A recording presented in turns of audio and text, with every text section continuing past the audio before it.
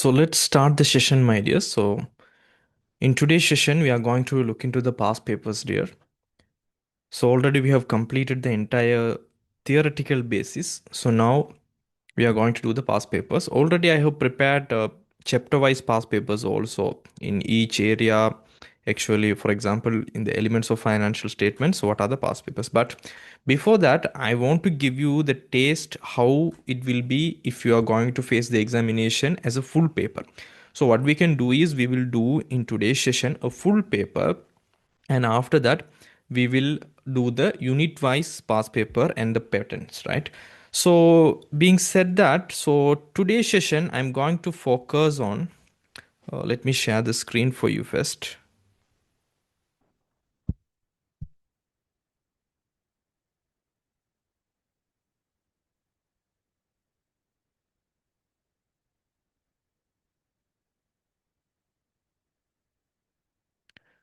Right, I hope so you can see the paper, right?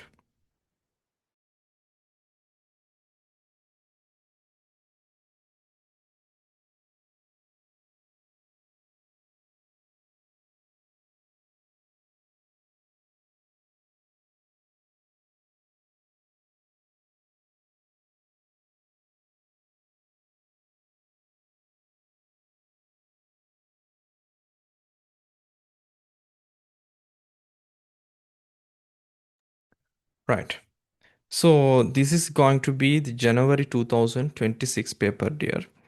So the very recent paper, as you know, for your AFC paper, advanced financial accounting and costing, usually it will be in morning time. So 8:45 to 12 your time, right? So there will be a 15 minutes reading time. In that time, you can read the papers, but they're not going to give you the answer booklets, right? So you can read and you can plan whatever you can do. You can do it in the paper itself. So you can have a notes and your planning. You can write it whatever you want in your examination paper. So the writing time is going to 3 hours from 9 a.m. to 12 p.m. like that. Give me a second.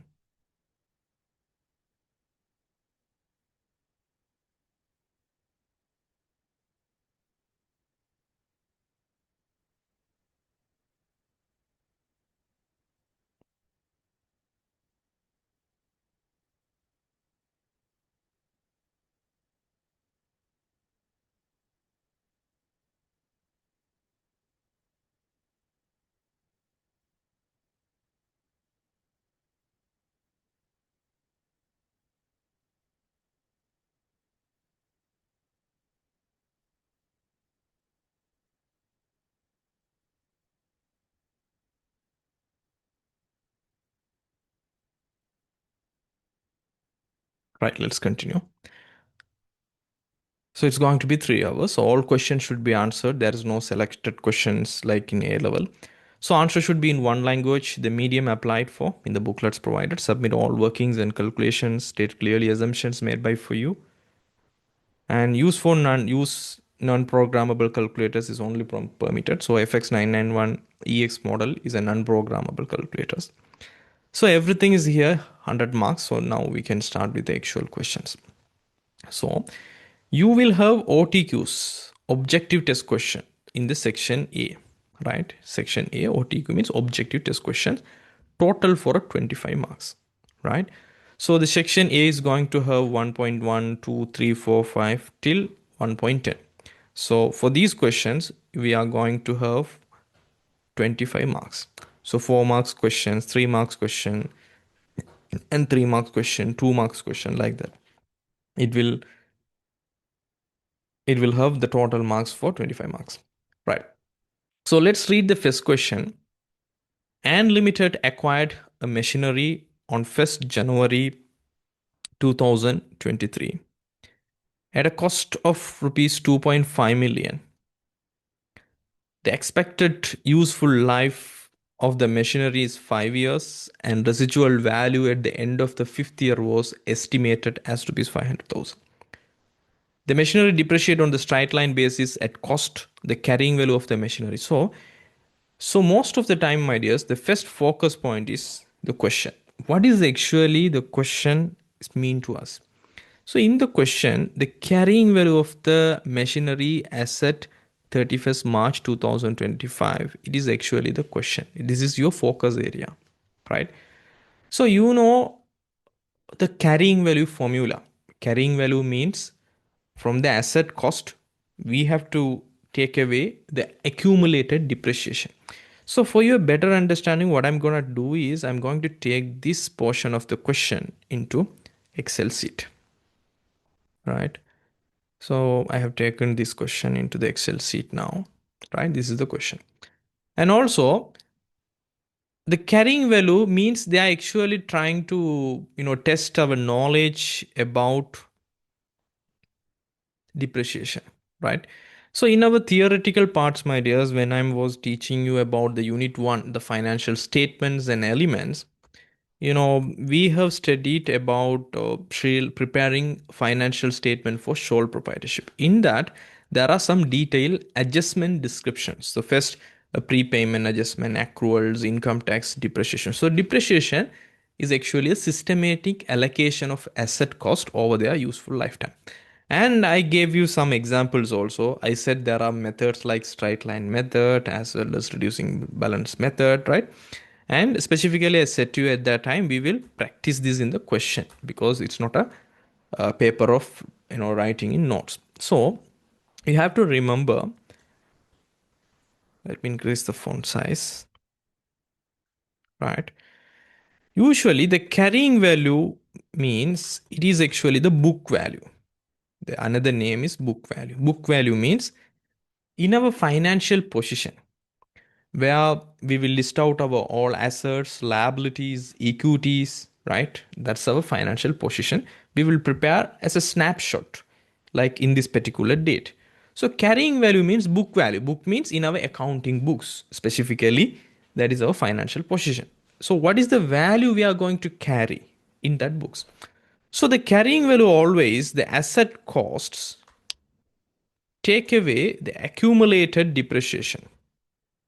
So accumulated depreciations means over the years. For example, let's say if the asset useful lifetime is 5 years, it means if we used for 4 years, for that 4 years period, how much already we have provided as a depreciation. That is accumulation of this 4 years, right? So that is the carrying value. In simple words, we will short like that CV costs. Cost CV means carrying value. Cost take away accumulated depreciation. Like this, you can write it in your examination answers or your draft paper, right? So this is what we have to do, right? So we have to find out these information. What is the asset cost and what is the accumulated depreciation? And my dears, this depreciation is always charged for the asset used period.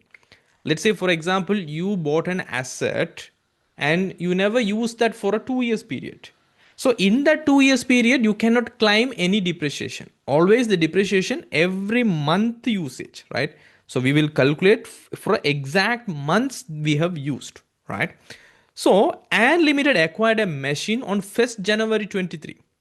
So the question is asking 31st March 2025. In that case, the carrying value of the machinery as at 31st March 2025 means our annual period. It means our accounting period is going to be 1st April 2024 to 31st March 2025. There is no doubt on that, right, for you. So if the if the company's year end is 31st March 2025 means we have to know the 1st April 2024 is the opening day, the beginning day of the accounting period, right? You have to know that knowledge. So now 1st January 23 at a cost of rupees 2.5 million. So now for our carrying value calculation, we know the cost now, it is 2.5 million. There's no doubt on that. Now we know we need the accumulated depreciation, right, to get the carrying value. But for the accumulated depreciation, the asset purchased year is 1st January 23, that is before our accounting period, right? The expected useful life of the machinery is 5 years and residual value at the end of the 5th year was estimated as rupees 500,000. Right? What is the meaning of residual value? Residual value means once you use the assets fully for a 5 years period, you can throw it. So it means you can sell it for that, the metals and everything, right? So some shops will buy that, right? So that is the estimated 500,000. As well as, I told you, my dears, how to calculate the depreciation, right? This is a straight line basis of depreciation. So usually the depreciation calculation is this. From the cost, we have to take away, is there any residual value?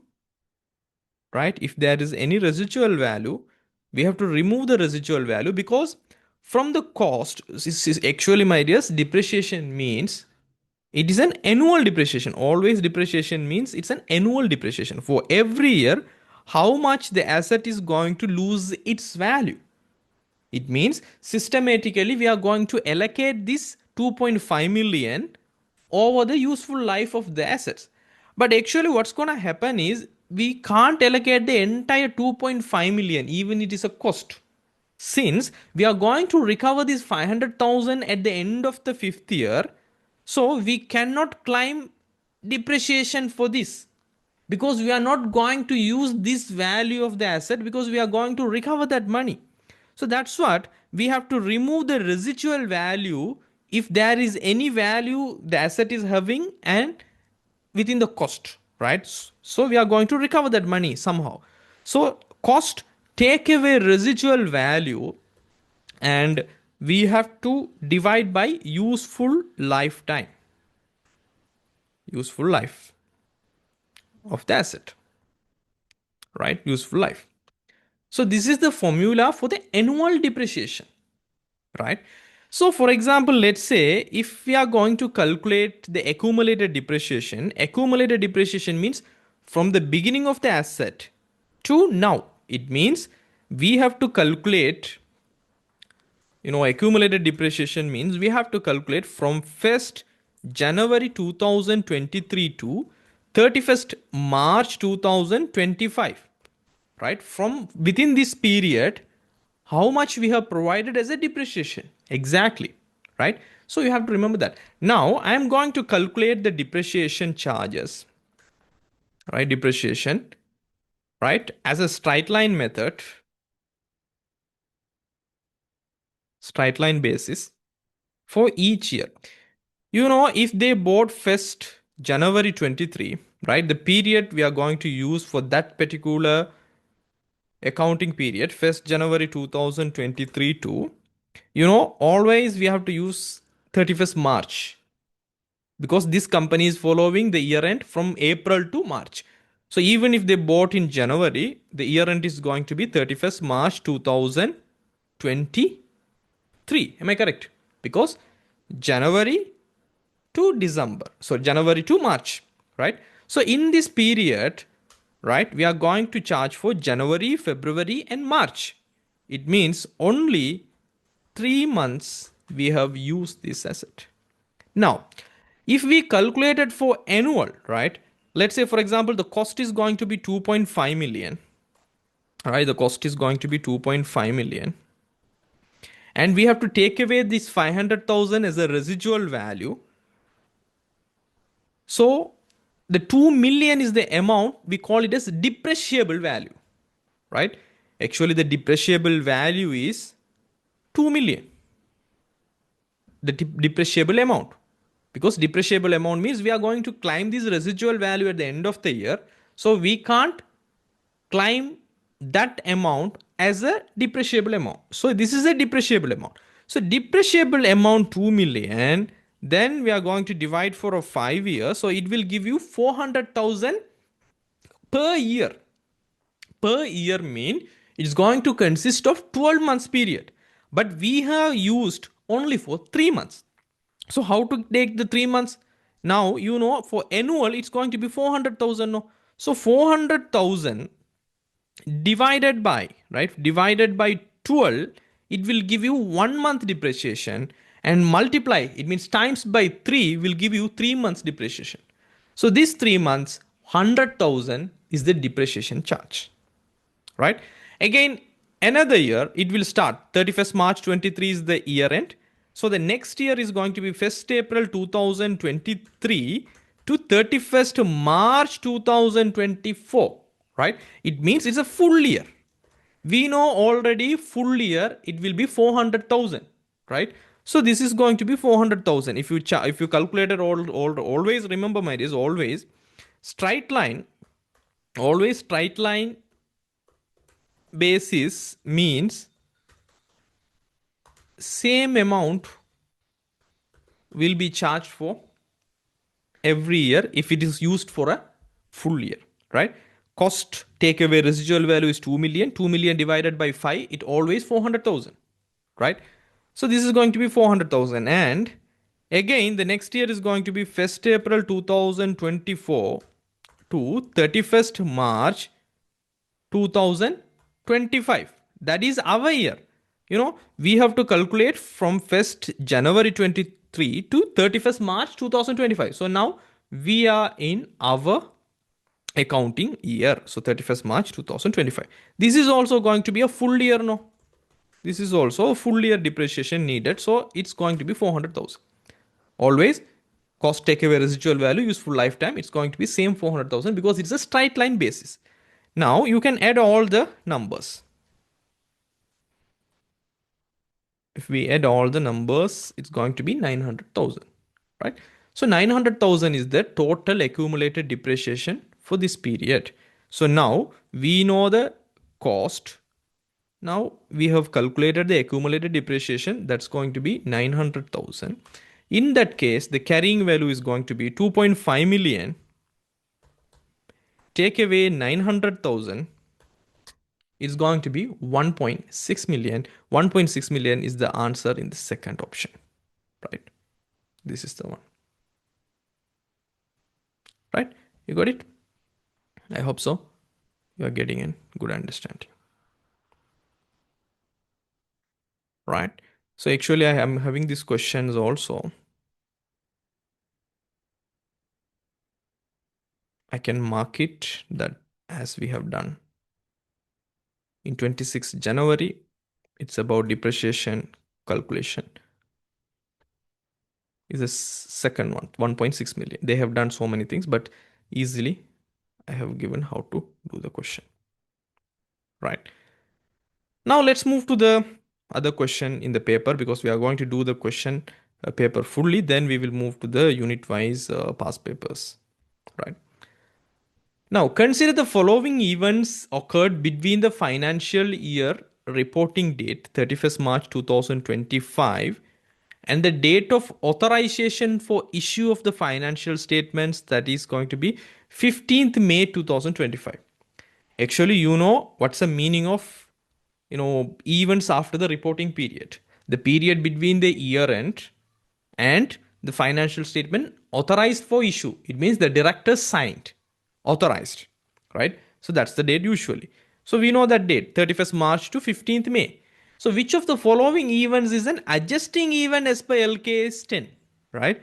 Which of the events is an adjusting event as per LKAS 10, events after the reporting period, right? So there are 4 items. A customer owing money as at 31st March 2025 was declared as a bankrupt on 5th April 2025.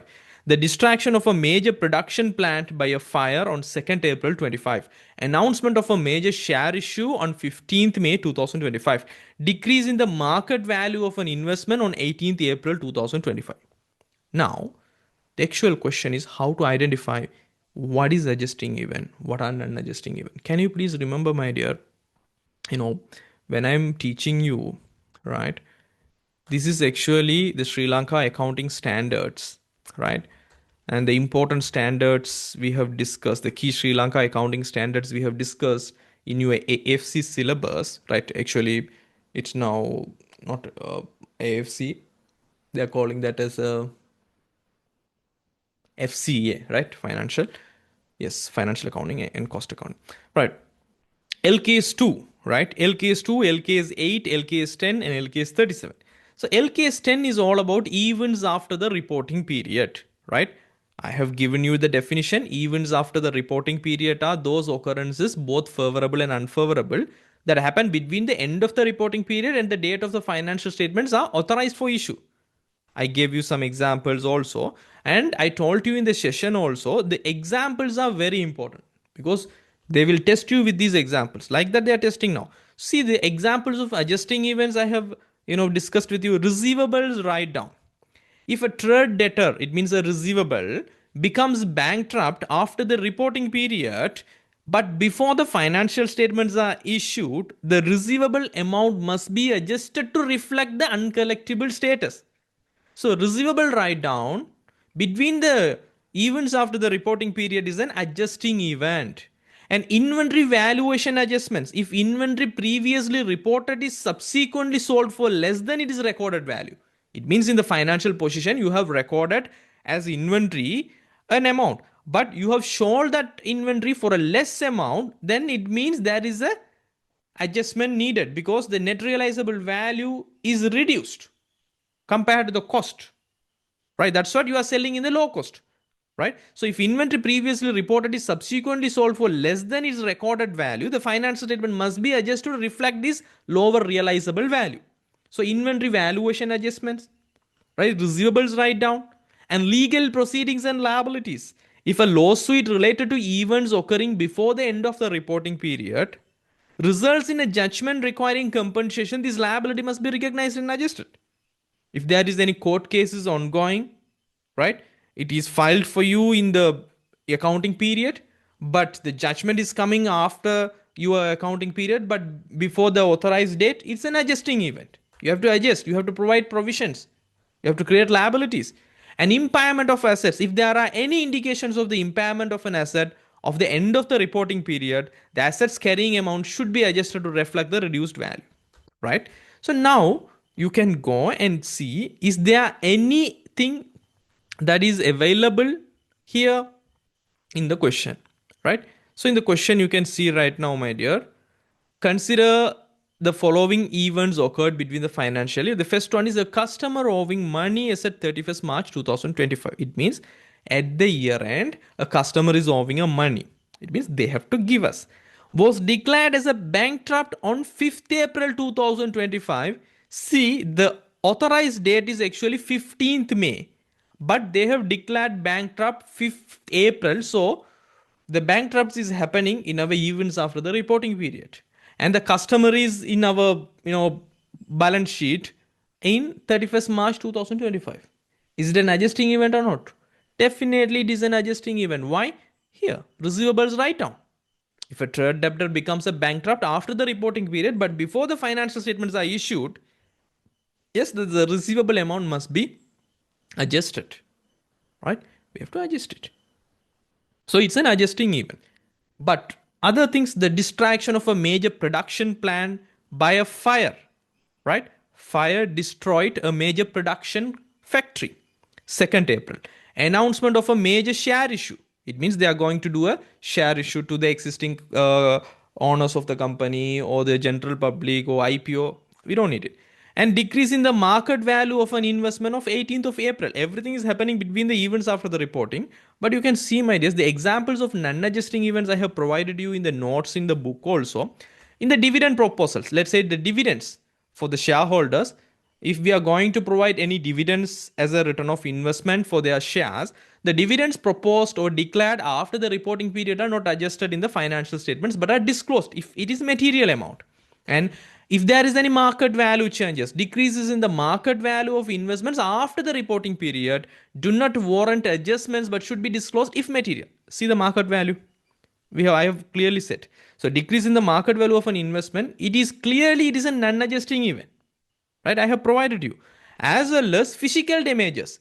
Any damages to the assets after the reporting period doesn't lead to adjustment but should be disclosed, informed to the stakeholders. That's what, the distraction of a major production plant is actually a physical damage, but after the reporting period is happening by fire.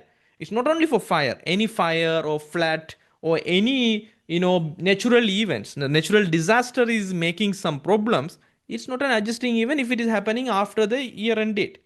So that also non-adjusting event, right? Clearly I mentioned to you. And foreign exchange fluctuation, significant losses due to fluctuations in a foreign exchange rates after the reporting period, right, are not adjusted but should be disclosed if they are significantly affect the financial position.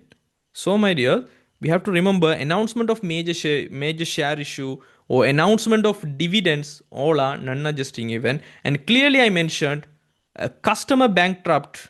The customer is actually in our balance in our accounts. It should be an adjusting event. So 1.2 is going to be the first one is the answer, right? I hope so. You are getting the point, right? So I can mark it as 2026 January question 1.2 here is the answer here. 1.2, the first one is the answer. Because the bankruptcy of a customer that occurs after the reporting period usually confirms that a loss existed at the end of the reporting period on a trade receivable and that the entity needs to adjust the carrying amount of the trade receivables. I set you in the definition also what's the meaning of adjusting event, right? So adjusting events are actually the events that have the evidence, right? So adjusting event here, those provide evidence about the condition that existed the end of the reporting period. So actually the bankruptcy is actually an evidence. Already the customer is bankrupted, just informed after that. So it must be adjusted. Non-adjusting events are those reflect the conditions, right? So I clearly gave you everything about that. So now we can move to the 1.3 question. The following amounts relating to the month of December 2025 are extracted from the books of accounts Rana Limited. So this is all about the month details, the month of December 2025.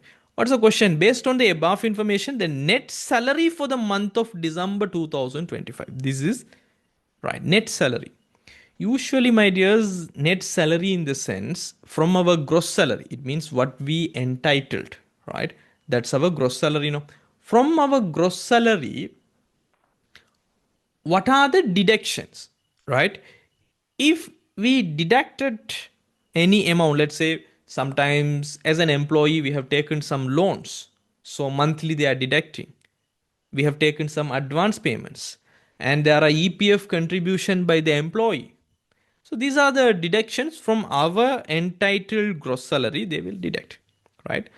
So there is a gross salary 7.8 million and advance personal income tax APIT, right? So since you are a level 2 students, my dear, sorry, I have rotated the page. Give a second. Right. Since you are a level 2 student, you don't know anything about this APIT. But when you are entering the level 3, there is a subject called taxation where I will teach you about these APIT. So what do you mean by this advanced personal income tax? This is simply, my dears, if you are someone employed, you are an employee and you are earning more than 100,000 rupees per month. Since you know your gross salary is 7.8 million. So 7.8 million, my dears, is roughly you are going to earn almost around 6,50,000 monthly as a salary. 6,50,000. So you are coming under the criteria that is you are earning more than 100,000 per month. Absolutely. That's what your gross salary is 7.8 million for the 12 months period. Right? So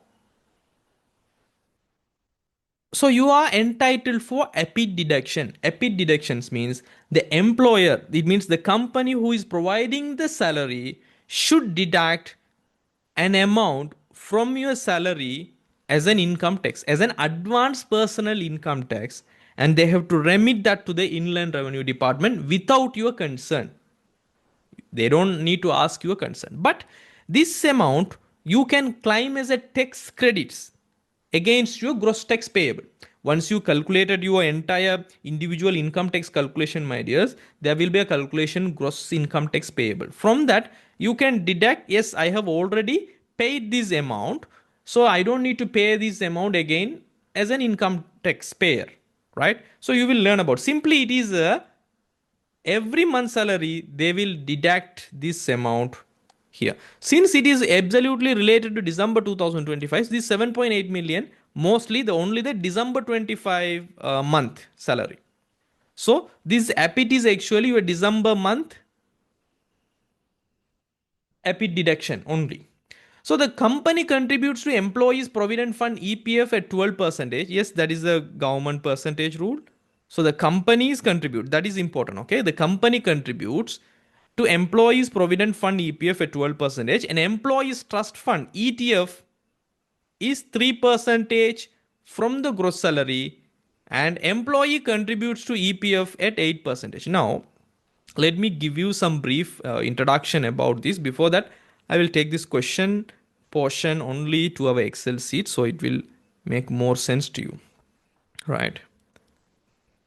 Right. All of you, I think you can see our Excel sheet now. Right.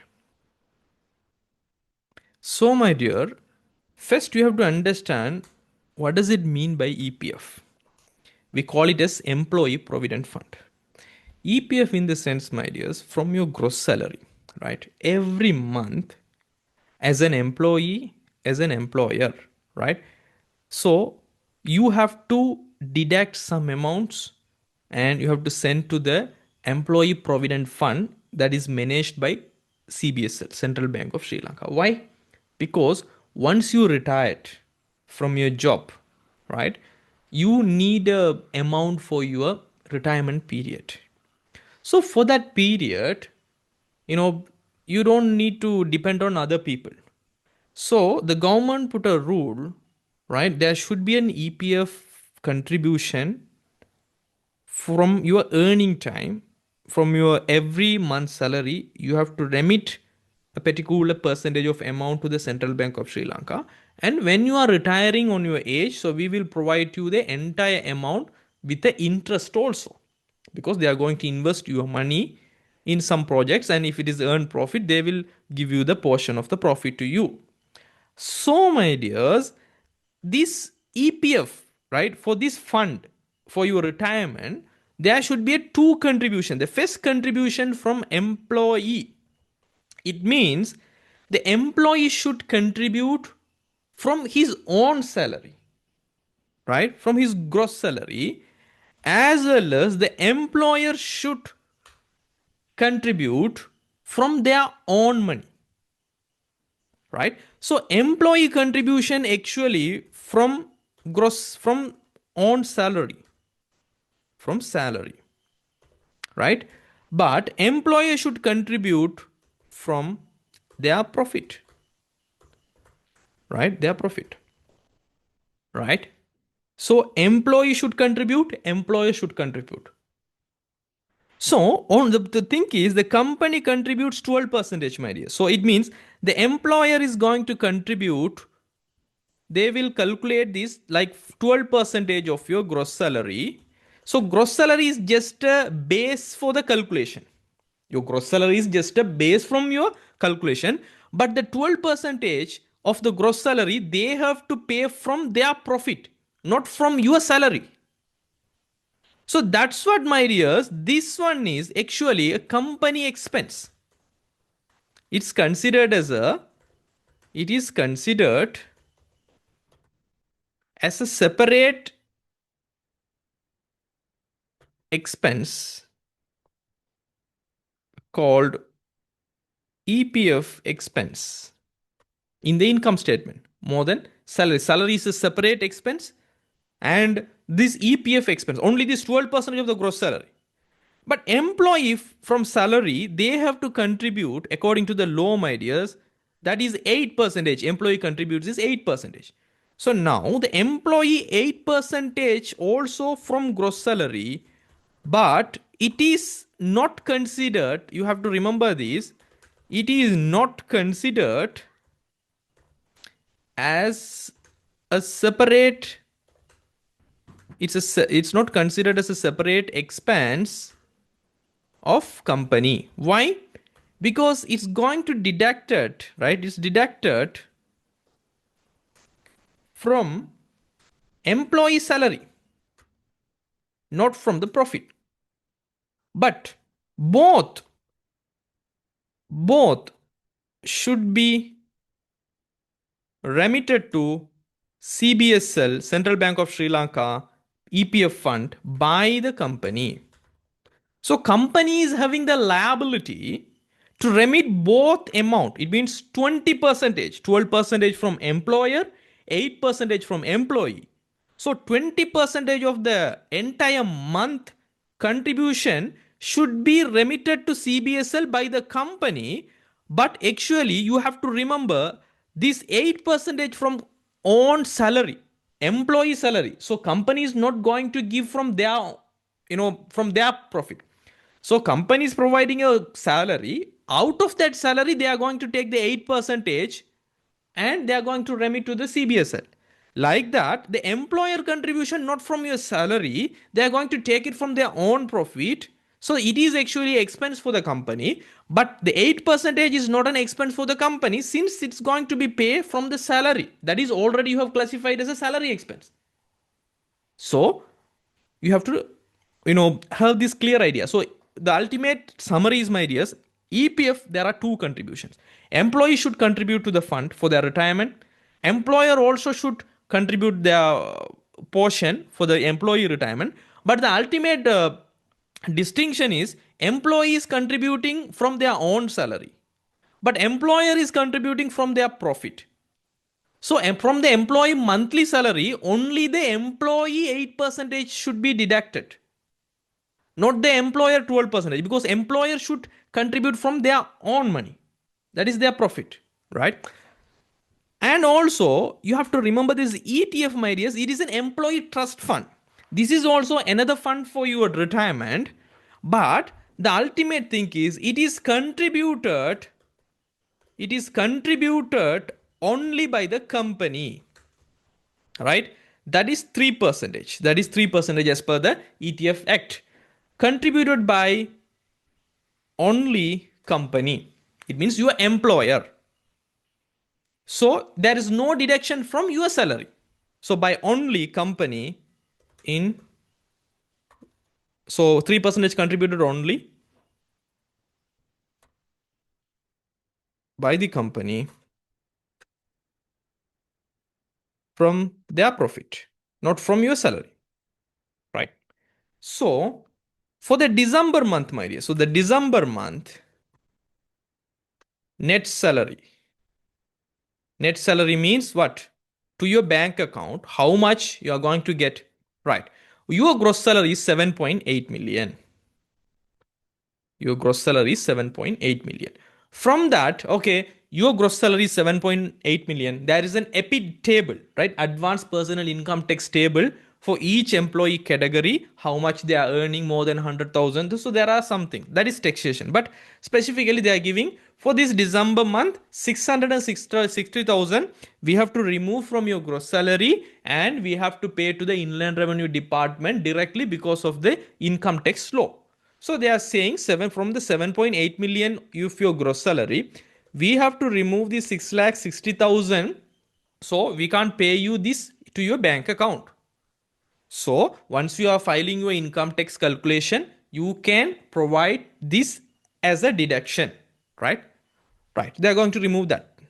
And another deduction is, as I mentioned earlier, from your salary for the EPF, my dears, employee salary, right? Because it is your contribution from your gross salary only, you have to pay this 8 percentage, right?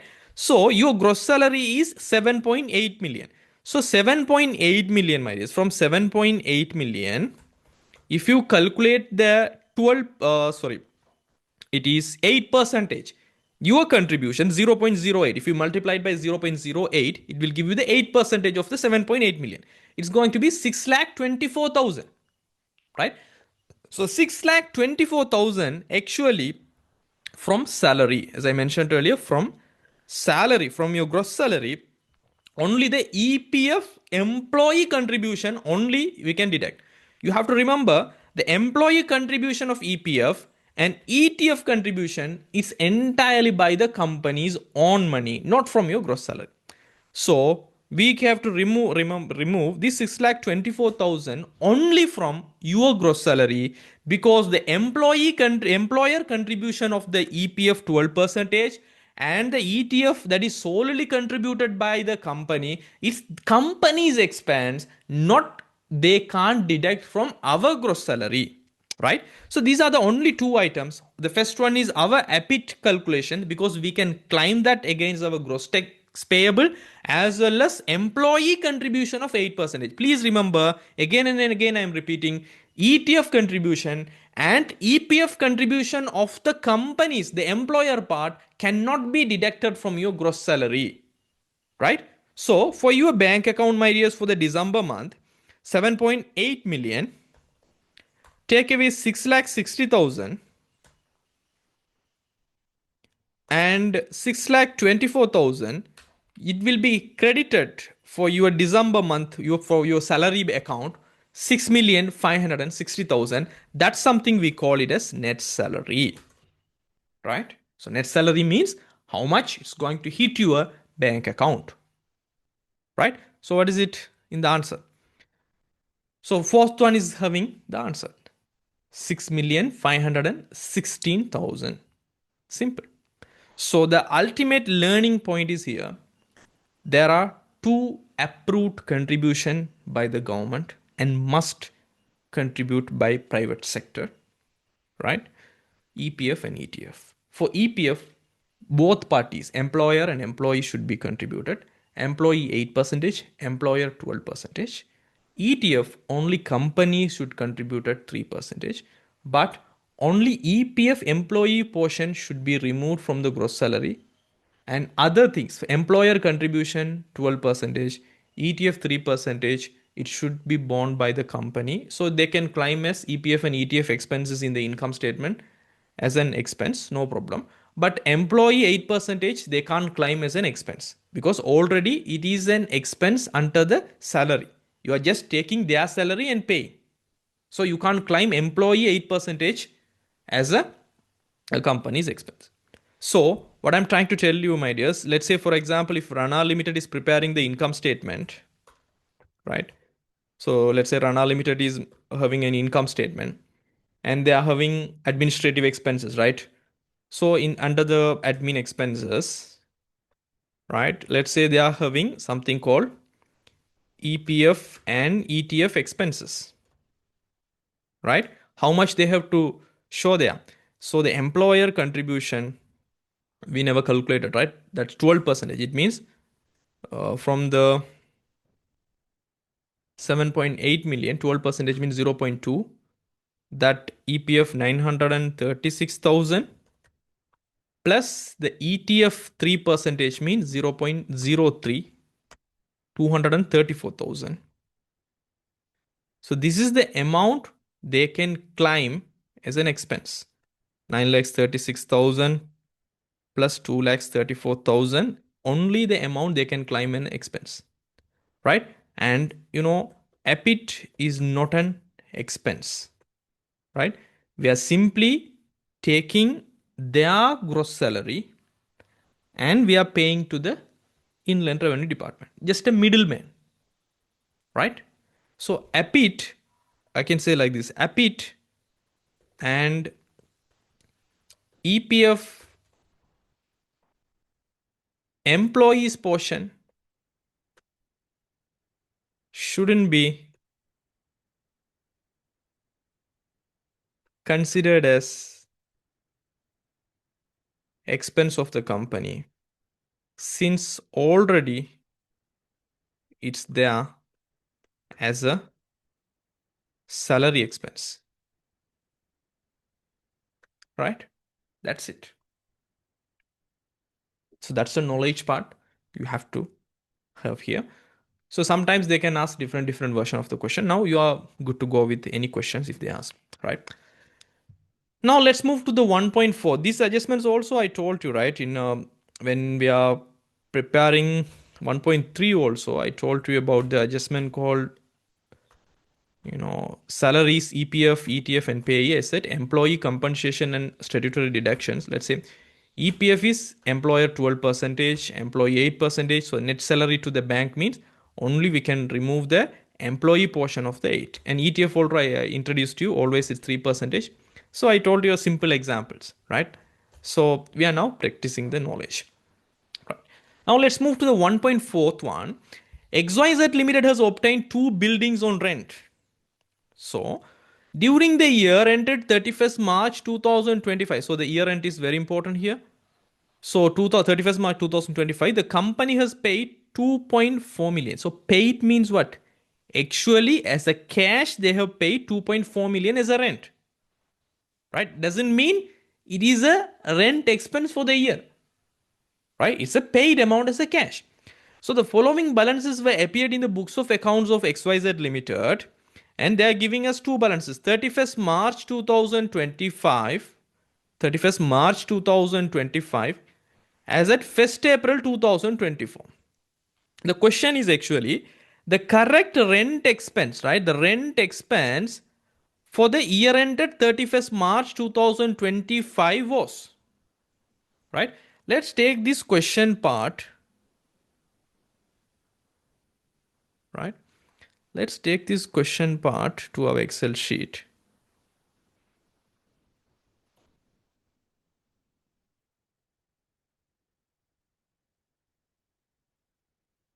Right here. And now let's do the thing. First, my dears, you have to understand this is about accrual calculation. This is about the adjustment, my dears, we have discussed here as an accruals, right? So as I mentioned earlier, expenses incurred but not at paid, or income earned but not at received. We have to adjust it, right? I told you one examples of electricity bill for the December calculation. So now we are going to practice these accruals in actual question, right? So what you have to do is, my dears, you have to simply prepare a rent expense, you know, account, right? So let's prepare that now.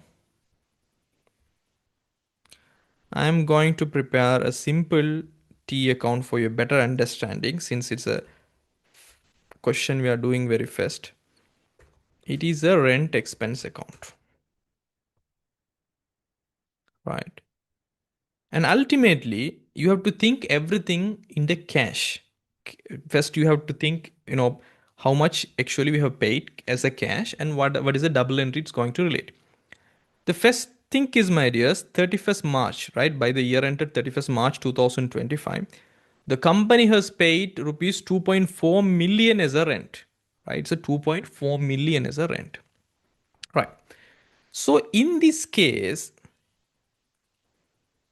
what is the double entry? If someone paid as a cash for the rent expense, the accountant will do the first thing is that you have to think what's going to happen for the cash, and after that you have to build and think everything with a cash, right? Whether we are going to remove the cash, whether it is included in the cash. That's how you have to think. So now the rent amount paid by the company, so the accountant will do this. Okay, it is an expense. So in the rent expense account, we will debit. So debit record, it's going to be 2.4 million, right? So 2.4 million debit in the rent expense account, and they will credit the cash since we are losing the cash 2.4 million. It means what? Yes, we are charging the 2.4 million as an expense. Expenses are always debit, and we are losing the money. So cash is an asset. So if we want to remove that, it should be in the credit side. That's the basic double entry concept, right? Always expenses are in the debit side if it is increasing. Always assets are in the credit side if we lose assets, right? So then in the rent expense, so now you see this is the rent expense, it's going to hit 2.4 million now. So this 2.4 million is going to be in our, right, 2.4 million, it's in the rent expense account, and the other account is cash account, so we will write it as a description. So in the cash, right, actually we have paid. So the other account, other entries in the cash account. So we will mention that as a description. That's how we will write the description, right? That's a basic part of the double entry I told you. Right. Now let's think about everything one at a time. First, always think about these 31st March balances, closing balances. Just forget about the 1st April 2024 part now. Just focus on the 31st March 2025. That is our year end question also, 31st March 2025. Right. Now, We have a rent payable, rent paid in advance. There are two things: rent payable and rent paid in advance. What does it mean by this at the year end? Right. Let's say, my dears, at 31st March 2025, rent payable means it is actually the rent for the current year, right? I can say the rent incurred, official word, for the current year, but not paid as cash. That's the meaning of the rent payable for the 31st March 2025. It means the rent that is relevant to 1st April 2024 to 31st March 2025 accounting year, but we never paid that. That's what it's rent payable. It's a liability for the 31st March 2025, and we have to show that as a current liability under the what do you call in our accounts. So what is the double entry related to here, right? Since it is not in our cash account, right? It is not in within our cash because it is payable. Payable means we never paid as a cash, right? I'm going to highlight is not paid as a cash. So for this year, the total amount we've paid is 2.4 million. But this amount, the amount is actually 240,000, is not within this cash account, the cash amount we paid. But this particular amount is actually related to this year expenses. So the debit, always the double entry for the any accruals. We call it this is an accrual payment, right? It's an accrual payment. Accrual payment. So for the accrual payment, always what's the double entry? We have to debit the relevant expense. I told you, right? Relevant expense account is going to be debited since even it is not paid as a cash, this is the expense that is related to that particular year. So we have to consider that also as an expense for that particular year. So debit the relevant expense. It can be, telephone expense or rent expense or whatever the expense. And we have to credit to the actual liability, rent, or, I can say relevant expense accrual, or another name is payable account. So this is the double entry, my dears. So since you can see the relevant expense is here, the rent, okay? The rent expense. Here the relevant expense is actually the rent. So rent accrual or payable account is going to be credit by the amount 240,000, and rent expense should be increased by 240,000 because it's not recorded as a cash account. Within this cash 2.4 million we have paid, it's not having this 240,000, but even though it is the expense for our year. So what we have to do? So we have to add, this 31st March 2025, rent accrual, rent payable, I can say rent payable, also with the cash amount we have paid, 240,000, right? So we never ask for a rent accrual account, so we don't need to care about it, right? Now, let's think about the rent paid in advance, right? So that is also 31st March 2025, rent paid in advance. So what's the meaning of this first? Right? Rent paid in advance at the year end means we have paid, right, rent that is related to next year. It means next accounting year in current accounting period, right? What's that mean? Actually, the word is important. We have paid, right? We have paid as a cash the rent amount, but that is related to the next accounting year. That's what we are telling this as an advance payment. So we made 175,000 advance means at the 31st March 2025, it's definitely for the next period, first April 2025 to 31st March 2026 period, we made an advance 175,000, but in this particular accounting period, that's what in the 31st March 2025, it's a prepaid. It's an advance payment, right? We call it officially, this is a prepaid expense, my dears. This is called prepaid expense. So what's the double entry for these prepaid expenses, right? We paid as a cash, right? That's 100% correct. We spend our cash asset. So it's going to hit the credit account, definitely the cash, right? The cash is going to leave us for this particular year. So cash account is going to be credit. For this particular example, it is 175,000. But we paid for the prepaid expense. This is a prepaid expense, no? So since this is a prepaid expense, my dears, until the expense incur, that is an asset. So the rent prepaid, it is actually an asset, current asset. Since actual expense not incurred, it means we never use that building or apartment until now, because it's a period related to the next year, right? So until that, it is an asset, but the cash is released now. So my question is now, if we release this cash in this particular year, it is going to be here with this 2.4 million, right? Already we made this cash. So already this 175,000 is hit the cash account and it is actually recorded under the rent expense, right? So since this 2.4 million, the total amount paid in this year, actually going to have this rent prepaid amount also, that 175,000. To get this year expense for this particular year only, we have to remove this 175,000 from this cash total amount we paid for this year.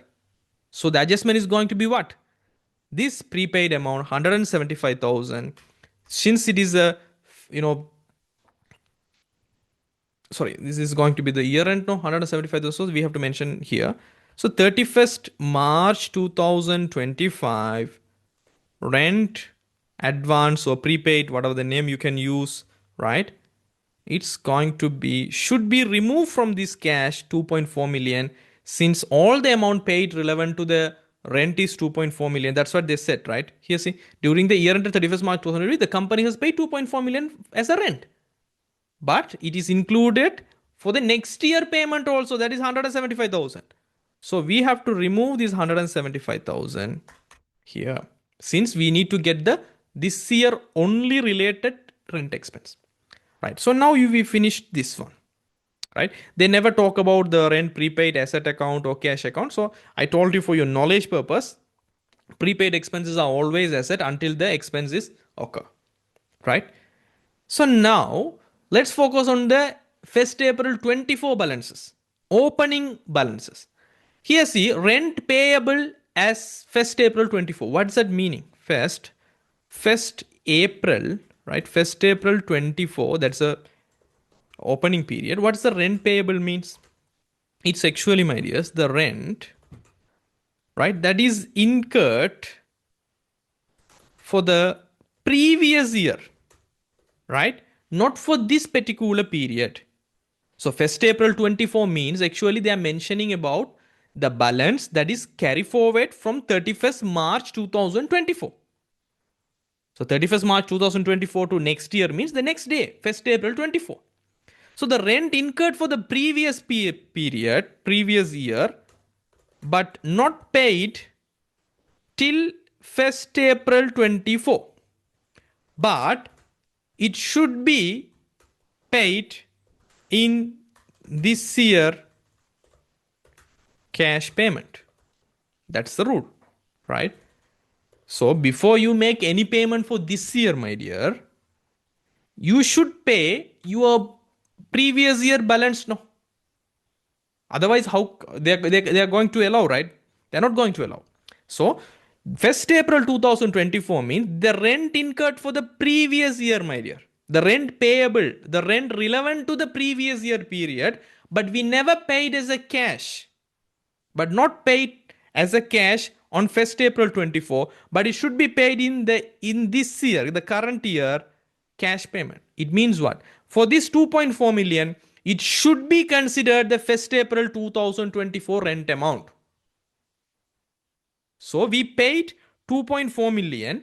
That 2.4 million actually consisting of the future period 175,000, and the same 2.4 million is going to consist of this previous year payment, that is actually 180,000. So this also should be removed now. So 2.4 million in the debit side. So if you put the credit side, you can remove the 180,000 is going to be 1st April 2024 rent payable, because it's paid in this current year. So 2.4 million is consisting of this 180,000. That's what we are putting in the credit side. Same applicable for the rent paid for the future year, also paid in this current year. So it is consisting in this 2.4 million. So both should be removed, since rent payable is related to the previous year, rent prepaid is related to the next year. So both should be removed from this 2.4 million. In accounting, if we remove, we have to put in the opposite side. Right? That's what we are claiming here. Now, let's think about the rent paid in advance, right? Again, the 1st April 2024 rent paid in advance. What does it mean? It means, my dears, this is the carry forward balance from 31st March 2024. That's what its opening balance is, 1st April 2024.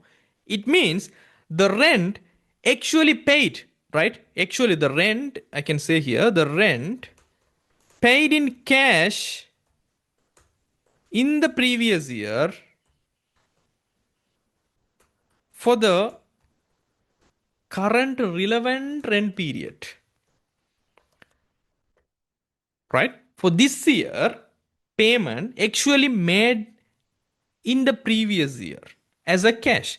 So you have to know this 2.4 million is not going to consist of this amount, because it is paid in the previous year, right? It's a previous year payment, but the amount it is relevant to our accounting period, but it's not going to consist with this 2.4 million. So what we have to do, we have to add that amount to get the this particular year expense amount. So that amount is actually 225,000. So 225,000 is actually 1st April 2024 rent. What is that? Advance, right? 200 rent paid in advance. So rent prepaid, I can say rent prepaid. So now, my dears, in calculation, right? In calculation, for the income statement, my dears, the rent expense is actually an expense. So in income statement, expense means income statement is debit. Income statement, if it is a income, means that is a credit. So if we want to have any balance in the debit side and we are going to close the nominal account of rent expense, definitely it's going to be in the credit side. So the rent expense, right? Rent expense, that is we are going to we are going to debit to the income statement, should be in the rent expense credit side. Then only we are transferring this by crediting the amount here, and we are closing this account, and we are moving our rent expense in the debit side. So it should be here. This is a common knowledge, right? So if it is that, we know all the figures from the debit side, but we don't know what is the figures debit rent expense. So in that case, we can do the calculation. You have to add all the things from the debit side, known side, 2,865,000. Put the same balance here, and now you are going to remove from 2,865,000 all this balance, 175,000, 180,000. So the balance is 2,510,000. So it should be here. Sorry. Right. We have to take this balance from 2,865,000, remove 175,000, remove 180,000. It will give you 2,510,000. So this is going to be our income statement rent expense that is relevant to this period. Actually, what we have done, my dear, right? Actually, you know, how you have to think in the examination if it is possible without this T account, my dears. Okay, 2.4 million is the amount they have paid in the cash. And first, you have to think about the closing balances, right? So think about, like, is it relevant to this particular accounting period and is it included in the cash balance or not? This is should be your thinking. So first think about it. Okay, 31st March rent payable is 240,000. What is that meaning? Rent payable means we have to pay the amount, but it is relevant to this particular year. So it is not paid this year. So this 2.4 million is not going to consist of this amount 240,000, but this is relevant to this particular year. So we have to add that one, right? So this is, should be your thinking. So 240,000 should be as an addition, right? Then let's think about the rent paid in advance. So it is in the 31st March 2025. So in the year end, still an advance payment we have made for the next period. And you know, it is the payment is paid means it is paid in this year. So the total amount is 2.4 million is going to consist with this amount, but it's not applicable for this particular accounting period. So we have to take away this since it is included in the 2.4 million. So the 2.4 million we have to remove this, right? We have to remove this 175,000, right? Then think about this rent payable in the opening. It means the actual rent is relevant to the previous year, but they never make any payment in the previous year. That's what is a rent payable for our opening date also. So we should be paid this year. So 2.4 million is no, going to consist about this 180,000. So we have to remove this 180,000 from this 2.4 million since this is not an rent payment for our current year. This is the rent payment relevant to the previous year. So 180,000 is going to with this 2.4 million. So we are going to remove this 180,000. Right. Now think about this 225,000 rent paid in advance in 1st April 24. It means 31st March 2024, we have a balance of rent paid in advance. It means for the next year, it means the year we are considering, 31st March 2025. They made the payment, but the cash paid in the previous period, so it shouldn't be in the 2.4 million, but that is relevant to our accounting period. So we have to add that because since it is not here, right? So this 225,000 we have to add. So if you think properly, you don't need to draw an expense account or something, right? So it's going to be 200 and what is that? 225,000, right? Right. Now you can clearly have it that.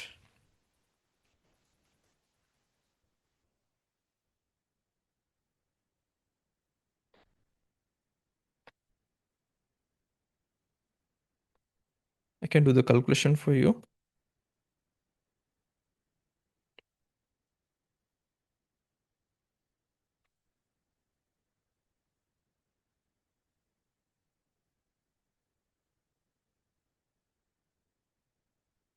Right, it's going to be 2,510,000. So that's what I told you, my dears. Even you don't need these, rent expense account, and also to recall your knowledge about the double entry. Just you want to think, is it relevant to this particular year? Is it included in the cash payment or not? Then you have to do the adjustments of plus or minus. That's it. So the answer is going to be 2,510,000. It's going to be in the 1.54 in the first answer. Got it? Right? So I hope so. You got a very good understanding about this. Right? Right. So we will mark this question later. Let's do the questions first. Right. Let's move to the 1.5. The following information was extracted with reference to material A of Mark PLC. The reorder level of material A. A very straightforward question, my dears. In the costing part, they're asking a very simple question. That's something called reorder level. right? So this is absolutely a formula level question. I gave you everything about this reorder level and everything in our, you know, in our costing part. When we are talking about costing, I think inventory control concepts 5.2, inventory levels here, reorder level, maximum inventory level, minimum inventory level, ROQ, everything I told you. So reorder level means maximum usage into maximum lead time. So the stock level at which you place a new order. If your stock level is in this reorder level or below than that, that's the message or signal that you have to order a new order and you have to determine the quantity, right? So the purpose is ensure we don't run out during the longest time with highest usage. So I gave you some examples also when we are talking about the theoretical aspects. Now we are doing the questions for this, right? So actually, you have to remember the formula. They are not going to give you the formula.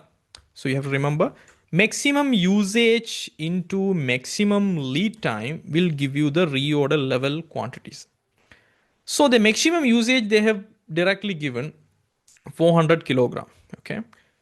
So 400 kilogram maximum usage, and we have to find out the maximum lead time. Lead time means the waiting period. If you order some goods or some material from any supplier, you have to wait for some period, no? So maximum from the past records, how many weeks or how many months you have waited. So lead time is 2 to 6 months. It means 2 is a minimum time we have waited from the past history. 6 is the maximum months we have waited. So 6 months. So 6 months is actually is the longest period of our waiting. It's been maximum lead time. So 400 kilogram is a maximum usage. So maximum, if we want to wait, we can wait for a 6 months. So every month, if you are using 400 kilograms and you are going to wait for a 6 months, means the reorder level is 2400 kilograms. So if your stock is coming at least for a 2400 kilogram, you have to reorder. Because of why? Even if your supplier is going to waste your time for a 6 months period, you have the stock to your production. And if you are using your maximum every month for 400 kilogram for a continuous 6 months maximum usage, even it's needed only 2400 kilogram. So you have to order at this point, even if your usage is high and you are going to wait from your supplier for the highest period, even 2400 kilogram is maximum enough to manage that period. So this is your reorder level. Simple thinking. 2 marks. Within 5 seconds, you can get the answer, my dear. So 2400 kilogram is going to be in the fourth answer. Right? So that is about the calculation. Now, from the 1.6, it's going to ask you some questions. Write the answers for question number 1.6 to 1.10 in your answer booklet with a number assigned to the question. Right? Identify two components of financial statements. This is an important part to identify, my dears. For English medium students, there is an advantage, my dears, for you, because clearly you can identify something in words. Because elements of financial statement is something different, components of financial statement is something different. But in Tamil, a same meaning for elements and components. But for you guys, it's so easy to identify what actually the examiner is asking. So I told you in the our theoretical parts also, my dears, you have to remember components means actually they're asking types of financial statements. If they are asking elements, my dears, it's actually the elements of financial statements, right? The parts. So components types of financial statements mean actually the 5 types. Can you remember the 5 types I told you? You know, the statement of income statement and financial position, statement of cash flow, statement of changes in equity, and notes and other summaries, right? Accounting policies and notes. These are components. We call it as components. But elements in the sense that are actually the assets, right? They're asking about liabilities, assets, liabilities, equity, and income, comma, expenses. So you have to remember components mean it's always types of financial statements. Elements means it's all about assets, liabilities, equities, income, expenses, right? So they are specifically asking about components. I told you this when we are studying about, I can highlight you when in which notes we have studied this. you know I set the elements and components classification here. The elements is 1.1. So financial statements contain five fundamental elements: assets, liabilities, equity, right? Equity as well as income and expenditure, right? As well as I told you, components of financial statements means the five main financial statements, right? Statement of financial position, statement of comprehensive income, it means income statement, as well as statement of changes in equity, as well as statement of cash flows and notes, including summary of significant accounting policies. These are components. So you have to remember, my dears, components are something different, and elements are something different, right? So for this question, identify two components of financial statements means you have to mention two components means any five of these types of financial statement. It can be statement of financial position, statement of comprehensive income, statement of changes equity, statement of cash flow, notes, right? Anything you can remember. And state three advantages of a time rate remuneration system idea. So this is a common question you have to think and answer, right? Even though in the notes, if it is not, you have to think and answer. First, what do you mean by time rate remuneration system? So, if you remember, my dears, when I'm teaching you the cost accounting part, right? So, you know, in the labor cost, there are remuneration methods. I told you a time based piece rate and bonus scheme. So, time based means how many hours the labor worked and how much we are going to pay. Let's say, for example, we are going to pay for every hour. So, how many hours they worked, how much per hour we are paying. That is time rate for the time they have worked. So, the first advantage is it's so simple to understand. Everyone can understand, right? And also, each worker is assured, right? Okay, whatever you are putting your time, right? The hours you worked, for example, 8 hours is your day. Even if you don't produce any single unit of output, but you have worked, so you are assured for the minimum wage, right? As well as the standard quality of the product is maintained because you are not in the rush to produce more items. you have you are not going to be paid for a piece, it means the units. You are going to pay for a time. So take your time and produce a good quality output, right? As well as normally this time base is preferred by all the trade unions, this labor unions, right? As well as there is no, we are not discrimination between the workers. Why? Because even a worker is doing a very good job, or even a worker is not doing a good job, they are going to pay for their time, the same time they spend on the factory. So there is no discrimination, but it's a demotivation for the employees. But all people are treated equally, right? As well as we can say, it is easy to administrate. So there are a lot of things you can talk about here. So first, I can I can say, like, it is simple to understand, and each worker is guaranteed of a minimum payment. It means minimum wages, right? And I can say the standard quality of the product is maintained, and I can say it's preferred and accepted by the trade union, and I can say there is no differentiation among the workers, right? And easy to administrate. Simple. Easy to administrate means you can put a fingerprint machines, it will collect the number of hours they have worked. You can calculate the salaries. Simple. So these are some general questions, but 3 marks, my dear, 3 marks. State three provisions of the section 24 of the Partnership Ordinance 1890. If you remember, when I was teaching you the partnership theory parts, my dears, we specifically talked about this section 24. When the agreement is silent or there is no partnership agreement, the law will prevail. the section 24 will be applicable. I will take you to the notes part where we have studied here. For the partnership for a business finance, introduction, partnership agreement. So 3.3 is all about section 24 of the partnership, right? So I told you the section 24 applies in two scenarios: no partnership agreement exists or agreement is silent, right?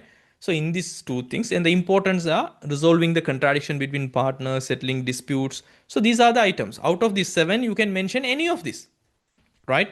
So capital and profit sharing should be equal participation.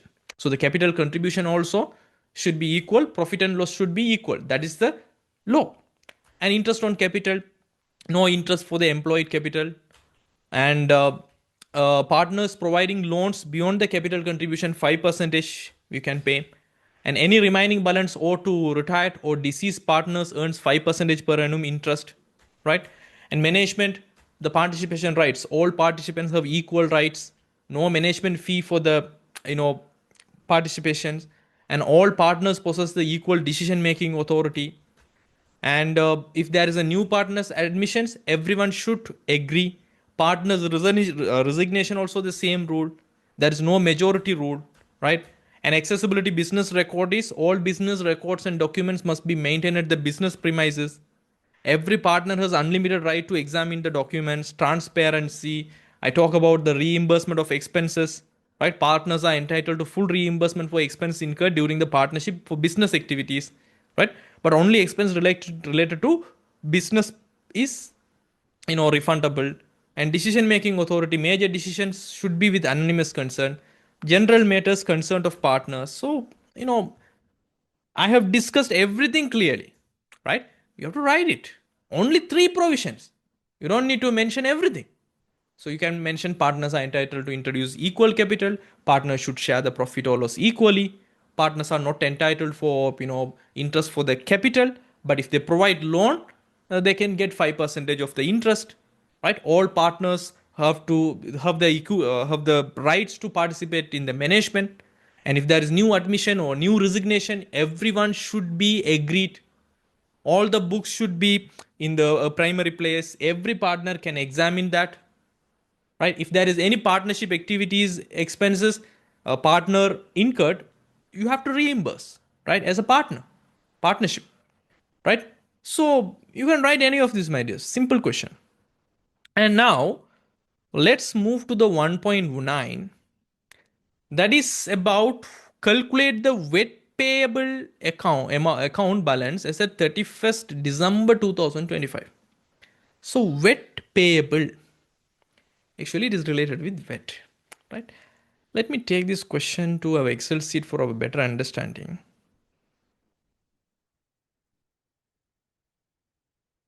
Okay.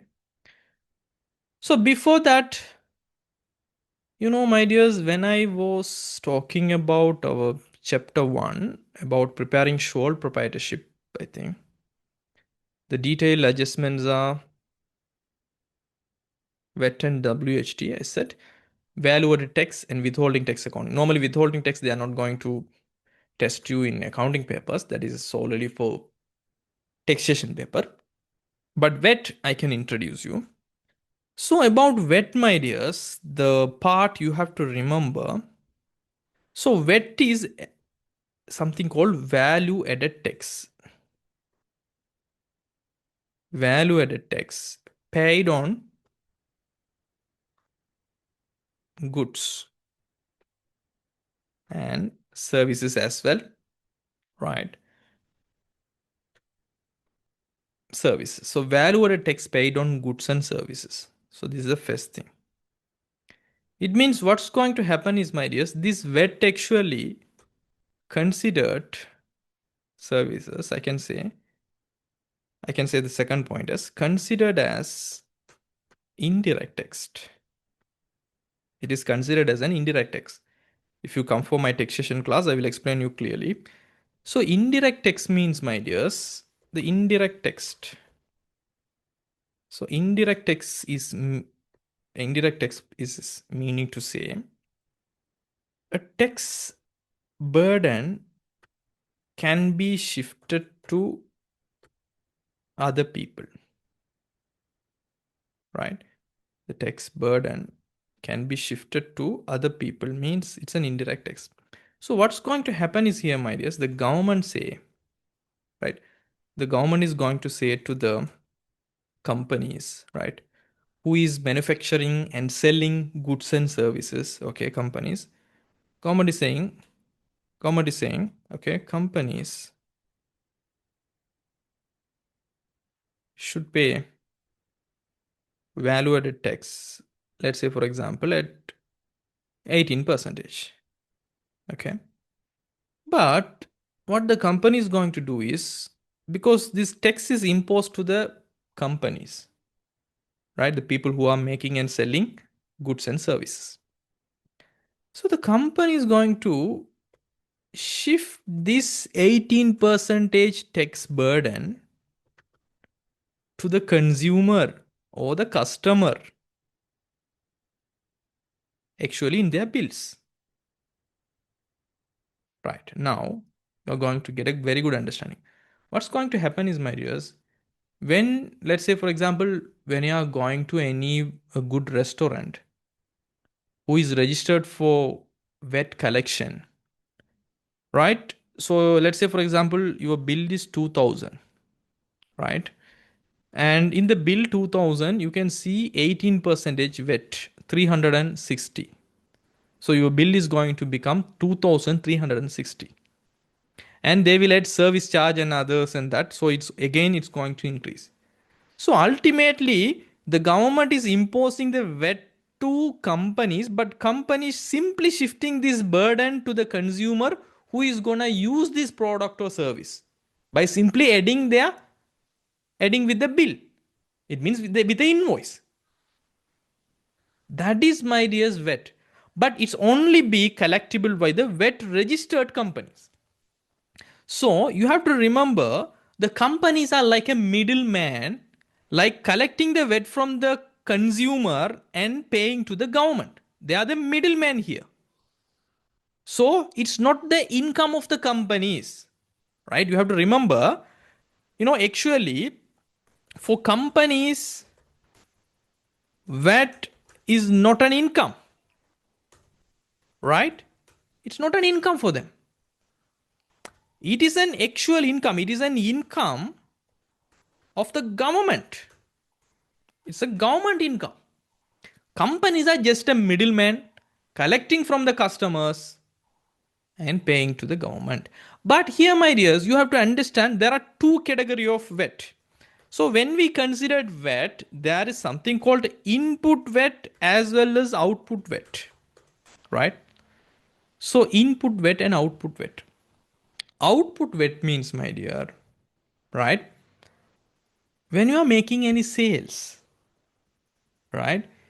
You are going to collect from the customers, right? Output VAT means you are collecting VAT from outside people. Outside people mean from your customer. It means when you are selling, right? When we are selling some items, we are going to collect from the customers. So we call it that as an output VAT, because we are going to collect from the customers. So output VAT can occur in sale. So input VAT means, my dears, actually the government says if you are a VAT registered person and you are collecting the VAT behalf of the government from the customer or consumer, so when you are purchasing something as a VAT registered person, you are going to pay the VAT to other people, right? So in that case, you can set off this input tax to the output tax. Let me clearly tell you this, right? When a company purchase goods, right? It means when purchasing is going, so companies paying VAT to other people. So it is actually going to happen on the purchasing. We call it as input tax. So always, my dears, the VAT payable is, right? VAT payable. Payable to whom? Payable to government. The VAT payable to the government is actually the output VAT. It means the VAT you are collecting from your sales from the customer, and the input VAT. It means the VAT you paid when the company is paid to other people. So when you are paying to the government, okay, from the VAT you have collected, you can deduct the VAT you have already paid to other people, because the person who got the VAT going to make that payment to the government. No. Again, we don't need to pay that amount. So output VAT take away the input VAT is going to be the VAT payable to the government. Now, how easily you can calculate it, my dears? How easily we can calculate it is simply having an VAT payable account, right? And you have to remember the input VAT. This is the correlation, okay? The input VAT means when we are purchasing. When we purchase something, we are paying the VAT to other people as a company registered for the VAT. In that case, we can claim that, right? We can claim that against our VAT payable. It means from the government, we can claim that amount. So input VAT is actually when you are purchasing some goods and you are paying VAT. In that case, it is an asset. It is an asset for the company, right? And output VAT means, right, when you are collecting, it means when you are making sales, you are collecting from the customers. So it is actually, it's a liability because you have to pay this amount to the government. So it's a liability for the company. Now I'm going to draft with this knowledge. I'm gonna draft, right? So with this knowledge, I'm gonna draft,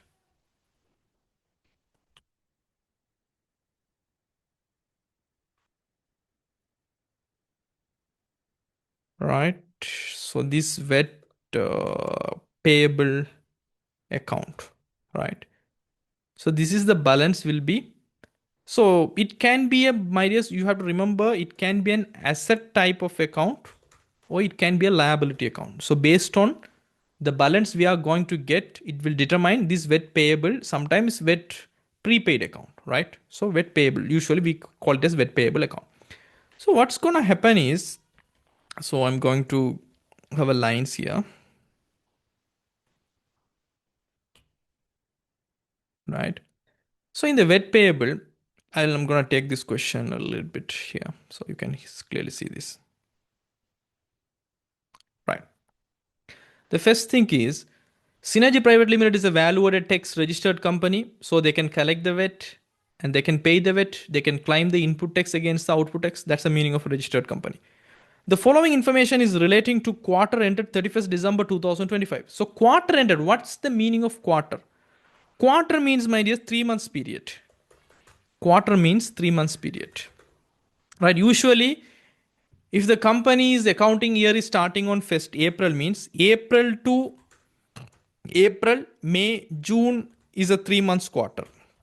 Then July, August, September. This is another quarter, right? Then September, right? June, July, August, September, October, November, December, third quarter. So January, February, March, another quarter. So this is the first quarter, second quarter, third quarter, fourth quarter. Why they are mentioning as a quarter? Because the VAT calculation should be done and file the returns should be done for every quarter by the company. So that's what they are mentioning is relating to the quarter ended 31st December 2025 means it is they are mentioning the third quarter, right? They are mentioning the third quarter. So third quarter is October to December. So 1st October is going to be the balance. So 110 and they are mentioning is 2025, right? So 1st October 2025 to 31st December 2025. This is the 3 months period they are mentioning. So we must know this is the opening balance for this particular quarter, right? So here, the following information is relating to the quarter ended 31st December. So they can mention any quarter. They can mention any quarter. So the credit balance of the wet control account. So we call it, okay, this is not a wet payable. So we can call it, a very good name is wet control account. Okay. So it can be asset or liability kind of thing. So wet control account. So the credit balance of the wet control account as at 1st October 2025 is 52,500. So my dears, if it is a credit balance, right? Let's say I'm going to say balance brought forward is 52,500 in the credit side means it's a liability. Because liability means it will represent in the credit side. So in that case, in the opening time, it is a liability because it is in the credit side. Usually, all the liabilities accounts are going to be have the credit balance if we are going to make payment for other people, right? So this is going to be the amount we have to pay to the government, 52,500 at the opening of the this quarter. Now, the sales, it is exclusive of VAT. It means what? The sales amount is without this VAT. So we have to calculate the VAT in this 1.2 million. So I told you, my dears, in the sales, right? In the sales, we are collecting the VAT from the customers. We call that as an output tax. And also in the sales, it is actually what? It is a liability for us. It's a liability. We are collecting from the customers and we have to pay to the government.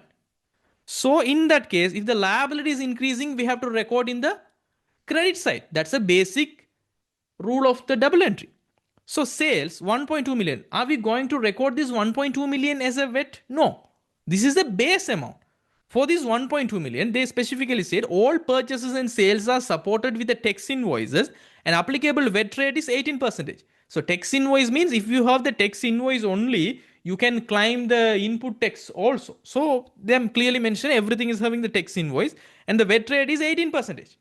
It means, my dears, to increase our liability, so we have to pay for this 1.2 million 18%. It means you have to multiply it by 0.18. So 216,000, right? It's a sales, right? From the sales, you are collecting this 216,000.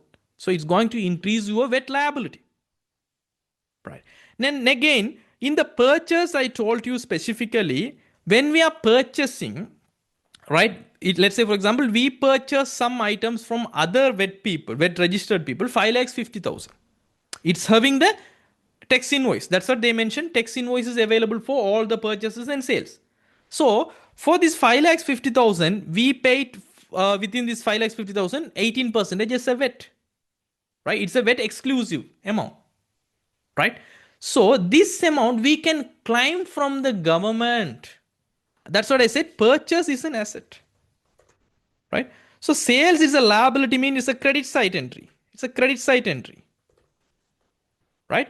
Purchase is an asset, mean if asset is going to increase, we have to increase that by a debit side, right? So purchase 5,50,000, you can mention here.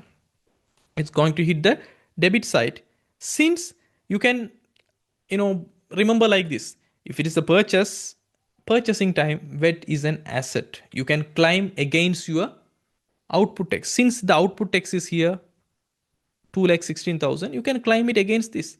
So you have to record in the debit side.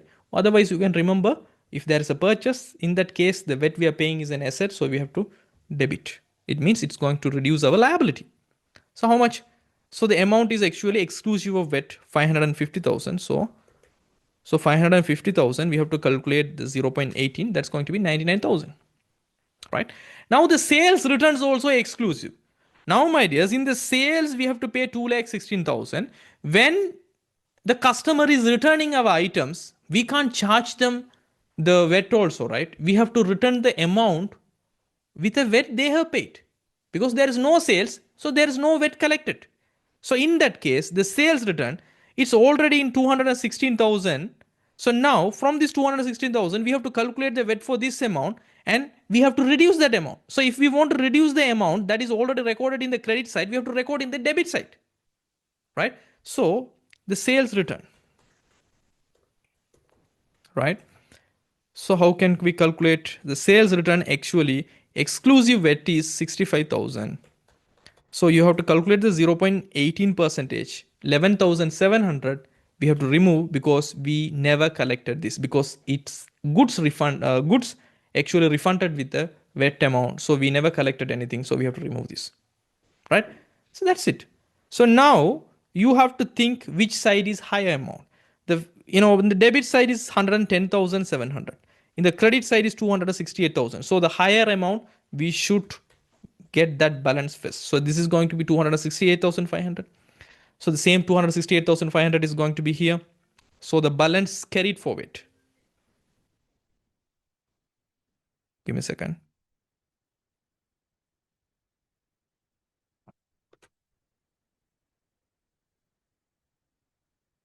Right. So the balance carried forward, or we can call it balance carried down. Okay, correct word. From this 2,68,500, you have to remove this and you have to remove this. It's going to be this. So actually the balance brought forward is the amount. It means still we have the liability to pay to the government is 157,800. So it is actually a VAT payable, not an current asset side. It should be recorded under the current liability side as a VAT payable to the government as a liability, 157,800. Right? So, yeah, that's the question answer. Okay.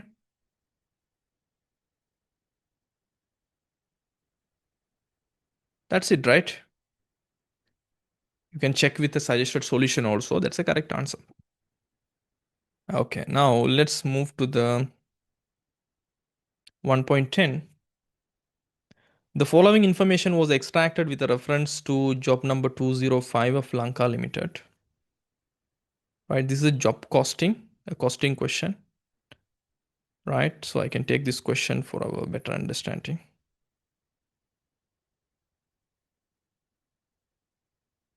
Right. So it's actually about job costing. If you remember, when I'm teaching you in the costing section, my dears, we discussed about costing methods 5.6, the last part, the classification of costing methods, specific order costing, and continuous costing. So I told you continuous costing about process costing is actually applicable in level 3 management accounting. For you, we have job costing. Most of the time they will test you, and batch costing. So job costing is means calculating the cost of an order for the specific need of the customer, right? So contract costing for larger construction project, it's a kind of job costing, but in a bulk amount, like ship manufacturing, like that for so many years. And batch costing is about calculate the cost of producing when manufacturing many items, right? So this is what here, but it's a so simple basic calculation question, my dears. Here see, calculate the price to be charged to job number 205. So the price to be charged on job number 205 is the ultimate question.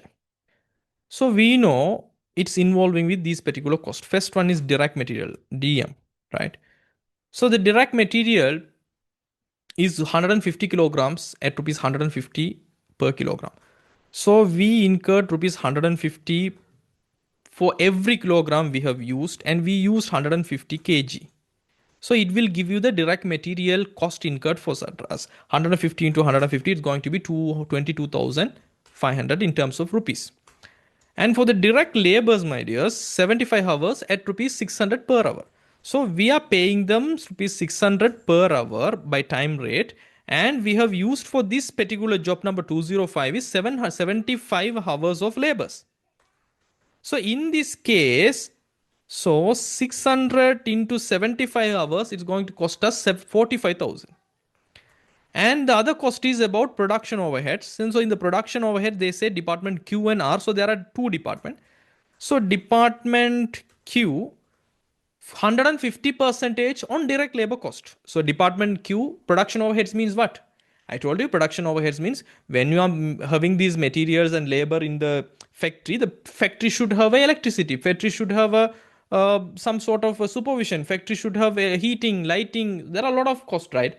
So it's incurring 115% of the direct labor cost.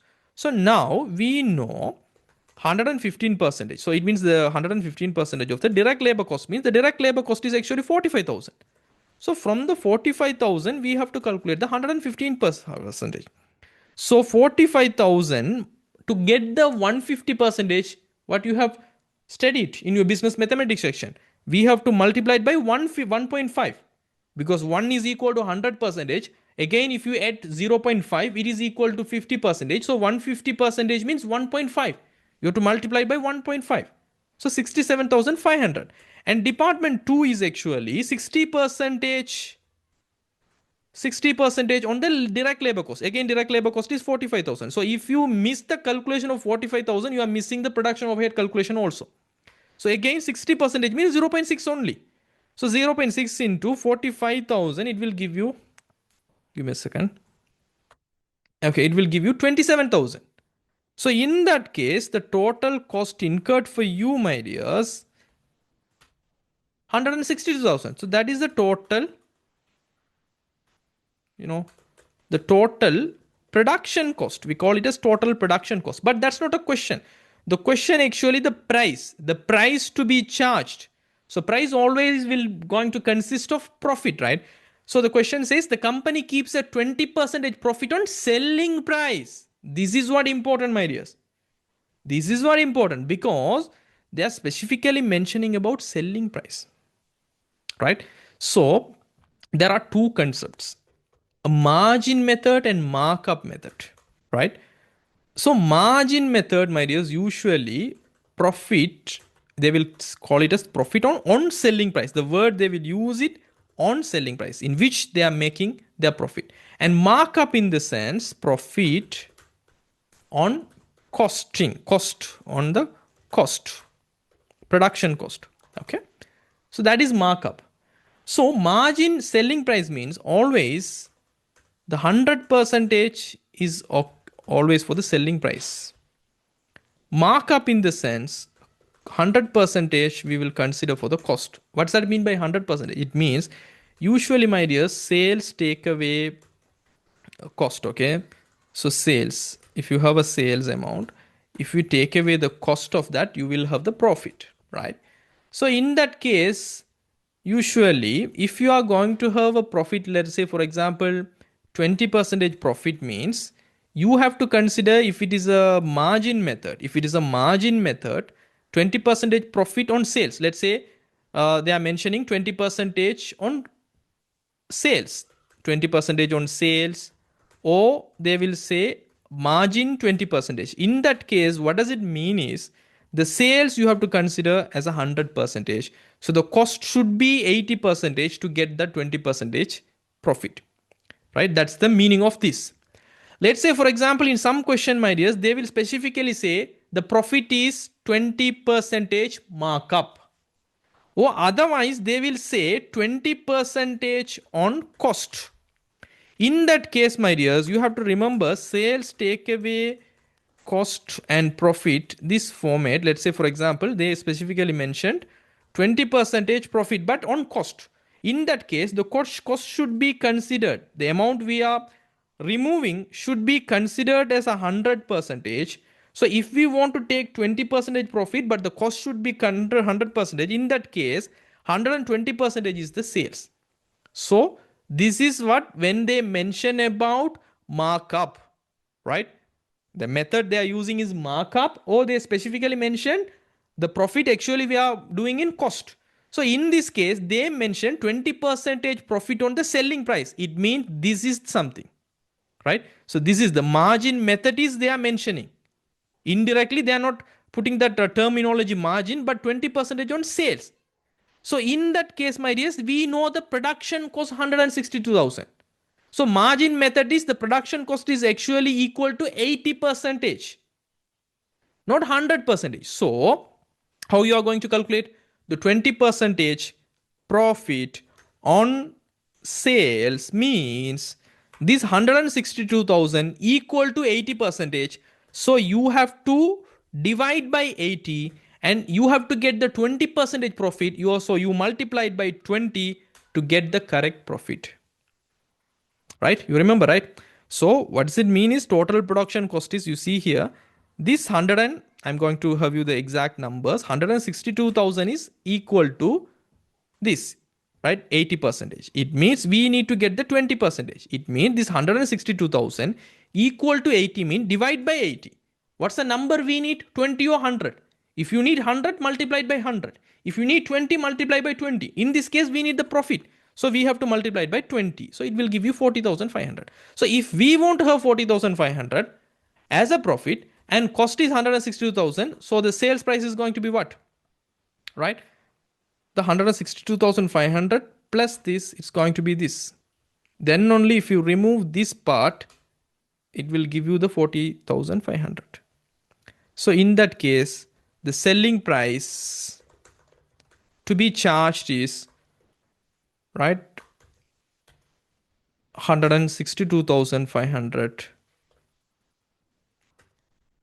plus the profit on sales. Okay, the sales, that's matter, profit on sale. That on sales, that word is so important. If they talk to you like 20% on cost, the treatment is going to be different and this price is going to be different. You see here also 202,500 is going to be the sales value. This also the sales value same. So my dears, please remember the key word is here. It's not about direct material calculation or labor calculation or production over here. It's so simple, it's so straightforward. The ultimate testing is, do you know about margin or markup method? Do you know if we say 20% on selling price, the cost is equal to 80%? If they say 20% on the, selling price, the selling price is 100%. 20% on the cost side means the cost is equal to 100%. Right? So the actual answer for this question is this. So let's say, for example, my dears, if the question is actually talking about like this, I'm copying the entire thing. The question is talking to you 20% on the cost. Then what's your answer? Directly you will calculate this 162,000, this 20%, it will become 32,400 and the selling price is going to be 194,400. But that's not the question. The question is not about 20% profit on cost. The question is about 20% profit on sales. So the 202,500 is the answer. Right? So that's it for the end of the section. Easily you can gain this 25 marks, my dears. Right? And I think it's better to discuss this section B in the next session, my dears. So please ready and practice this question number 2, how to calculate the net profit and capital equity if there is incomplete records. And this partnership question is easy to do, right?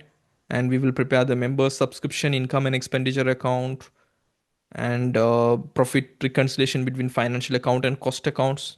That's a synergy accounting.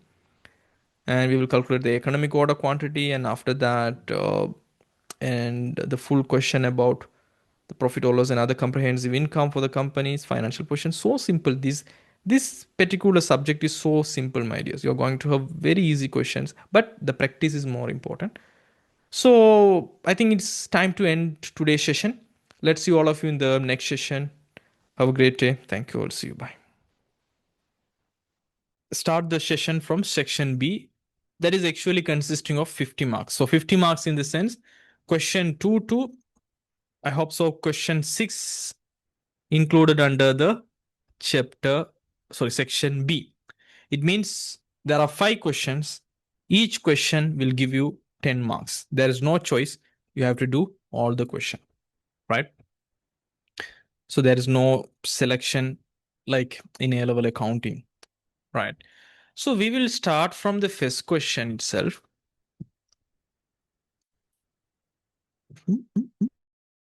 Okay. So Tilak started on outdoor catering service business as Tilak Catering on 1st January 2024 by investing rupees 2 million in cash. So we can read the question itself. Net profit for the year ended 31st December 2024. So the question is specifically asking about net profit. for the year 31st December 2025. So the clue is, if an year is ending on 31st December 2025, the opening year is going to be the 1st January 2025. There is no doubt on that, right? So 1st January 2025 to 31st December 2025 is the accounting period. So we have to calculate the net profit. And the capital or equity balance as at 31st December 2025. That's also the closing equity or closing capital balance. So you can understand the first A question is 7 marks. So there will be more work for 7 marks. And the second question is 3 marks. Altogether, it's going to give you the 10 marks. This is actually, my dears, individual income, individual income statement calculation, sole proprietorship calculation. That's the area. Usually, we will have one question in this area. They will give some information, but that is not complete. But with the usage of these information, we have to prepare and find out their capital, and we have to find out their profit, right? So like that, always there will be a question like this. So my recommendation is, please do all other questions, and after that please come back for these questions, because for other questions like partnership or some sort of questions, except these what you call membership account questions, non-profit organizations, and there are other questions like statement of allocation of overhead questions, economic order quantity. These are templatized questions, so it will not require much thinking. But questions like this, like calculating the net profit, calculating the a kind of equity without a detailed information, right? So it will require more thinking, because you have to think like a game, right? Like a puzzle, right? You have to collect the pieces of the information, and you have to reconcile, and you have to find out some information. So there will be more thinking. So my recommendation is, if you have some templatized version, for example, partnership is always a templatized question, right? As well as company is a templatized question. It means we have the format and we can pick the numbers here and there, then we can make it quickly. But question like this, there will be more thinking. So better you allocate the time for these kind of questions in the end of your examination period or examination timing. So that's my first recommendation, because first take the confidence and gain the pass marks, and after that come for a difficult questions. But this is not a difficult question, but it will require some sort of practices. Then only you can identify. So this is the pattern the examiner again and again asking, right?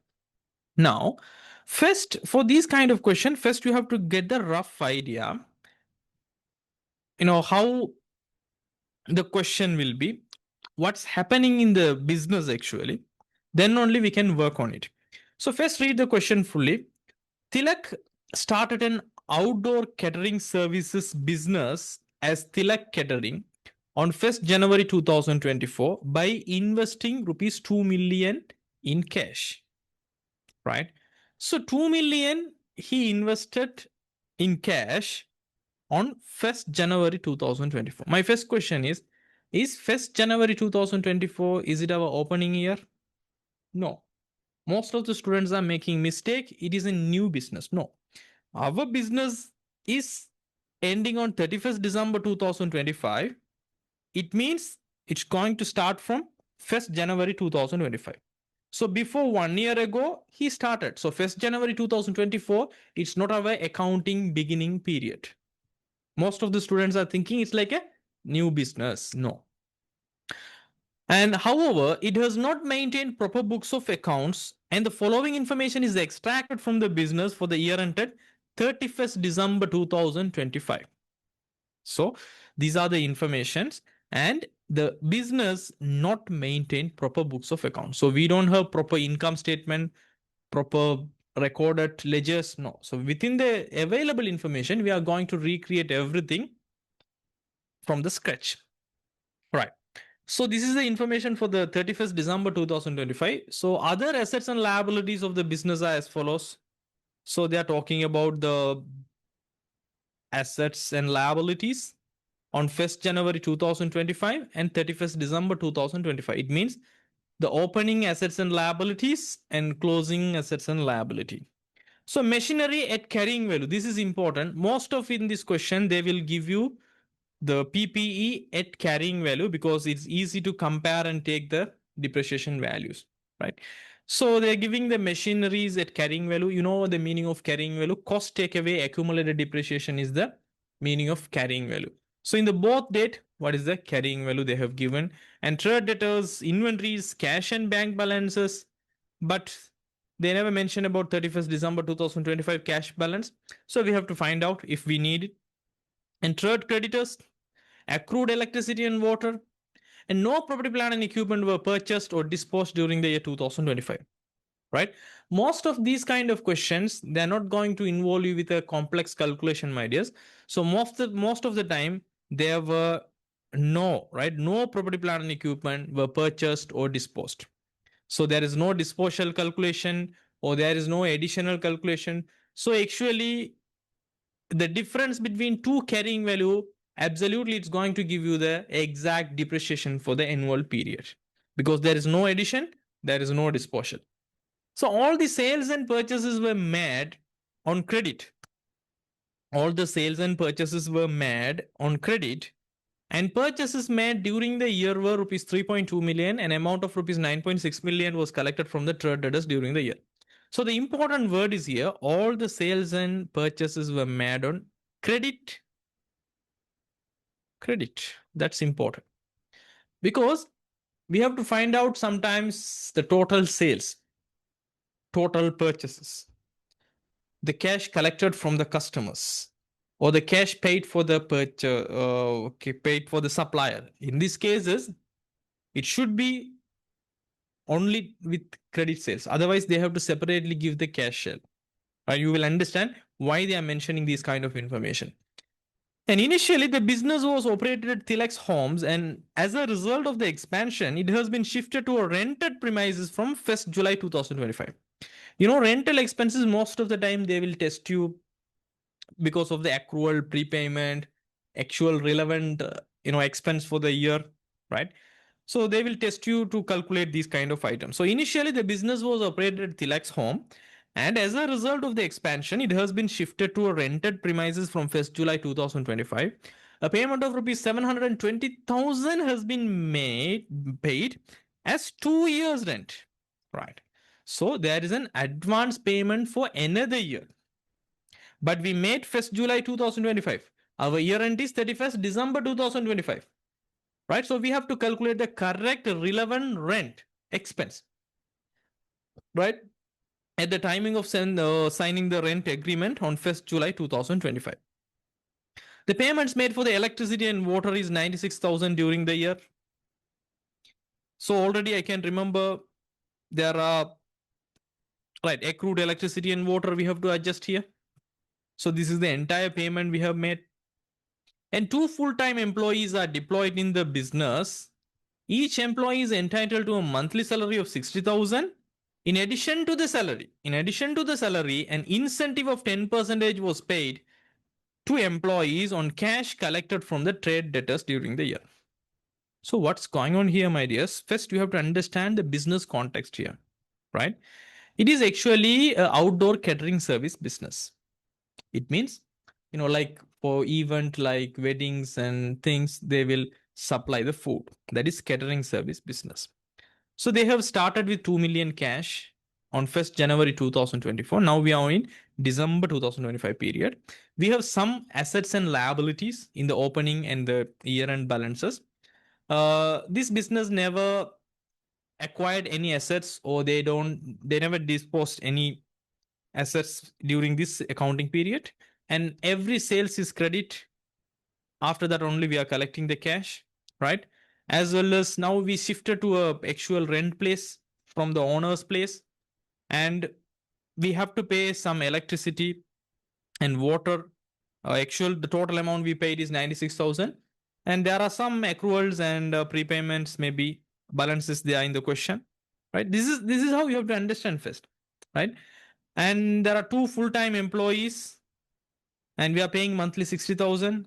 Addition to that, for every collection, the collected amount from the third debtors, from the creditors, because the total sales is for the credit. So we need to have a good collection mechanism. Otherwise, we are not going to recover our money. So for the people who are collecting, we are paying additionally an incentive of 10% from the collected amount from them. Right? This is the simple business scenario. But the ultimate question is net profit for the year ended 31st December 2025 is the ultimate question. Right.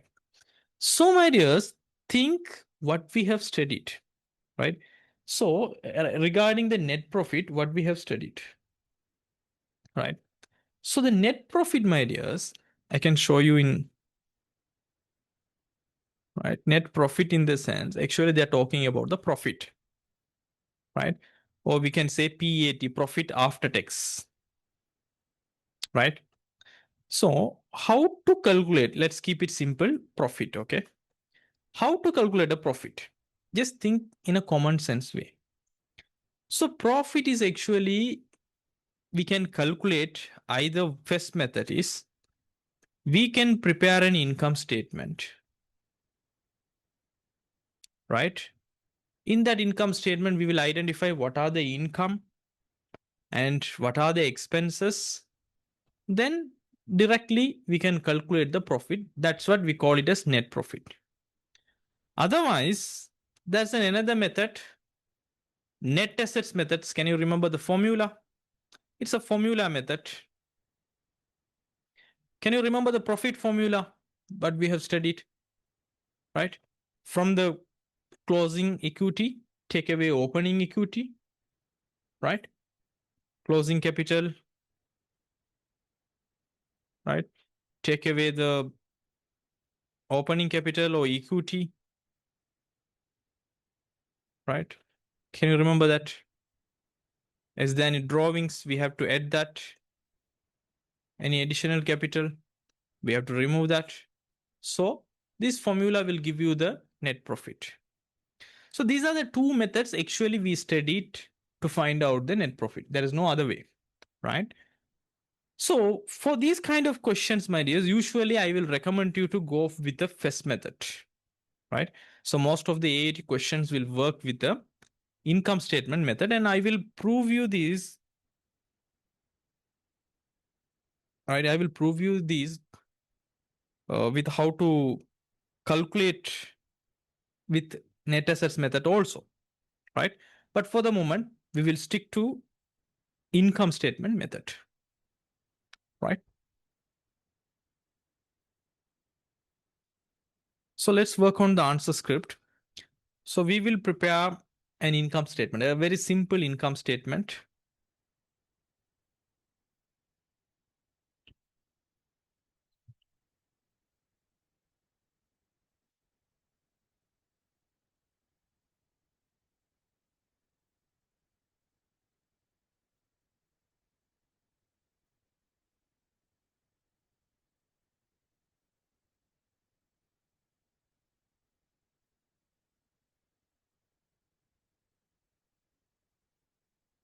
To find out our net profit, right? So I will call that as a income statement. Tilak Catering business.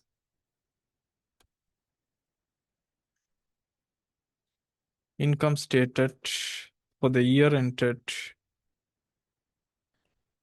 31st December 2025. And you know, a typical income statement will be sales and take away the cost of sales. Then we will have gross profit. And after that, if there is another income, we will add that here. Just keep some spaces, 4 or 5 lines. Since it is a normal sole proprietorship business, we don't need to classify admin expenses, distribution expenses. We keep it simple. Whatever the expenses, we can list it out here. Then we will find out the profit, right?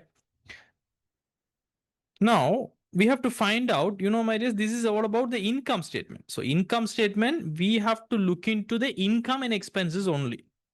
We don't need to care about assets, liabilities, and equity, right? So for income statement, we have to take care only about income, comma, expenses, right? You know very well what are incomes, what are expenses for a company, right? We studied that. So now read the question, and the capital balance as at 31st December 2025, we will find out, right? Because we have given with 31st December 2025 opening balances, right? 31st December 2025 closing balance. So only we have to find out the cash balance. So if we find out that cash balance, we have all the liabilities, all the assets. So we can easily calculate the 31st December 2025 capital. So that's not a big matter, right? That's what it's 3 marks only. So the ultimate thing is we have to find out the net profit calculate correctly. Now, so focus on the question. Tilak started an outdoor catering service business as Tilak Catering on 1st January 24 by investing 2 million in cash. So now first think about is this 2 million in cash. What is a double entry? Think about in the double entry way.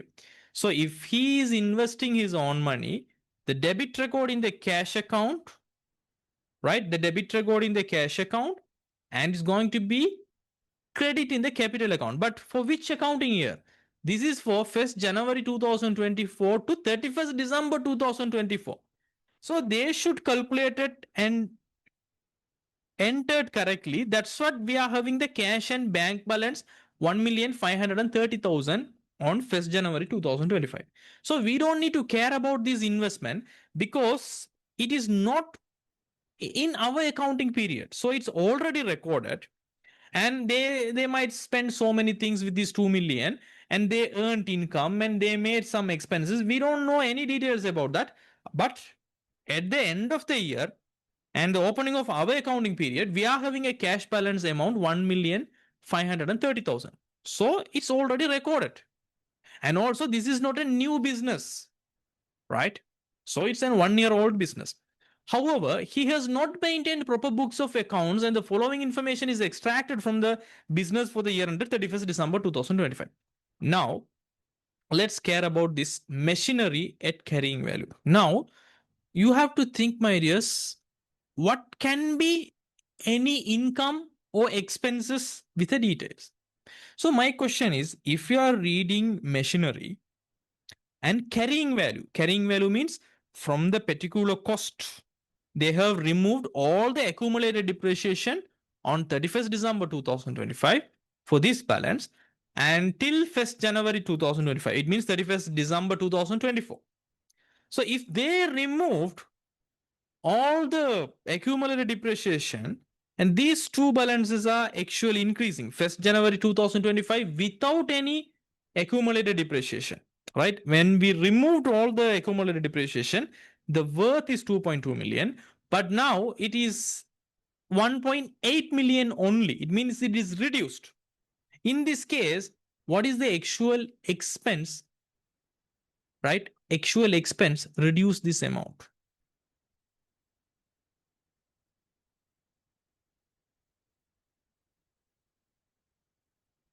What's your answer?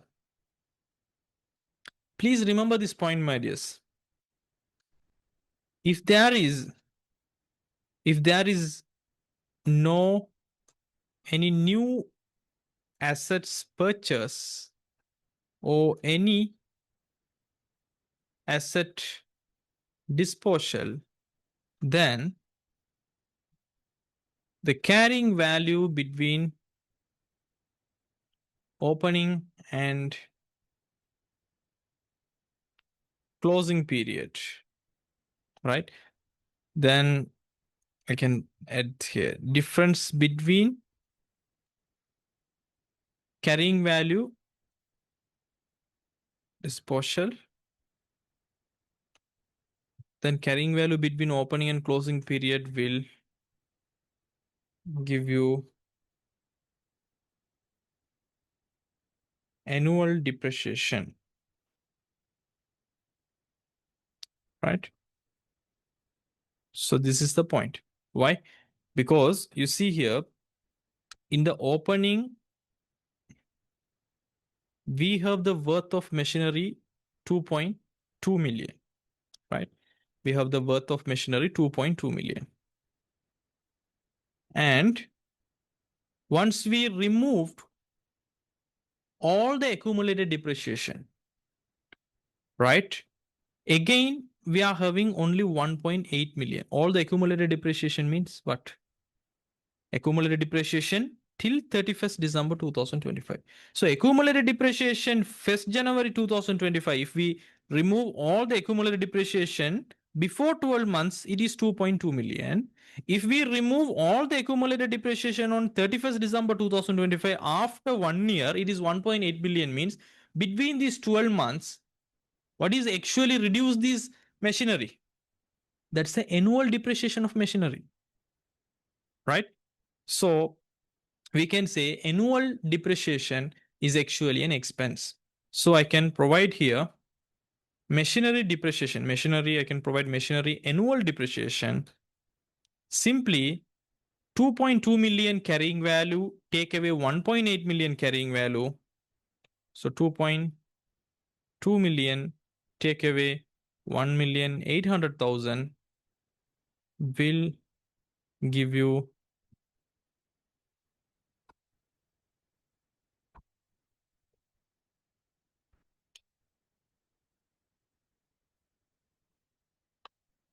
400,000. So this 400,000 is going to be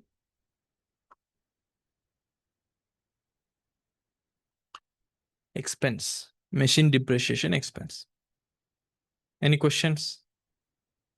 Any doubts how I have calculated this? So simply please remember, if there is no new asset purchased during the year and there is no any asset disposal, so in that situation, the carrying value between the opening and closing will exactly the annual depreciation, right? So in all the question, they will give you the carrying value. If you take the all the past papers also, they will definitely give you the carrying value at beginning and closing, and there will be no purchase or disposal. So you can simply get the differentiation between the opening and closing, right? That's going to be the depreciation. Depreciation always will reduce the assets value, right? Now think about the trade debtors. So trade debtor is actually an asset. You know, machinery is an asset, but machinery always involve expense called depreciation. Think about trade debtors. If there is a trade debtors, we know the balances of two periods. What are the expenses or income? If there is any income or expense related to trade debtors, yeah. So trade debtors in the sense, if we made any credit sales only, there is a trade debtor. If a company is not doing any credit sales, how come a trade debtor, right? We can't create trade debtors if there is no credit sale. So sales is an income. So the income is related. As well as if there is a trade debtor, sometimes there will be bad debts or irrecoverable debt. But from our previous reading, I don't think so there is a irrecoverable debt or bad debt adjustment. So trade debtor always will be there and trade creditors always will be there in your question papers, right? To find out the credit sales, usually to find out the credit sales, you must prepare a trade creditors, trade debtors control account. So what I'm gonna do is simply, my dear, simply for your better understanding, I'm gonna create a trade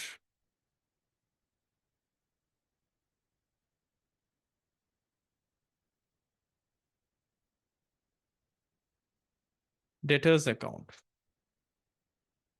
Okay.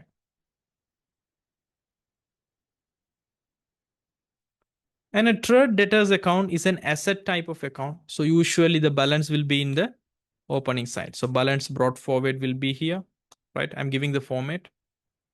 And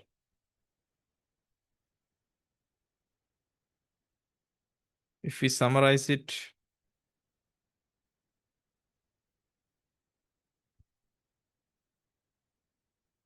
if there is any cash sales, right?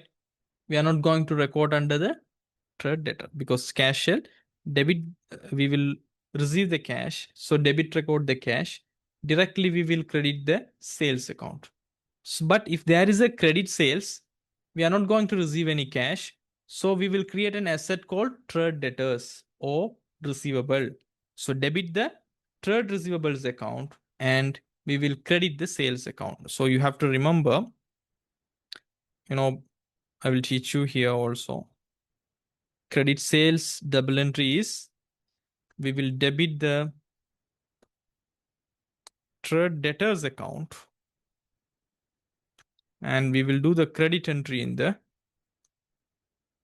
sales account. Either it is a cash sale or credit sales, it will hit the sales account. So the trade debtors will be debited in credit sales. So we will record this amount here and this is a trade debtors account. So we will put the description that in the next record, right? So whatever the next, it means if it is a debit record, the credit record account name will be the description here, sales. So it's a sales. This is absolutely representing the credit sales, right? And if we receive any cash from the trade debtors, let's say receiving cash from trade debtors, in this case, we are going to receive the cash or cash account or cash control account is going to be debit because it's an asset. So we can't ask the money they paid, right? So we have to remove their balances from the sales, right? So we have to credit trade debtors account, right?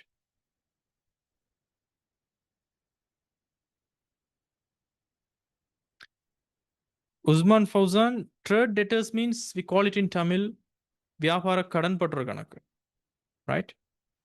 So trade debtors. So trade debtors account. Now, what's going to happen is, my dear, you can understand, this is going to hit the credit record. So always the receiving part will be in the credit side. So cash, it will be here. And since trade debtors is an asset account, the balance brought forward will be in the debit side because assets are always in the debit side. No?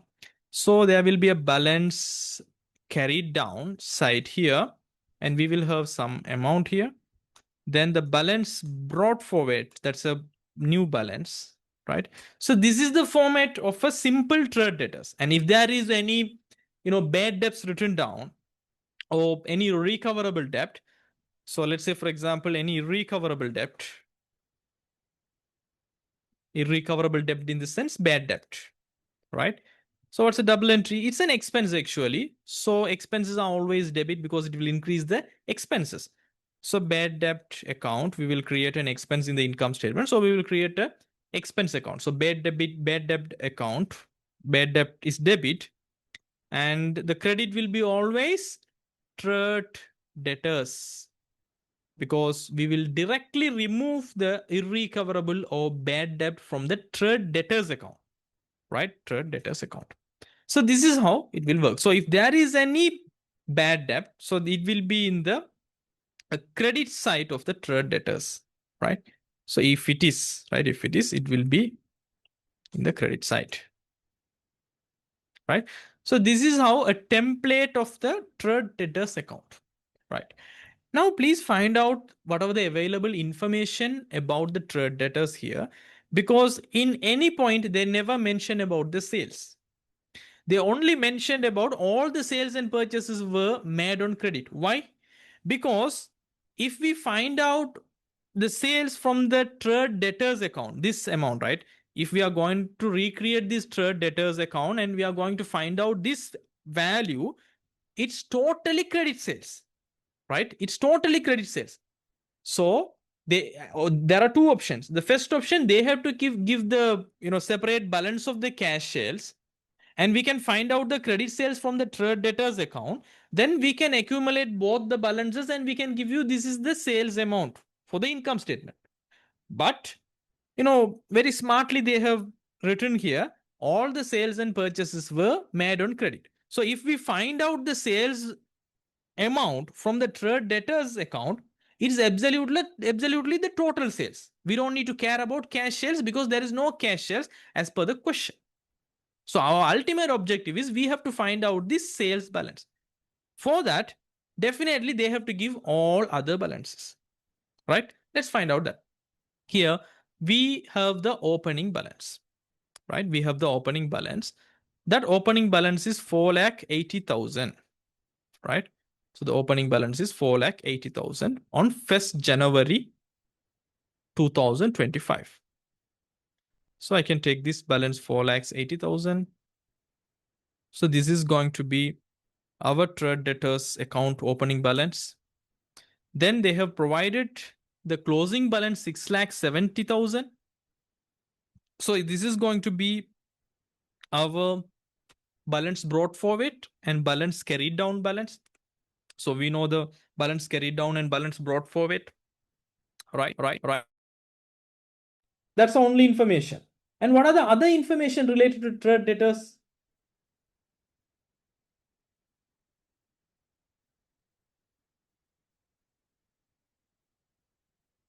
Give me a second.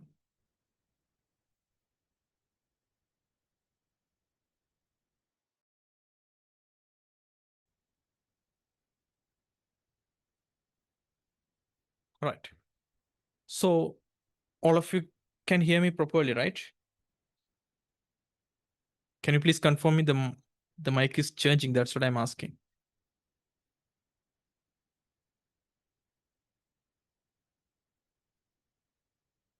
The voice is clear, right, students? Yeah. Thanks. Right. Okay. So let's continue then.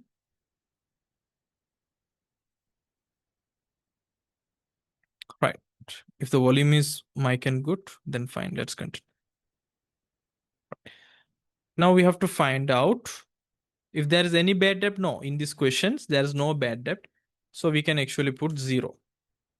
So now if we want to calculate these sales, we need how much cash we have collected from the trade debtors for this accounting period. So we need to find out those information. So read the related points here. All the sales and purchases were made on credit. That's fine. And the purchases made during the year were rupees 3.2 million. So this is related to purchases or trade payable items. An amount of rupees 9.6 million was collected from the trade debtors. That's what we need. An amount of rupees 9.6 million was collected from the trade debtors during the year 2025. So this is the entire amount we have collected. Right? We have collected for the previous year balance or next year's sales. It doesn't matter. That is the entire amount we have collected. So always, as I mentioned earlier, if we receive the cash, debit the cash account, credit the trade debtor. So this is the amount should be come here. So the amount is 9.6 million. So 9.6 million is the cash amount. Now we have everything in the credit side, but we don't know the balance in one particular item is missing. So what we have to do, we have to add all the balances. This is something called incomplete records, my dears. In your A-level accounting, there's a separate section called incomplete records. That's what we are doing here. If we don't know one particular item of our T account, we can find out that by fulfilling other requirements. So here we have to add here because we know all the items in the credit side that will give you 10,270,000. Put the same balance here. Now to find out the sales value from this 10,270,000, take away this 4,80,000, then it's going to be 9,790,000. Right? So this is going to be your actual sales. Since all the sales are credit sales, so the total sales is equal to 9,790,000. Right? This is ultimately. So you can think like this, my dear. This is the, a traditional thinking, like, how we are calculating and finding out the sales. But you have to remember, right, if there is a trade debtors, how the trade debtors is creating. If there is a sales only, we will create the trade debtors, right? So this is the balance amount we have to recover from the trade debtors, right? So this is the amount of credit sales we made during the year. There is no bad debt written off. This is the amount we have calculated from them. So this is the amount we have to recover at 31st December 2025. So this is the entire story. If one thing is missing, we can definitely find out. Did you understand this, my dear? How we use this trade debtors opening and closing and collected balance to find out the credit sales, because always it's going to be in your calculation. Abdullah, did you understand? Ilma Farid, Imat, Uzman Fauzan.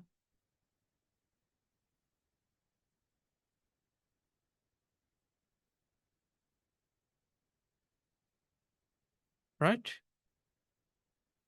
It's so simple, right? So what we have to do now, we have to mention, so the sales, right? All sales are credit sales. We have to mention it here, right? So this is the amount, the sales value for the Tilak Catering business for the year ended 31st December 2025. Right. Now, let's find out. Let's read the, question. Now we have discussed and we have started with machinery. The relevant thing is, if there is a machinery, it means property, plant and equipment. Only the income and expense part, depreciation.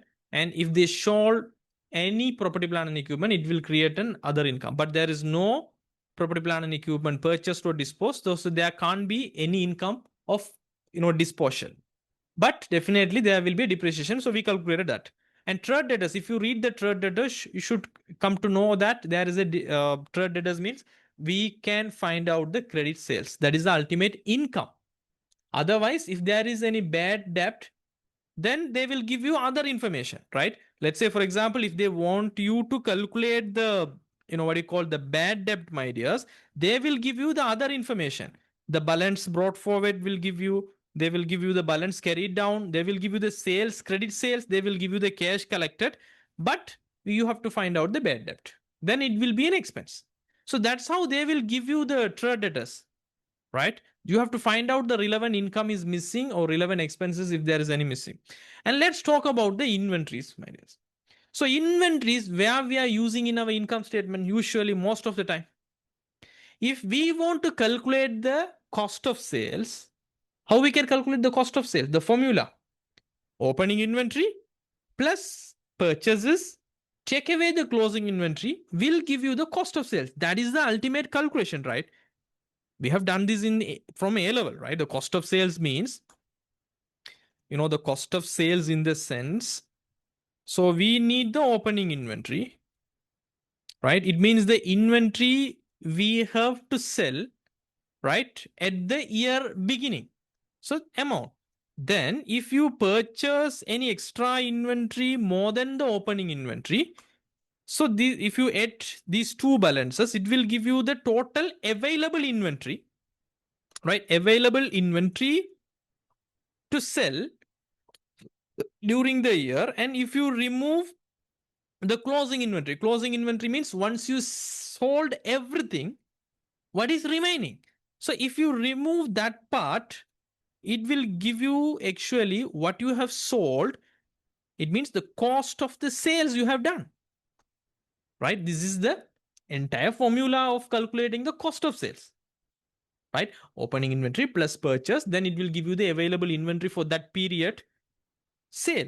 Then if you take away the closing inventory means from your entire available inventory, right? Once you have done, your sale part and you delivered your goods, so the remaining part is the unsold inventory. So from your available inventory, if you take away all the unsold inventory, it will definitely give you the cost of your sale. cost of your items you have delivered to the customers. So inventory will be here, the opening inventory, right? Opening inventory, it will be in your question, right? So opening balance, you can take it.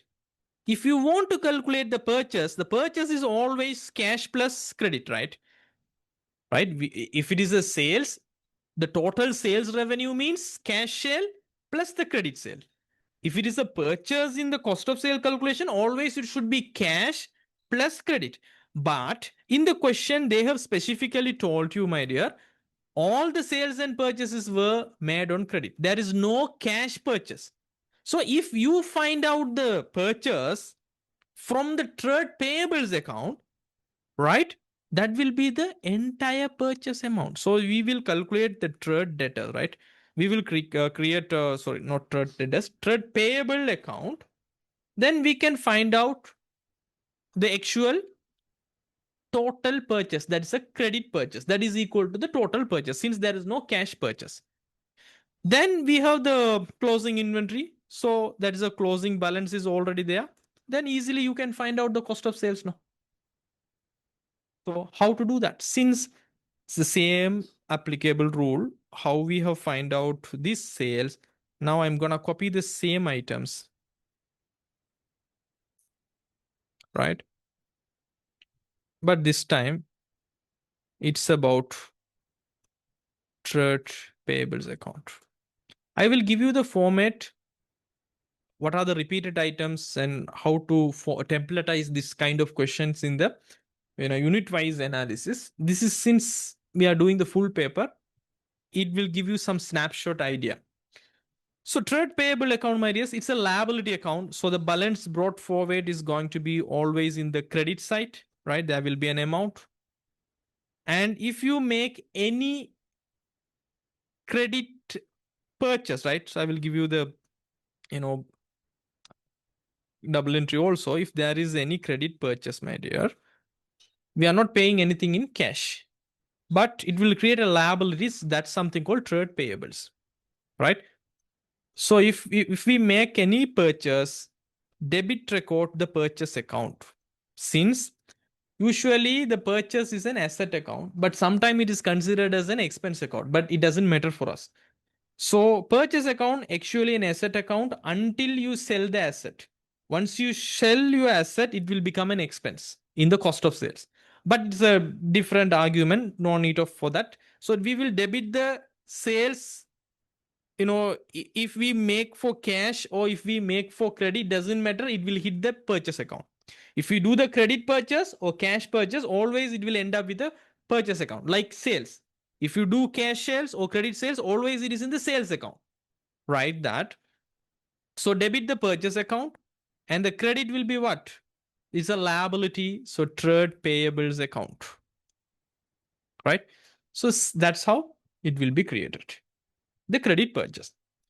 Now, so if there is any purchase, right, it will be in the which side? It will be in the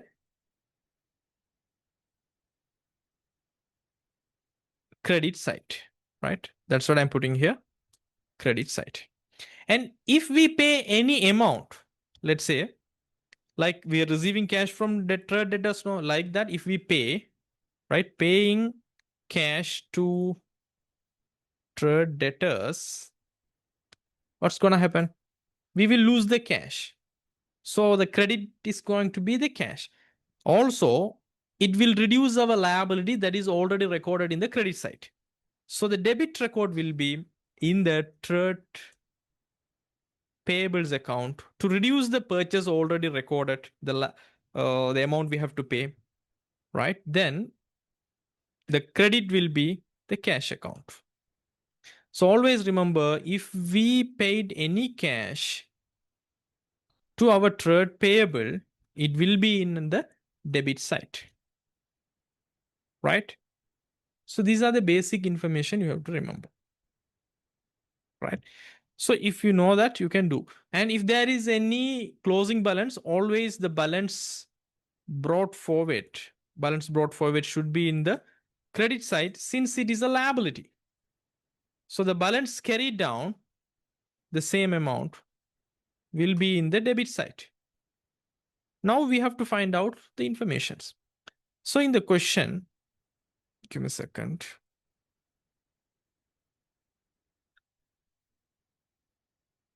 Right, in the question, they're specifically mentioning about the third creditor. Opening balance is 6,30,000. Right, it's 6,30,000.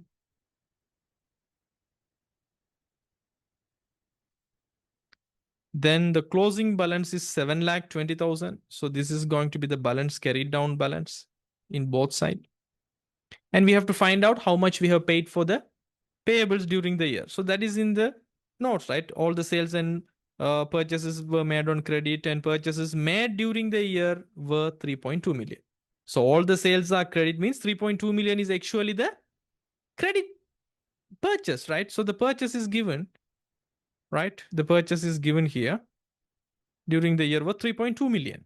So in this question, 3.2 million is directly given. So we don't need to calculate the purchase, but we need to find out how much we have paid to the trade payables. We need that because to calculate this cash and bank balances, right? Right. So now for our cost of sales calculation, we know the purchase, it's already given. From this calculation, we can find out how much cash we have paid. We know all the things from the credit side this time, right? So what we can do, if you add 3,830,000, put the same balance on the right other side also.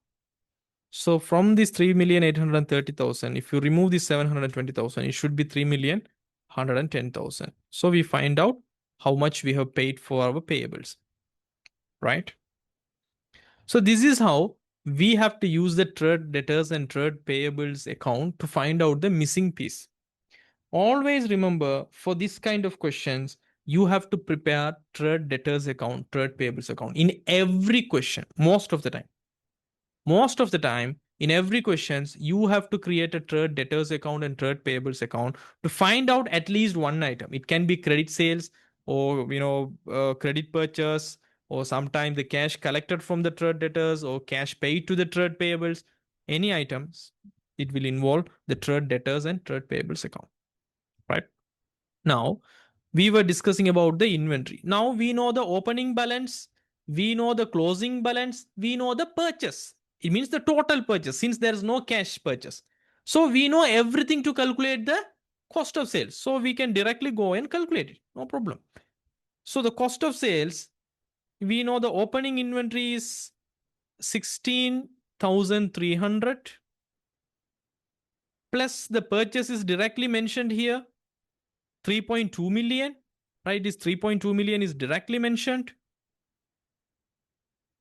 plus 3.2 million. Take away the closing balance of the inventory that is given here 17,500. So we can calculate it 16,300, right? Plus 3.2 million. Take away 17,500. It will give you this worth of amount. 3,198,800 is going to be your cost of sales. So if we find out our cost of sales, simply, from sales, if you take away the cost of sales, it will give you the gross profit, right? If there is any other income, we can write it off here. Now, we have done everything related to machinery. Depreciation, yes. Any profit on disposal income? No. And we have checked trade debtors related income and expenses. Trade debtors, sales, yes, we found that, right? Any bad debt? No. And inventories, it will be used to calculate the cost of sales. So we use these inventories for opening to calculate the cost of sales. That's it. And cash and bank balance, it is purely an asset, right? It is just a balance, my dear, since it will, we have to debit and we have to credit, right? So sometimes we need this amount, sometimes we don't need. But cash and bank balance is purely an asset. We don't need to worry about these balances until we want this for particular calculation. So keep as it is. Third creditors, yes, sometimes we need the total purchases. That's for cost of sale calculation, as we have done. Sometimes we have to know how much we have paid for the suppliers or third creditors to find out the cash amount available, right? So we have done the income and expenses part of this. And accrued electricity and water. So accrued electricity and water is available means there is a electricity and water expense. We have to find out the right relevant electricity and water expense for our accounting period. So there is an expense. So let's mention the expense now, right? Electricity and water expense, right? Now, I already told you, my dears, how to find out this very easily. Can you remember this calculation we have done in the last question? I think I can remember. Not VAT control. We have created an rent expense account. Can you remember? Right? How we are calculated? So this is the cash amount we have paid totally, right? And I explained to you about how to deal with the closing rent payable, closing rent prepaid, right? Opening rent payable and opening rent prepaid. So same principles here also.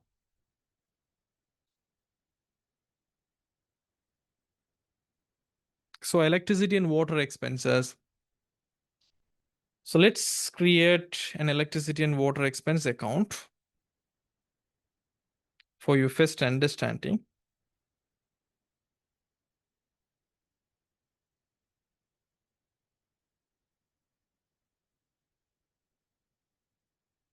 Let's say it's an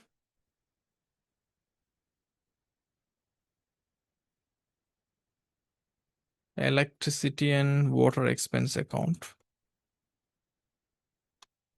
Always I said to you, please start from the total cash we have paid. So they have specifically said the payments made for the electricity and water were rupees 96,000 during the year. So what is the double entry? So they will debit the electricity and water expense by this 96,000. Then they will credit, if they paid in cash, 96,000. So this is the double entry. So it hit the electricity and water expense 96,000 here. 96,000 is actually in the debit side. The description is cash, right? Now think about this. Accrued electricity. Accrued means it's payable, right? Accrued electricity and water in 31st December and 1st January. First, think about the closing, right? I told you here in the last sessions also, accrual means payable, right? So payable electricity, the amount they are calling as 5,300. What does it mean? It means, my dears, the electricity expense incurred for this year but not paid as cash during the year. That's the meaning of this. The closing electricity, closing payable at the end of our accounting period. So the expense is relevant to our accounting period. Only the difference is we never paid in cash. What is the accrual concept is saying? Whether you make any expenses in cash or not, if it is incurred for that particular period, you have to recognize as an expense. So in that case, this cash recorded here already, it's not having this 5,300 since we never paid in cash. So always remember what we have to add to the cash. Already we have recorded this debit record, the electricity and water expense by this 5,300. And we have to credit electricity payable as a liability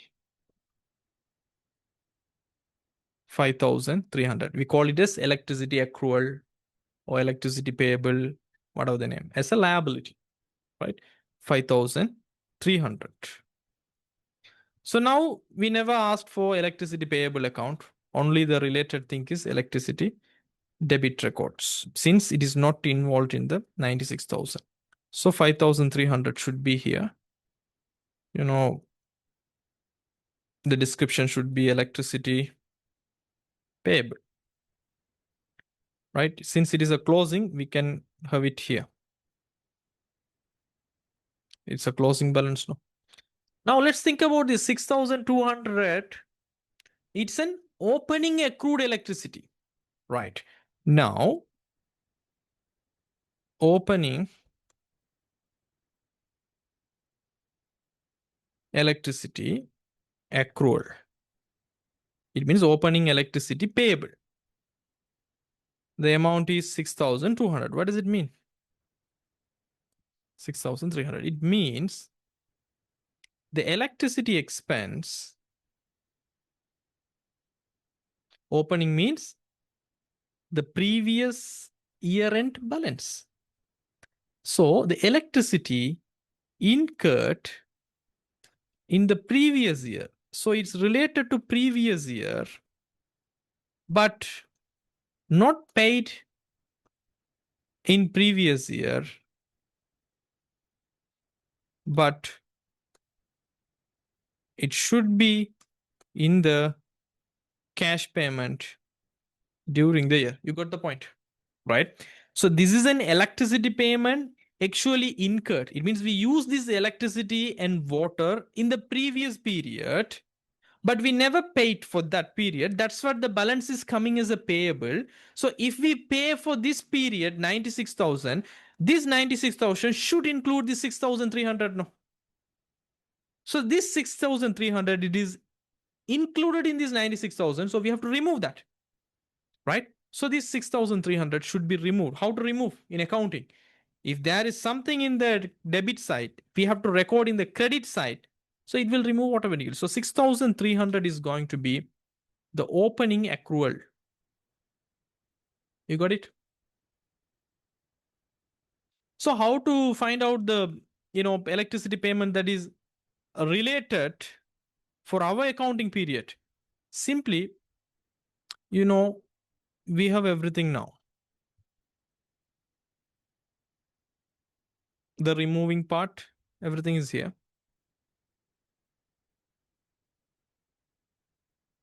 Just add that.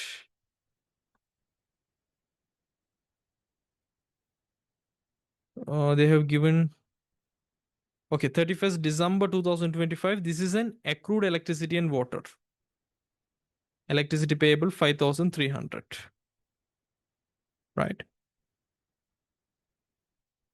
So simply what you can do is 101,300 should be added, and 101,300 take away 6,300 is going to be the income statement, right? It means to our P&L, this is the amount we will charges for this particular period. What we have done, very simple, my dears. If you take the cash, okay, cash, we have paid 96,000, the total amount. Within that 96,000, 6,300 is actually for the previous year. So that's what we are removing, the 6,300, right? And again, this 5,300 is incurred for this particular year, but we never paid in cash. So it's not going to be included in this 96,000. That's what we are increasing this 5,300 with this 96,000, right? And there is no other thing. So it will give you the actual balance. So 96,000, take away 6,300 since it is related to the previous period. We never have 5,300 within 96,000. So we are adding the 5,300 give, and it's absolutely going to give you the 95,000. That's the same as here. So for income statement, electricity and water expense is going to be 95,000, right? So yeah, 95,000. We can directly write it here. Any questions? Any questions how we found this? So 95,000. Is it the correct amount?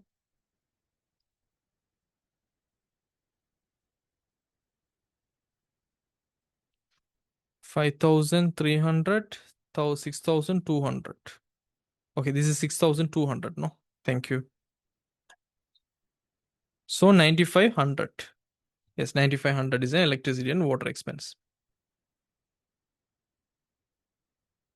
Yes, it's corrected, Ilma Farid. Thank you.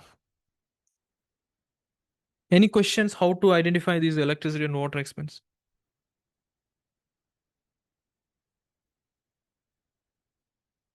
Right.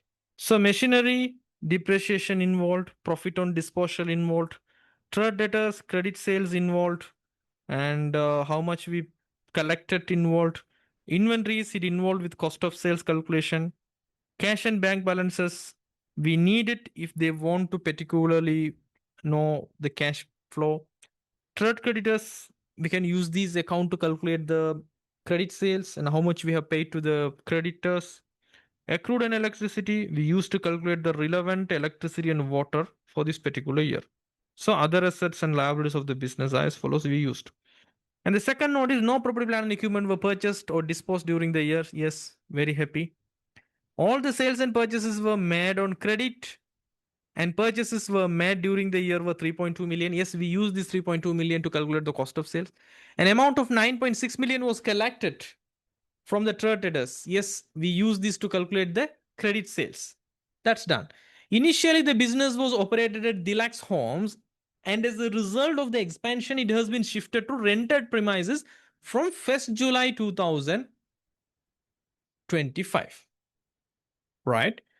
So, definitely there is a rent expense. So, write it that. We will do the calculation.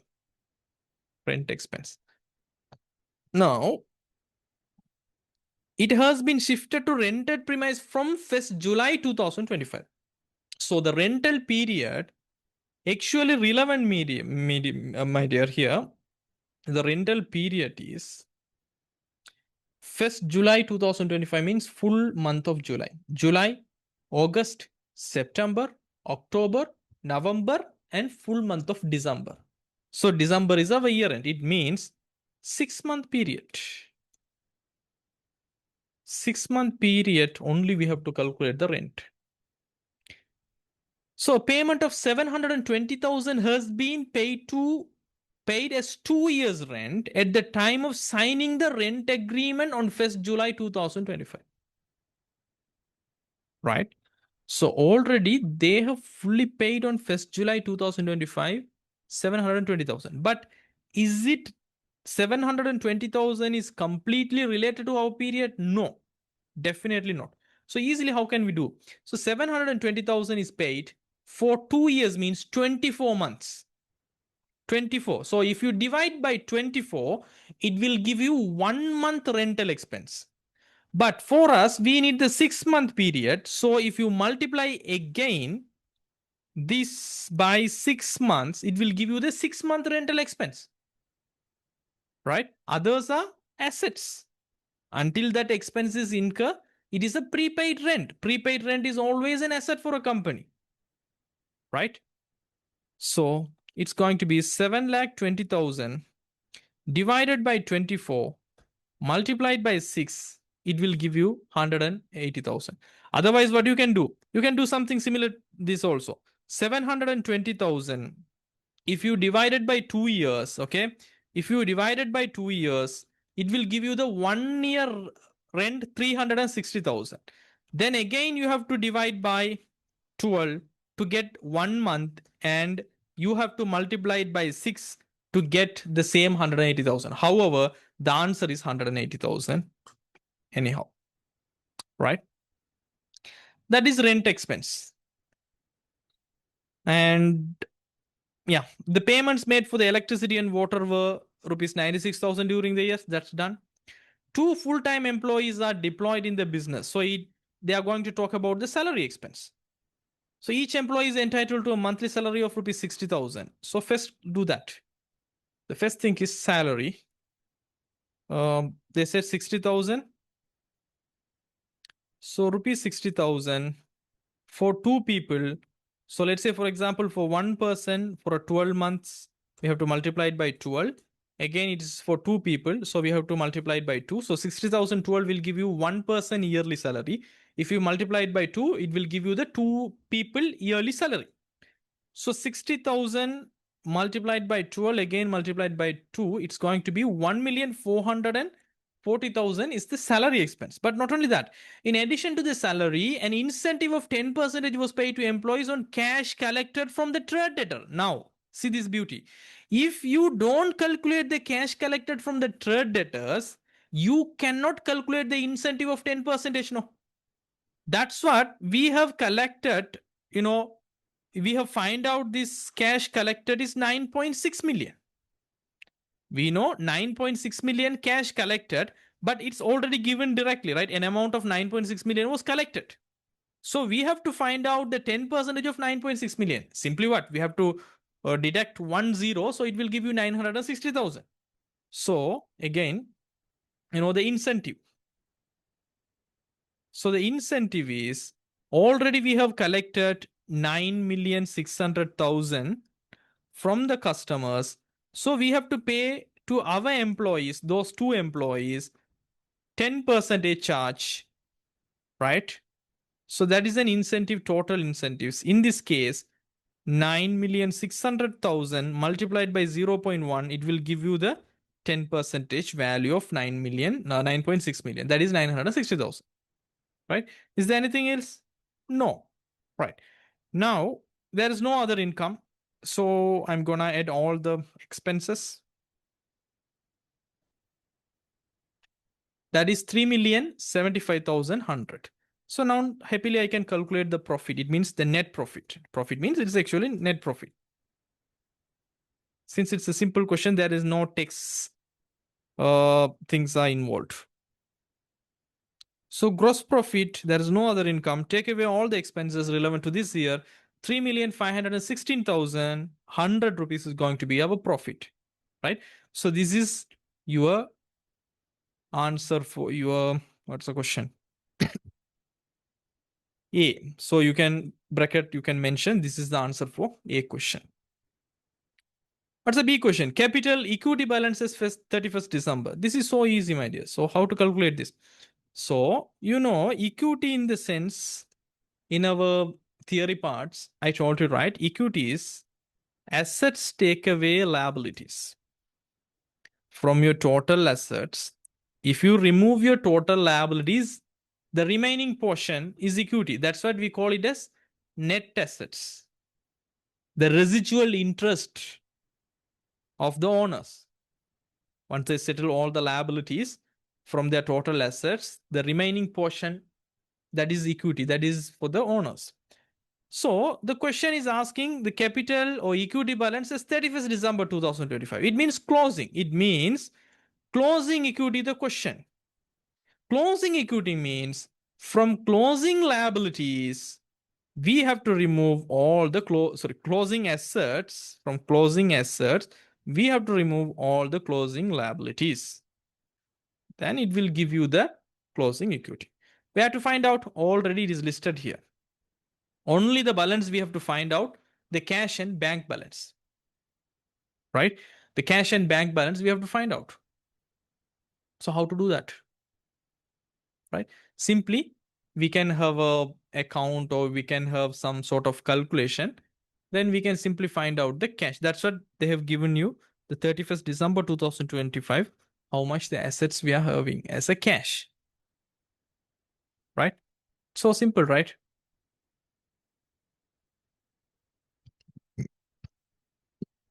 The question is 31st December 2025. So we have to calculate from here. We have the opening trade debtors, we have the what you call inventory. So if we have opening inventory, we can do that. But I will recommend you one particular method rather than calculating where our cash from the opening 1,530,000. You can calculate like, okay, we made a Case collection from the customer, we know that amount here, like uh, cash received 9.6 million, cash paid to third debtors 3,110,000, and you know how much we have paid for the rent and everything. But it's so complicated. Without wasting the time, we can use our formula method, right? What is that? Can you remember, my dears, what are the items will change your equity? If you have opening equity, right? If you have opening equity at the beginning of the year, what are the items will change, right? Since we have already calculated the profit that consists of all the sales and expenses and everything, definitely the profit will increase, right? Our opening equity, because profit is belongs to the owner. And if we have any drawings, right, it will reduce our equity. If we have any additional, right, sorry, opening is correct. If we have made any additional capital, it will increase our equity, right? The opening equity. Then it will give you the closing equity. A simple formula now. Now we know the opening equity. How to calculate? Because all the balances are given here for the opening equity. So what I can do is simply, I'm going to utilize this. 2000, 200,000. It is an machinery at carrying value. So this is our assets balance. So it's an assets. So I'm taking this asset 2.2 million. And third debtors is an asset 480,000. So I'm adding the other asset. And inventory is another asset. So I'm adding that also 16,300. Cash and bank balance is, yes, it is an asset. So I'm adding that also. And third credit is a liability. So from the assets, we have to remove the liabilities to find out the equity. So opening equity, we are finding out the opening equity. So 6,30,000. Actually, we have to remove from these assets. So I'm removing 6,30,000. And accrued electricity and water, this is actually a liability at the beginning, but still it's a liability. So I'm going to remove this liability 6,200. So if I am removing all the liabilities from all the assets at the beginning, it's going to give us the opening equity now. So 3,590,100 rupees is our opening equity. We know the profit exactly. The profit we made is 3,516,100. Is there any drawings? Zero drawings. Is there any additional capital in the question? Zero. So we can easily end up with this number. So 7,106,200. This is your closing equity. It's going to be your B question answer. So we don't need to calculate the cash and bank balance. Otherwise, you have to come up with the other method. Take this 1,530,000 and you have to go through, right? Okay, we have collected 9.6 million. So you have to add that. And you found out the cash actually paid to the third debtors. So third payables. So you have to remove that. And right, a payment of 7,20,000. So you have to remove that. The payment for electricity, you have to remove that, right? Each employee is entitled to a monthly salary. So incentive was paid and employees cash collected from the trader. So everything you have to count. You will end up with the same answer, but you have to calculate the cash and bank balance correctly. Then only you will end up with. But this is an easy method. Since we already calculated the profit, the examiner is requested you to go from this method. So we know opening equity. So profit, take away drawings, additional capital, it will come up with a closing equity. Since it is actually technically, this is the equity part of the sole proprietorship balance sheet, right? It's the equity part. This is how we will calculate the equity in the financial position of sole proprietorship. So far, any questions?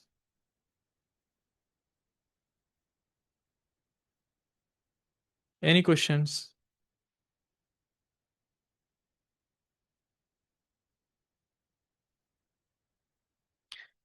My dears, I'm repeating again. This is one of the question. It will require time and thinking more than it marks. It's not worth to invest and prepare these kind of draft and thinking for 10 marks question. That's what I'm saying. Please put the priority in the for in your examination. Please give at least priority for this kind of question, right? Because there's a probability most of the students are going to do some sort of mistakes, because it's always about guessing. It's always about like matching the puzzles. So please do all the question that is 100% sure, 100% templatized, and after that you come for these questions, right? Right. So now let's move to the other question.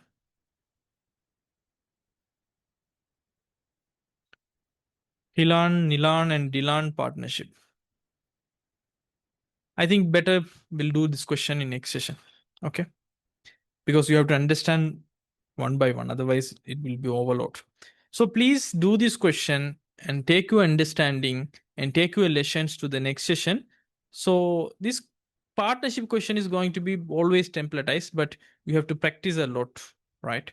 So let's see all of you in the partnership question in the next session. Have a great day. Thank you all. See you. Bye. So today we will focus from question number 3.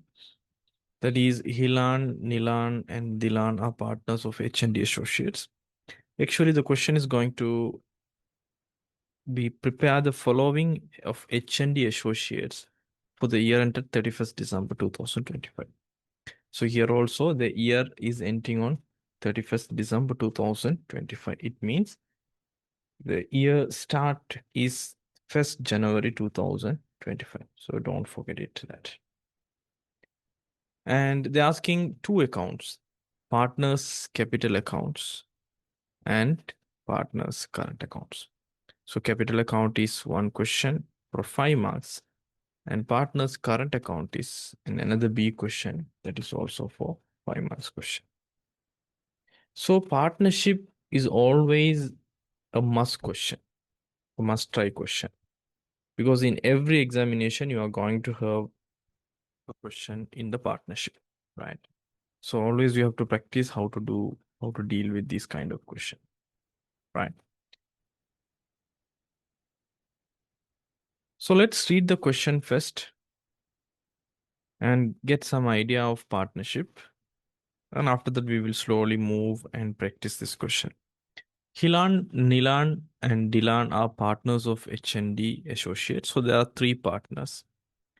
The partnership agreement includes the following. Profit and losses are shared among Hilan, Nilan, and Dilan in the ratio of 2 to 1. So this is the ratio they are sharing. So if there are 2 to 4, 2 to 1 means if whatever the profit the partnership is making, they will slice it like five slices, and 2 slice for Hilan, and 2 slice for Nilan, and 1 slice for Dilan. The partners are entitled to receive an interest of 10% per annum on the opening capital account balances as at 1st January 2025. So that's partnership agreement. This is all about the partnership agreement. If there is a partnership agreement, we have to work according to the partnership agreement. If in some cases there is no partnership agreement, or the partnership agreement is silent in some cases, we will use the section 24 of the partnership ordinance. We know that. So if the partnership agreement is providing 10% per annum for all the opening capital account balances, then we have to provide it. Dilan is entitled to receive a monthly salary of rupees 25,000 for managing the partnership. So you have to remember only Dilan, not other people, Nilan or the Hilan. And the following balances were extracted from the books of account of the partnership as at 1st January 2025. So it's going to be the opening balance, since the 31st December is the year end. And all these amounts are in rupees 1,000. So we can directly do the questions in rupees 1000, hopefully. So please remember the point, my dears. If the questions are mentioning in rupees 1000, definitely you can work on the rupees 1000, right? So it will save some time. And capital account balances here, Hilan is credit, and Nilan is a credit balance, and Dilan is in the 4000 credit balance, right? This is January 2025 paper. And current account balance, Hilan is having debit balance. So it's not a credit balance. Nilan is having a credit balance and Dilan is having a debit balance, right? On 31st December 2025, Dilan decided to resign from the partnership. So Dilan is going to resign. And Hilan and Nilan agree to continue the partnership under the same name, sharing profits and losses equally. Now there is no 2-to-1 principle. After Dilan left the partnership, they are going to share the profit equally. On that date, the goodwill of the partnership was valued at rupees 3 million, right? So goodwills of the partnership is 3 million. It was decided to adjust the goodwill through the partner's capital accounts. Even if they are not mentioning about the capital accounts, always we have to adjust the goodwill through the capital accounts. And non-current assets of the partnership are valued at 31st December 2025 in the year. They have given cost and accumulated depreciation as at 31st December, as well as the revaluation, because it's revalued. So we have to find out the revaluation gain and we have to share that between the partners. And non-current assets were agreed to be maintained at revalued amounts in the partners' books of accounts. And net profit of the partnership for the year ended 31st December 2025 was 3,190,000. So this is the actual thing. So before I move very deep into the question, my dears, let me remind you the theories we have done about the partnership for business. We studied about how to identify a partnership, understand the key characteristics, analyze the partner changes, apply the partnership accounting, and prepare the final accounts, right? Where I have talked about partnership deed and introduction to partnership and section 24 and other applicable laws and regulations and admission and retirement of a partnership, right? How it's going to deal with and partnership rights under the partnership ordinance and duties of partners and profit and loss appropriation in partners. So these are actually the examinable accounting part. So I talked to you about profit and loss appropriation account. So why we are having, there should be a fair distribution, right? So systematic approach to partnership profit allocation is there. So we have to determine the total distributable profit. After that, there are appropriation items, interest on capital, partner salaries, interest, and there are final distribution. And I told about the capital and current accounts, right? In sole proprietorship, my dears, it's about single ownership. But partnerships, there are multiple accounts representing different ownership aspects. So there are two accounts I mentioned to you, capital account and current account. Those are the questions right now.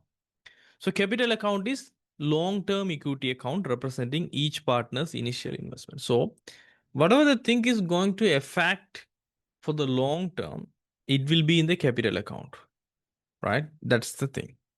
And original capital contributions, if there is any additional investments and goodwill adjustment, right? If there is any revaluation gain, we are going to keep that for a long period of time. Everything will be in the capital account. But current account, what? It's a short-term equity account reflecting the regular day-to-day transaction between partners and partnership, right? So the drawings, clearly I mentioned, the drawings you are making, right, in a particular year, or the interest on the capital the partnership should provide you, and your salaries, your profit sharing portion, everything will be in the current account, right? So I told you a partner's total equity is equal to their capital account balances plus capital account balances. So capital account are major investment changes, current account are a regular operational transactions. This is what I told you. And in the double entries related to partnership, specifically I mentioned about the goodwill. So goodwill is like, the value higher than it is net assets, right? For example, from your partnership total assets, if we take away all the liabilities, it will be the net assets. So more than the net assets, if someone is going to pay for your partnership, it's considered as a goodwill. It's an intangible asset, right? So when account for any goodwill, when a new partner joins. So the goodwill adjustment will be there when a new partner joins in a question, as well as when a partner retire or resign. So we have to do the goodwill adjustment. When a partnership is bought out by other people, when the profit or loss ratio is changed, in those situations, anyhow, we have to account for the goodwill. And I said about the double entries to account for the goodwill when a new partner joins. When a new partner joins, the goodwill is accounted for to ensure that the existing partner receive their share of goodwill as it was created by their effort. Since there were three partners in these particular questions, that goodwill is created by these three partners. So three partners have the entitlement, right? And the double entry I set new partners capital account according to the new profit or loss ratio debit, and credit old partners capital account according to the old profit loss area. So the double entry will be debit the new partners capital account by new profit or loss area, credit the old partners capital account by old capital ratio. Old partners means the people who were there before someone join or resign. New partners means once left, right? Or someone joined or someone resigned. After that, we consider them as a new partner, right? So that's something we have discussed in the theoretical part. Just for your knowledge, I'm refreshing what we have discussed. Now we are trying to apply this knowledge in the questions dear, right? So first question is partners capital account and partners current account. I'm gonna do that. Let's come for here. Okay.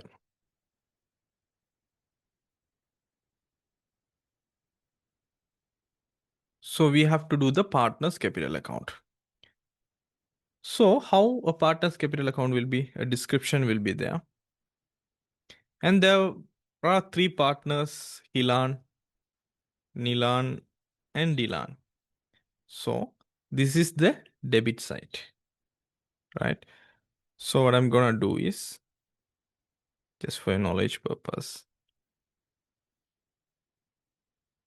this is actually like a debit side because it's a capital account. Capital account means it's a equity account. So whatever we are going to write in the debit side, it will reduce the equity of that particular partner, right? So this is the debit side of them. Now, again, the same thing, description, Hilan, Nilan, Dilan in the credit side. So it considered as the credit side.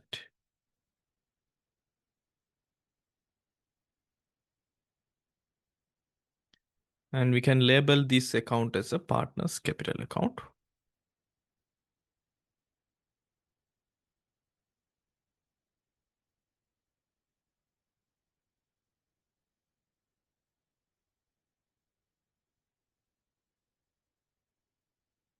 And we can do this question hopefully in rupees 1000, right? So this is actually their A question.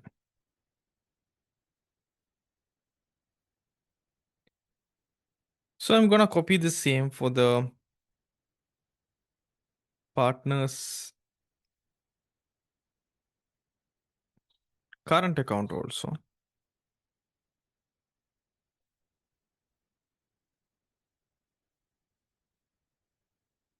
It also we can do it in rupees thousands. 1000 in the sense we will consider every balance shorted to thousands, right? So this is the format, my dear, you have to remember. And most of the time, right, since these are equity accounts, from our double entry knowledge, equities are the usual balances in the credit side. If we want to increase the equity, we have to record in the credit side. If we want to reduce the equity, we have to record in the debit side, right? So there may be balances brought forward. Usually the balance brought forward will be in the capital account side, is credit. And current account, it can be debit and credit. So we can keep it balance brought forward for the debit Sometimes balance brought forward will be in the debit and credit. Okay, two times. Right. So this is the format you have to remember how we are going to do the partner's capital account and partner's current account. And in the partner's current account, my dears, usually there will be, salary and interest on capital and the profit share portion, right?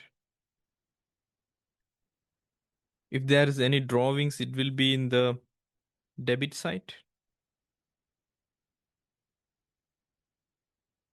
right? So these are the usual templates you can remember. And once we have done everything, we will have their own balances, right?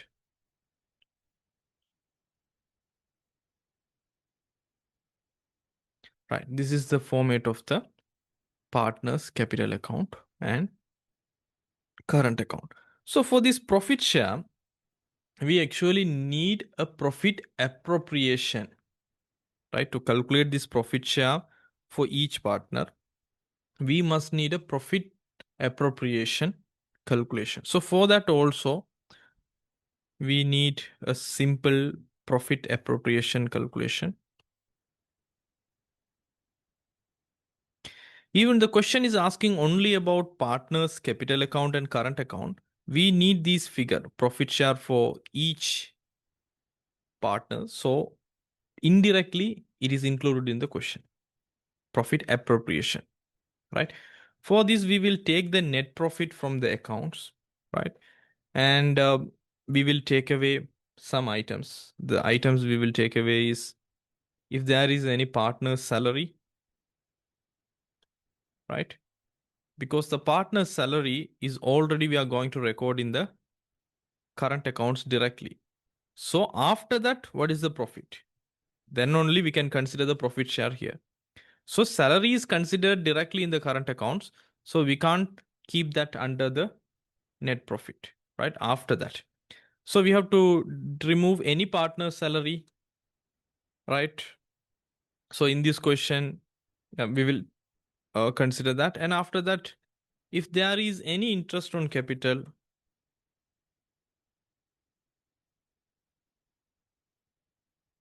for any partners, we have to remove. Why? Because interest on capital is directly reported in the current accounts, right? And after that, after we removed any partner salary, interest on capital, and if there is any drawings, right?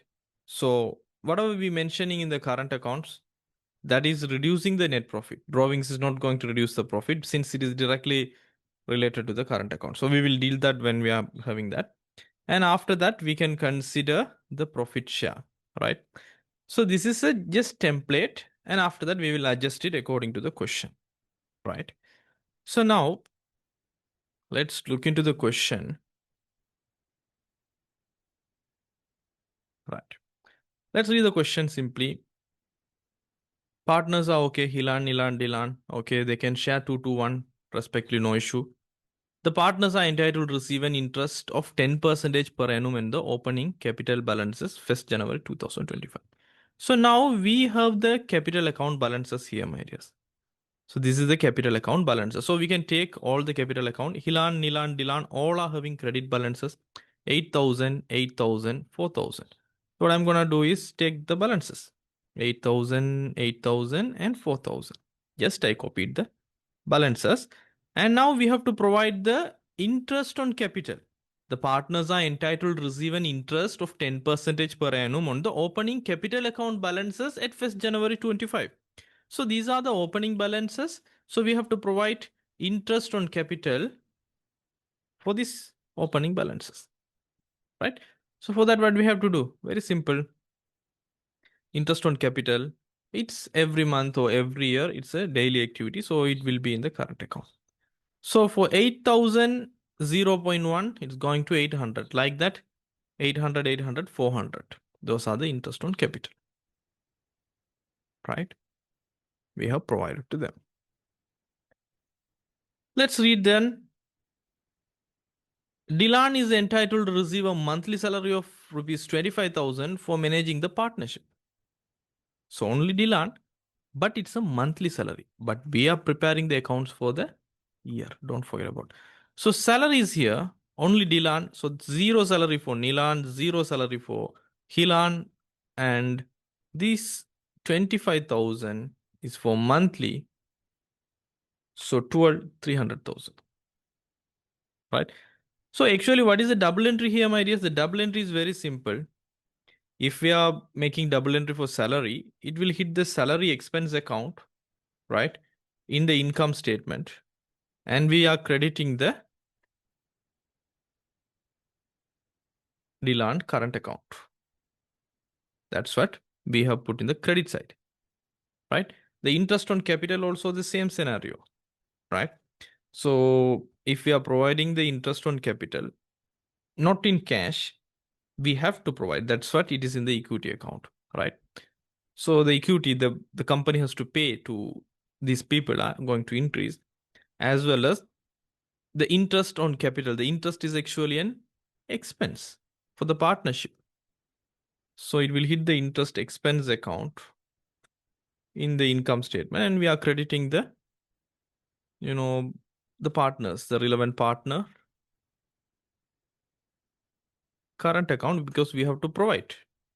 So this is the, theoretical aspects, right? How the general, we don't need to actually care about the double entries here, because the other side of the account, it's not in the question, but I'm just reminding you how we are working on here, right? Then monthly salary for managing the partnership is here, and salary, you have to remember, my dears, partner salary, when we are appropriating the net profit, we have to remove that. So only the Dilan, right? Dilan is only having the salary. So Dilan salary is already 25,000 for a 12 months period. You have to remove this salary, 300,000. As well as interest on capital, it's actually for these people, Hilan, Nilan, as well as Dilan. We already calculated these things. 800, Hilan, Nilan, as well as Dilan 400. Okay. So these are the items we have to remove actually, interest on capital. Right. So the following balances were extracted from the books of accounts of the partnership as at 1st January 2025. We have recorded all the capital balances. Now we will focus on the current account balances. You have to mention there are two debit balances. Hilan and Nilan 200 debit balance. So don't forget to put on the debit side. Hilan as well as Dilan, not Nilan. Nilan is 0. 200 debit balances of current account. So Hilan is not going to have any credit balance. Same Dilan. So Nilan is only having the credit balance 800 in the current account. So copy paste it. That's it. Right. On 31st December 2025, at the year end, Dilan decided to resign from the partnership, and Hilan and Nilan agreed to continue the partnership under the same sharing profits and losses equally. Now 2 to 1 is becoming equal. On that day, the goodwill of the partnership valued at 3 million, it was decided to adjust the goodwill through the partner's capital account. Always we have to adjust through capital account without creating a goodwill account. That's good. So now how we are going to deal this, my dears? Just take the goodwill number, right? The goodwill is 3 million. It means our partnership is more worth than our net assets. Let's say our partnership net assets, after we deduct all the liabilities from our assets, let's say it is 8 million, or let's say 5 million, but people are trying to buy for a 8 million. It means the goodwill, they are buying for the goodwill because of the reputation, because of the trust with the customers we have created. They are trying to give us more than the net assets value. That's goodwill. We don't need the definition here. And you have to remember only one, right? Only one double entry, right? When it considered about goodwill. Just follow my method. 100% marks guaranteed, right? So what you are going to do, you have to remember this. Debit the new partners capital account by the new ratio, right? So new partners capital account by new ratio, we have to debit and credit the old partners capital account by the old ratio. Ratio means profit sharing ratio. Why I am saying this? Because credit in the capital account mean it will increase the equity. Debit in the partner's capital account mean it will reduce the equity.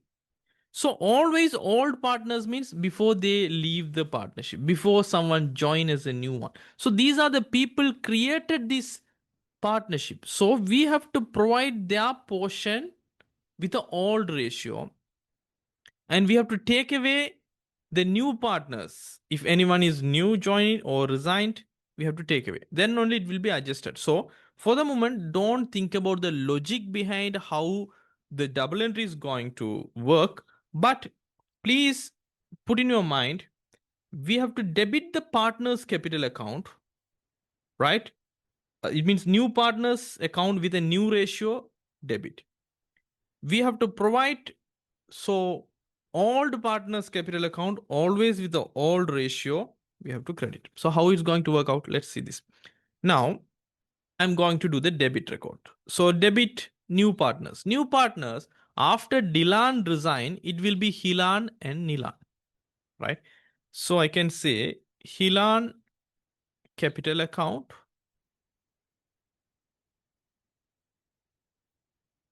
I have to debit how much then? The new ratio is equal. So take this 3 million, right? Take this 3 million. And now these 3 million, my dears, they are sharing equally as per the question.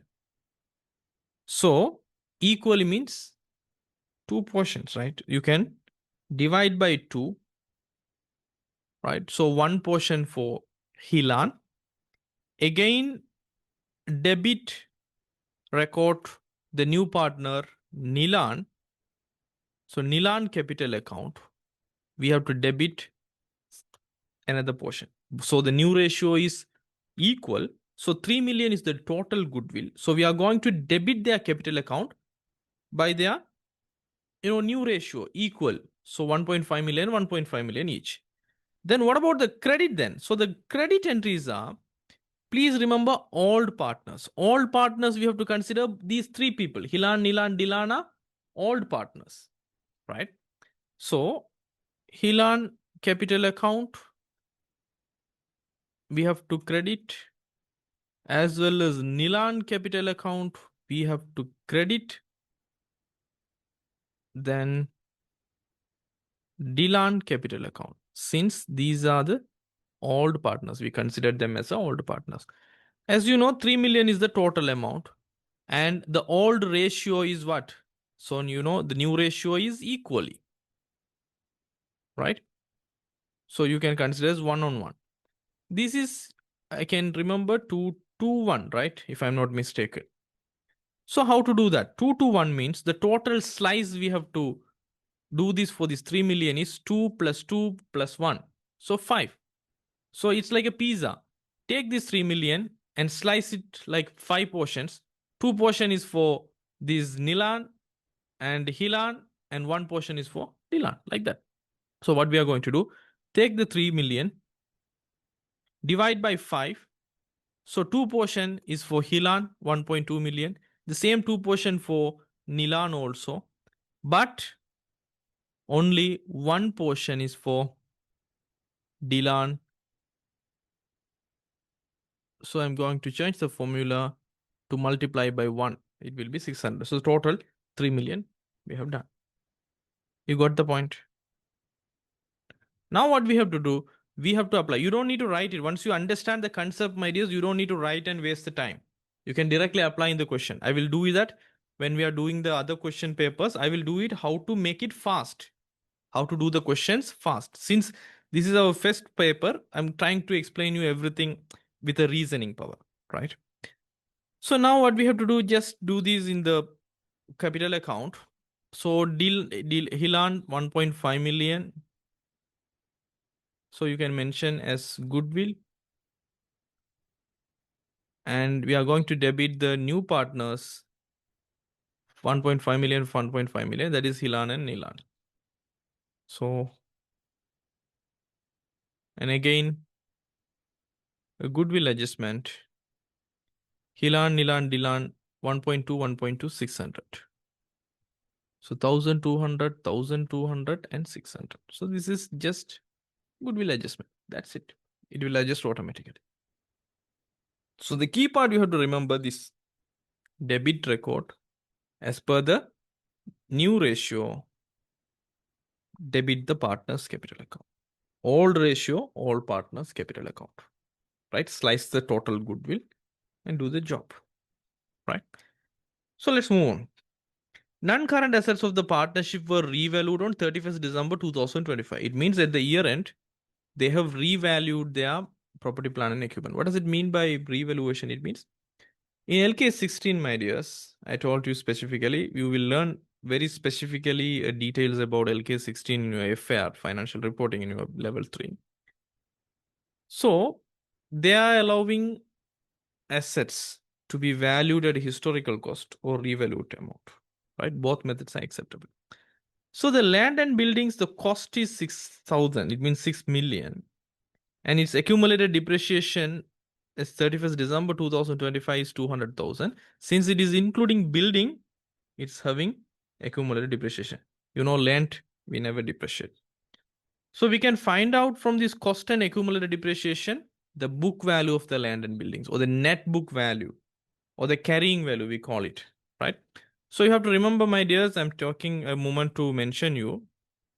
In accounting, net book value, carrying value, or the book value all are same, right? Please remember that. So revalued amount is 6,500. So we have to find out the revaluation gain, right? So how to find out the revaluation gain? So the revaluation gain, right? So there are two assets actually. Land and buildings is there. And what is the next assets? It's going to be motor vehicles, right? Motor vehicles. So land and building and motor vehicle, two assets. So always, my dears, we have to compare the carrying value, right? Carrying value and the revalued amount, right? So we never considered cost. We have to compare the carrying value with a revalued amount. So and the question is carrying value or book value or net value, net book value. What is that? So carrying value is always from a cost asset. We have to take away all the accumulated depreciation. Accumulated depreciation means over the years of usage, how much we have provided every year depreciation, and we are accumulating the full depreciation we have charged in the income statement. So from the cost, let's say you bought some assets 5 years ago, you used 4 years. So cost, take away the 4 years depreciation. That is accumulated depreciation. It will give you the carrying value. Then you have to compare the carrying value with a revalued amount. In that case, my dears, let's say the revalued amount is greater than your carrying value, it will create something called revaluation gain, right? You will learn much about this in the financial reporting, but this is simple. It is. We have to compare always the carrying value and the revalued amount. So the revalued amount is more than the carrying value, then it will considered as a revaluation gain. So how I'm going to do is I'm going to calculate our carrying value. So right, carrying value means from the asset cost, I'm going to remove all the accumulated depreciation, right? So I can calculate our carrying value. Then I'm going to compare this with our revalued amount. And if the revalued amount is higher than the carrying value, then it's generated a, what do you call it? Revaluation gain. Simple, right? So here, the cost of the land and building is 6 million. 200,000 is an accumulated depreciation at 31st December 2025. So simply what we can do, 6,000, take away the cost that is 200, it will simply give you the carrying value of the land and building. And what is the revalued amount? The revalued amount of the land and building is 6,500. So 6,500 is the revalued amount.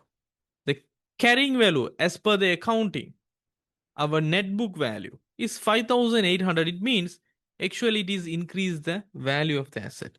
So we considered this 6,500 take away 5,800, this 700,000 actually, we are gonna consider as a revaluation gain. So simple. Like that we can do for the motor vehicle. The motor vehicle cost is 2,000, accumulated is 500. So we can consider the carrying value as 1,500, right? So 1,500 is the carrying value in the books. It means in the financial position. But the revalued amount at the same 31st December 2025 is 2,600. So yes, it's going to create a revaluation gain. So you can calculate by take away this 1,500 from 2,600, it's generated 1,100. So the total revaluation gain is what? 700 plus 1,100, it is 1,800. Right? Did you understand? Any questions?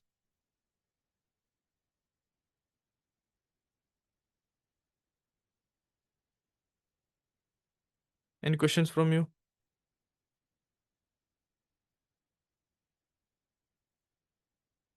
Baranya, Branaya, Ilma, Imat, Afra, Usman, other people. Right?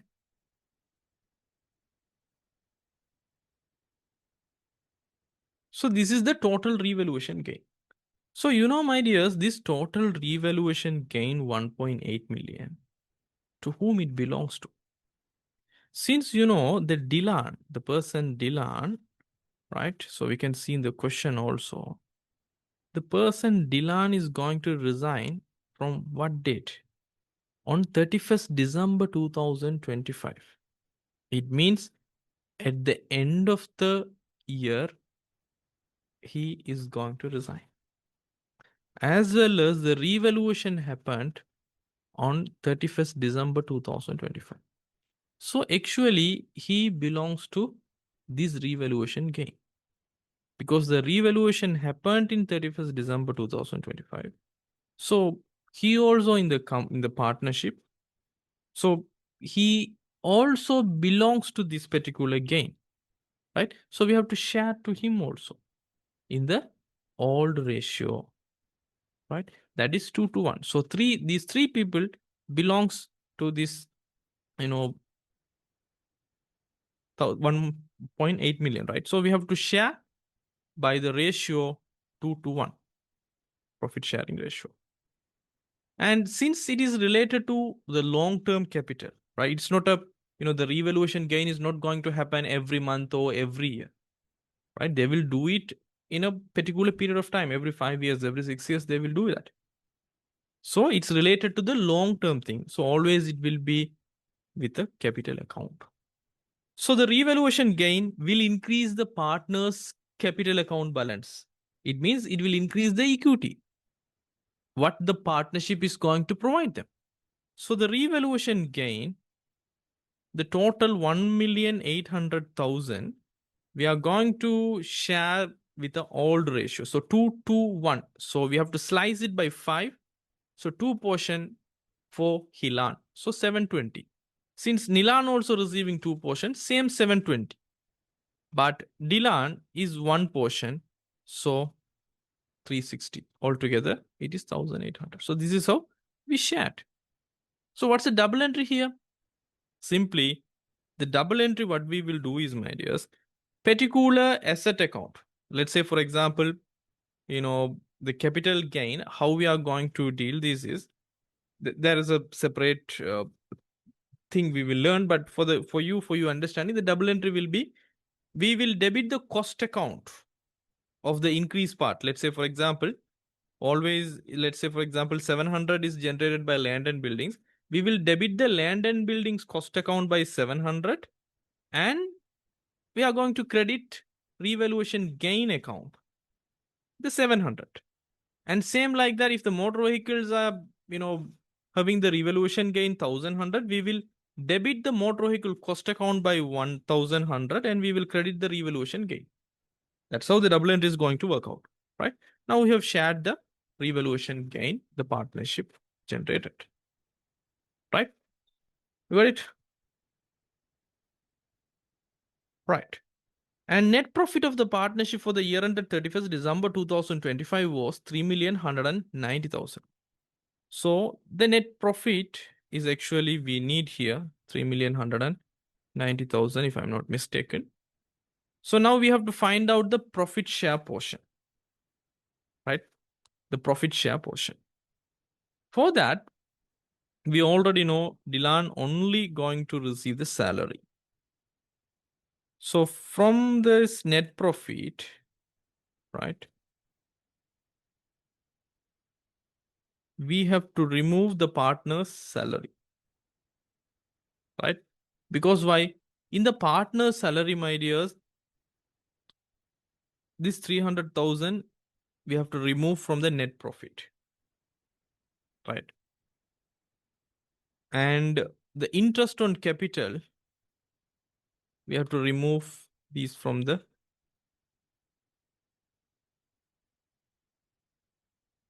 appropriation accounts. And after that, since we already provided the salary amount and interest on capital here, so already they are going to receive from the partnership. So after that, what is remaining to share to the partners? Usually the profit means it belongs to the owners of the company or owners of the partnership. So since we are directly added these things into the partner's current account, now we have to decide what is actually remaining, right? So this is, we are doing in rupees 1,000. No?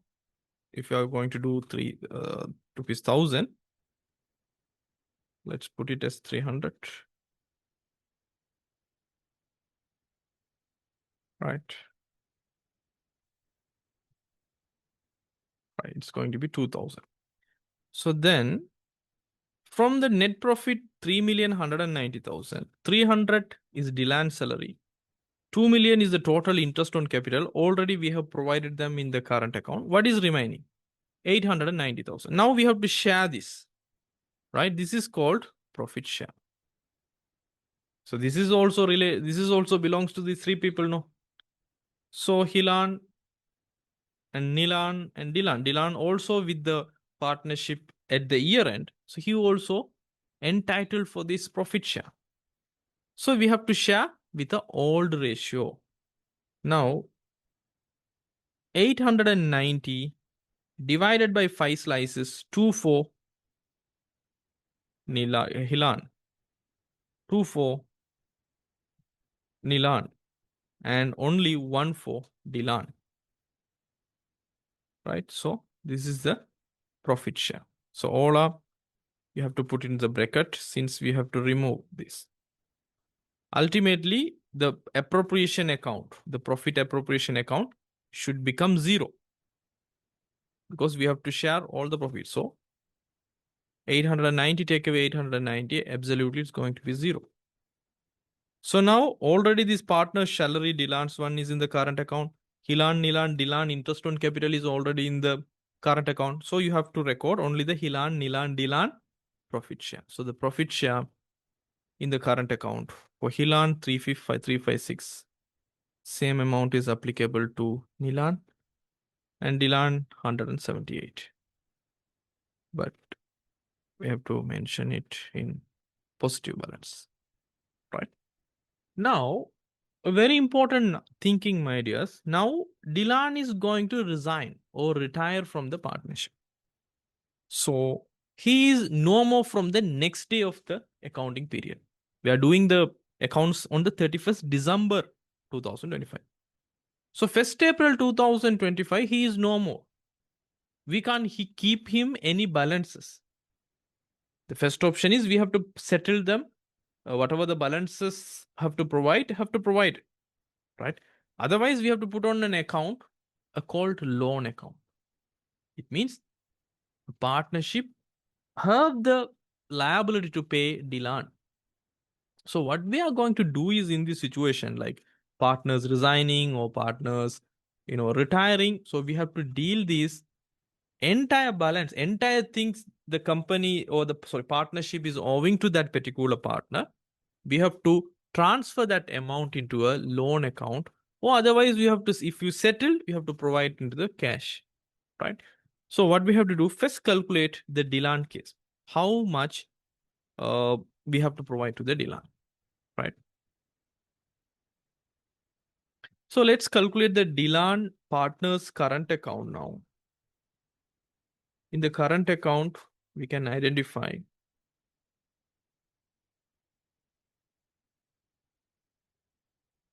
So this, we have to record as 300 now, since we are recording everything in rupees 1000.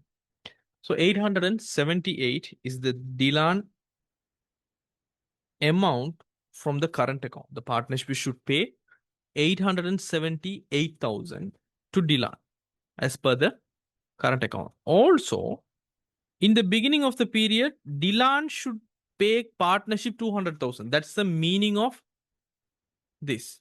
Okay. The 200,000 debit balance of Dylan means at the beginning of the period, Dylan should provide something to the partnership. So Dylan owes to partnership. So what we have to do is take the same 878 here. Now we have to change the balance, right? So 878 partnership should give to the Dylan, and Dylan should give 200 balance. So 678 is the ultimate balance from the current account, right? So this 678, what we are going to do, this balance amount, right? This 200 is here 878. Now this 878 take away 200, that's a balance 678. We are going to transfer this amount to the capital account. So what we are going to do, we are going to take this debit, the Dylan current account, and we are going to transfer this amount to the Dylan capital account, because this amount we have to settle. It may take some time, it may take some years. We don't know when we are going to settle. The first point is we have to take away this balance from the current account and transfer to the capital account. So what we have to do is, so the entry is going to debit the balance that partnership owes to Dylan. So the other entry is going to capital account. So you have to mention here, we are transferring, always the description is the next account we are recording, right? The other side of the entry. So capital account, we are going to debit the 678. So here also 878, here also 878. So Dylan current account will become 0. So the balance carried down will become 0. But we are going to transfer this 678, and we will mention it's coming from actually current account. So we close the current account balance of Dylan, and we are taking that 678 here. So the double entry is that, right? Now you can understand, right? So now if you finish the current account balance of everyone, right? So for a Nilan, usually the same principle is applicable. Whichever side is having the huge balance, we have to add that first, then give the same balance in the other part, the same, right? You can see here that Nilan is having a lot of balances in the credit side. Usually it's a equity account, so it will be in credit side, right? So 1956, put the same 1956 in the Nilan debit side, and there is no thing we have to receive from the Nilan, right? So we can calculate its balance carried down portion. So it will be equal to same 1956, because there's nothing to remove. So balance carried down and the balance brought forward balance of Nilan is become the same 1956. So here For Dilan, 878, we transferred the balance. So there is zero. There is zero balance because he retired. From the next day onwards, it's going to be a new partnership with a new partners, only with a Hilan and Nilan. So Dilan is no more in the accounts because his account is shifted to the capital account. We don't need to record anything in the current account because he no longer in the partnership, right? Right. So, and we can calculate the same for Hilan also. Hilan is having a lot of balances in the credit side. So we will add all the things. It will be 1156. Put the same number here. So to calculate the balance carried down, 1156, take away this 200, 956. We are not going to change Hilan balances to capital account because Hilan is going to retain with the partnership for the next year, right? He is not resigning. So his balance is actively here as a balance carried down, and the balance brought forward for the next day or the next accounting period is 956 for the head. Now we have to focus on the partner's capital account. So partner's capital account should be finalized, my dear, after all the balances transfer or anything, after we have done everything right here. So now what we have to do is first we have to finish the Dilan part trick, because to Dilan we have to provide, including the current account balance we have shifted here, we have to pay him 5,638, right? So this is the amount we have to pay, the total amount. And there is no debit balances for Dilan in the partner's capital account. So actually, this 5,638, we have to put it in the debit side. And now, again, my dears, we have to keep it here. We can't keep this 5,638 in the capital account also, because we know we have to provide 678,000 from the current account. So we have shifted that amount. So from the capital account only it is generated 4,960 without the 678. Altogether it is 5,638. It means 5,638,000 we have to pay him. We can't keep him under the capital account also. Why? Because he is no more in the partnership. We have to settle him. Or otherwise, it's a loan provided by the Dilan to the partnership because he is no more a partner. We can't consider this money as an equity. So there are two options. Since it is a credit balance we have to pay him, we have to allocate this.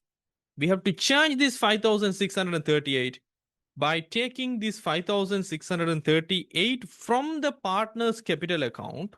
So it means debit the partner's capital account, and you have to credit. If you pay the cash, yes, cash account, credit. If you are going to keep it as a loan, then a loan account. So it may be a loan account or cash account. If you paid the full amount, it will be, we are debiting the capital account 5,638 because we paid, credit the cash account. Otherwise, please take away from this capital account 5,638 by debiting the capital account, but crediting the loan account, loan provided by Dilan. So the amount we have to pay, it's like a liability now for the partnership. So we consider it as a loan. Loan taken from the Dilan partnership. So it's a liability for the partnership, right? So like that we have to do. So now there is no balance actually. Balance carried down is become zero. So the ultimate is, if someone resign, right, or retire from the partnership, we can't keep them under the current account or capital account for the next accounting period. So whatever he have to receive from the current account should be transferred to capital account. Whatever he is going to receive from the capital account plus current account, the total amount in the capital account should be transferred to loan or cash account if we pay, right? So the balance carried down and balance brought forward is become zero for Dilan, and the other people we can calculate as usual. It seems like Nilan is having a lot of balances in the credit side. Yes, 9,920. And the balance carried down is 9,920, take away 1,500, 8,420. And we can add all the balances of Nilan, 9,920, put the same amount here. To get the balance carried down, 9,920, take away 1,500. So it will be 8,420. So 8,420 is the Hilan new credit balance for the next accounting period. So this is the same balance for the Nilan. Dilan, there is no balance because everything in the liability. Oh, if they settled, it is in the cash. But in the question, they never mentioned about whether they are going to settle in cash or whether they are going to allocate on loan, but you have to mention it. Right? So this is the answer, my dears. Absolutely, partnership is like a very templatized question. You can predict that there's no more twists and turns like the luck questions we have done. This is so easy to gain, and absolutely you can achieve within 12 to 15 minutes. You can finish the entire questions because it's like a machinery. Always there's nothing new. Always there will be interest on capital, salary, profit share, revaluation gain, and settlement of loan account and capital account. That's it. There's no new thing for the partnership. So it's a marks gaining area always, right? Any questions?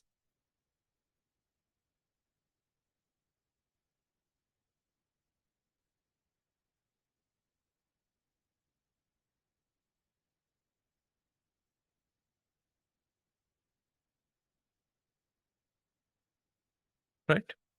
So if there's no question, so I can move to the next question, my dears. Question number 4. So the question number 4 is about Hamilton PLC. An apparel manufacturing company set up an employees welfare association under the name of Hamilton Welfare Association for the benefit of its employees. Right? So this is actually a simple question. To do members subscription account and income and expenditure account. So members subscription account is for a 4 marks question.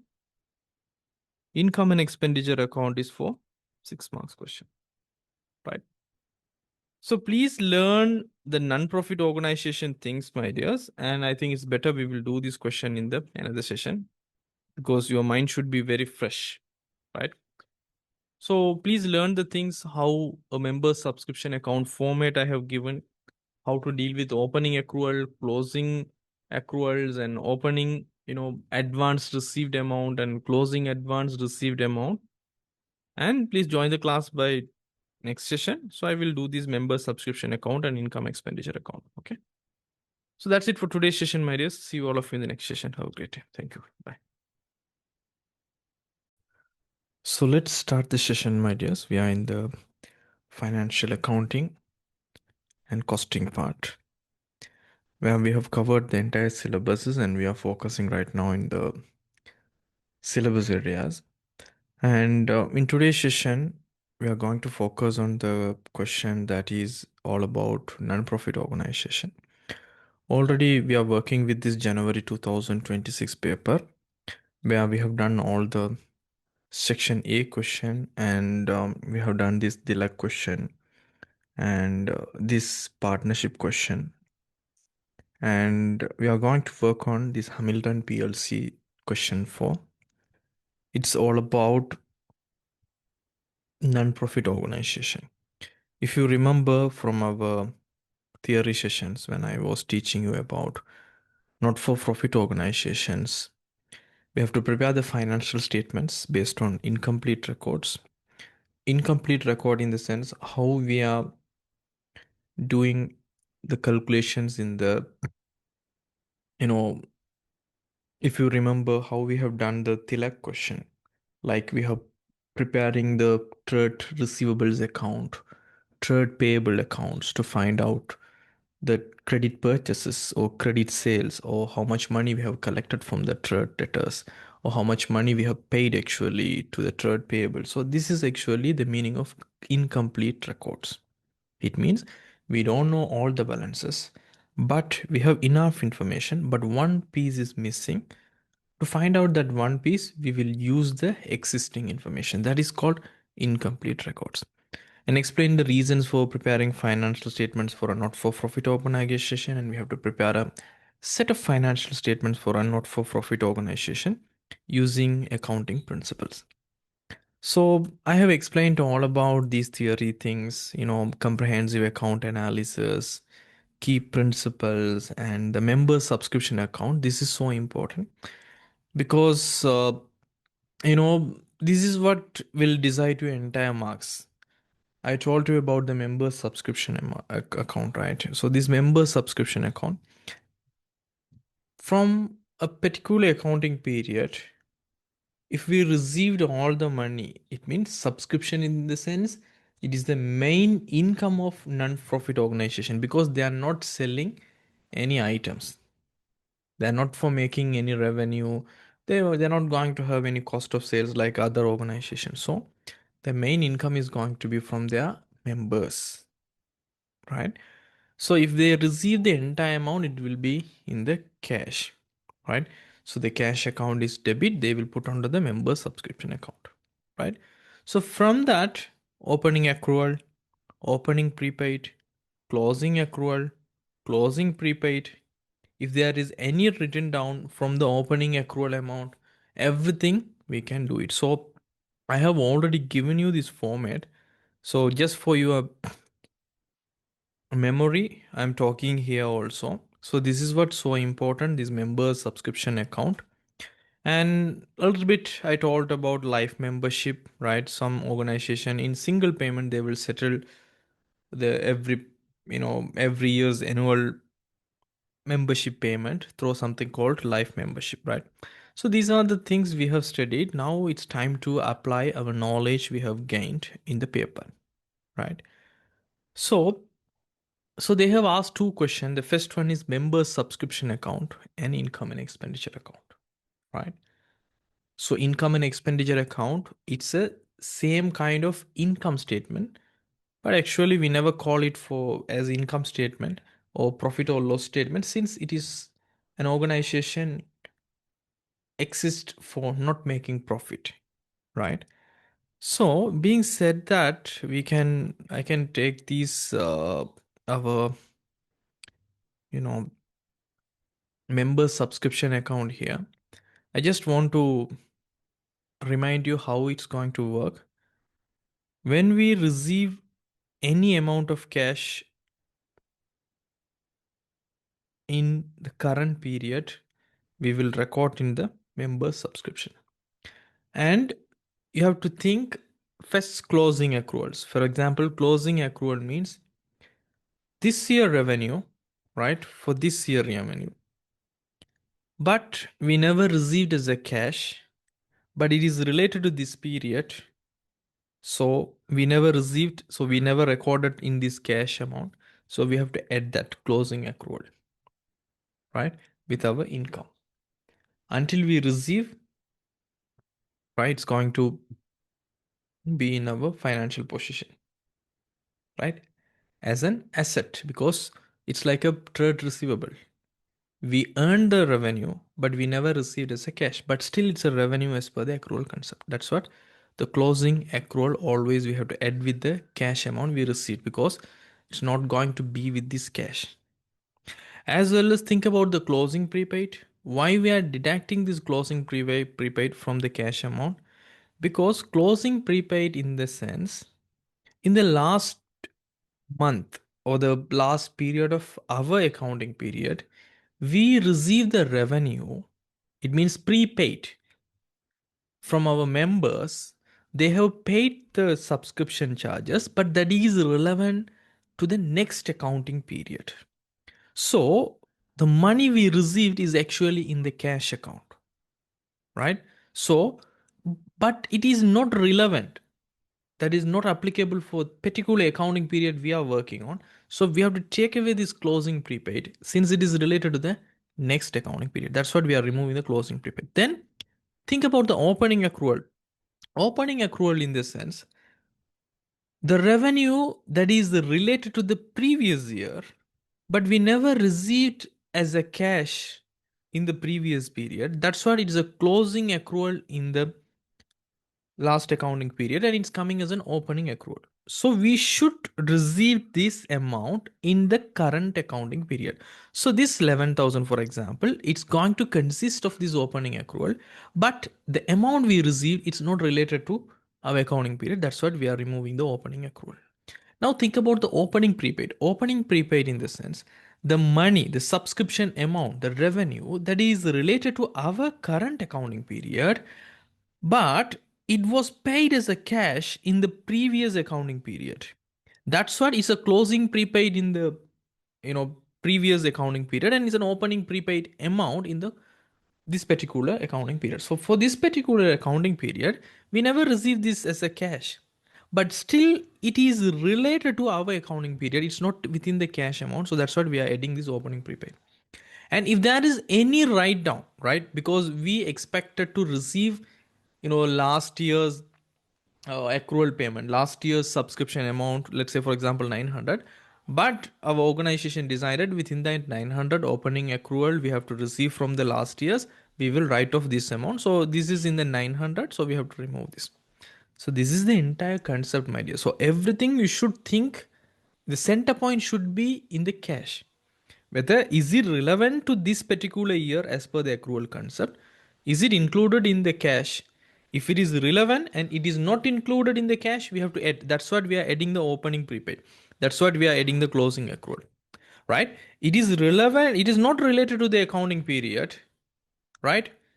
It is not related to the accounting period. And if it is included in the cash, we have to remove like opening accrual and closing prepaid. And after that, you can find out the annual subscription.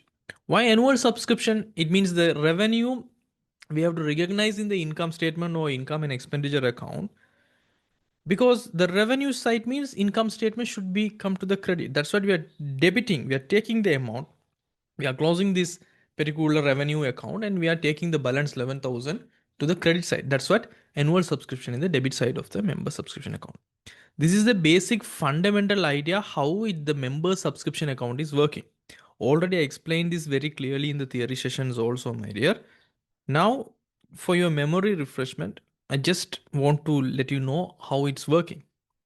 Is there any clarification needed? Ilma, Dilakshi, Imad, Afra, Usman, Fauzan, Zahra? Did you understand what I'm trying to tell?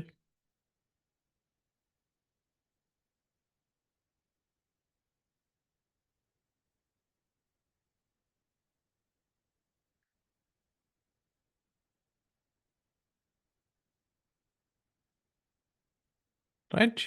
Yeah, okay, right? Yeah, okay. So you will get more information and more understanding while I'm doing the question. Okay.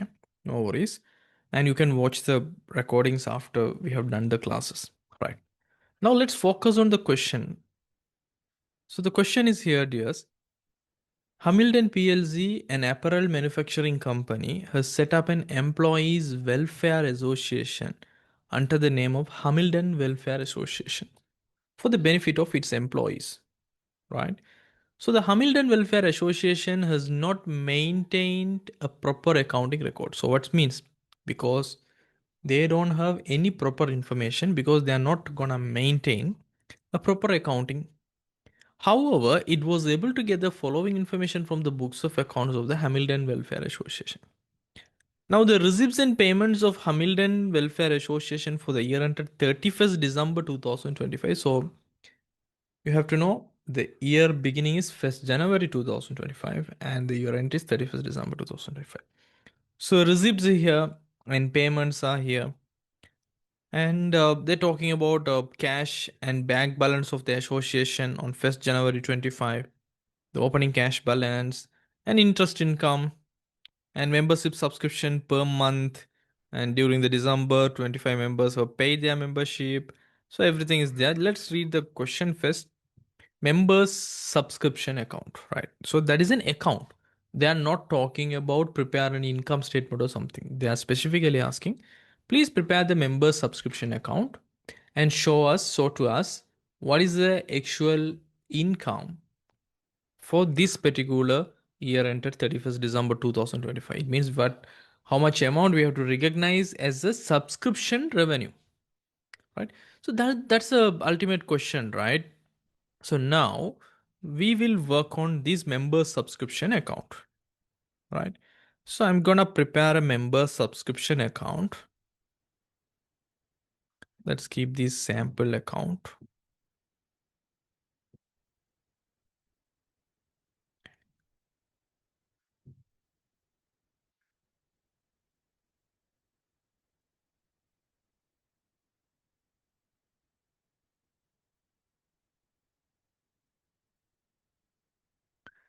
Usman Fauzan, why are you always asking what is this in Tamil?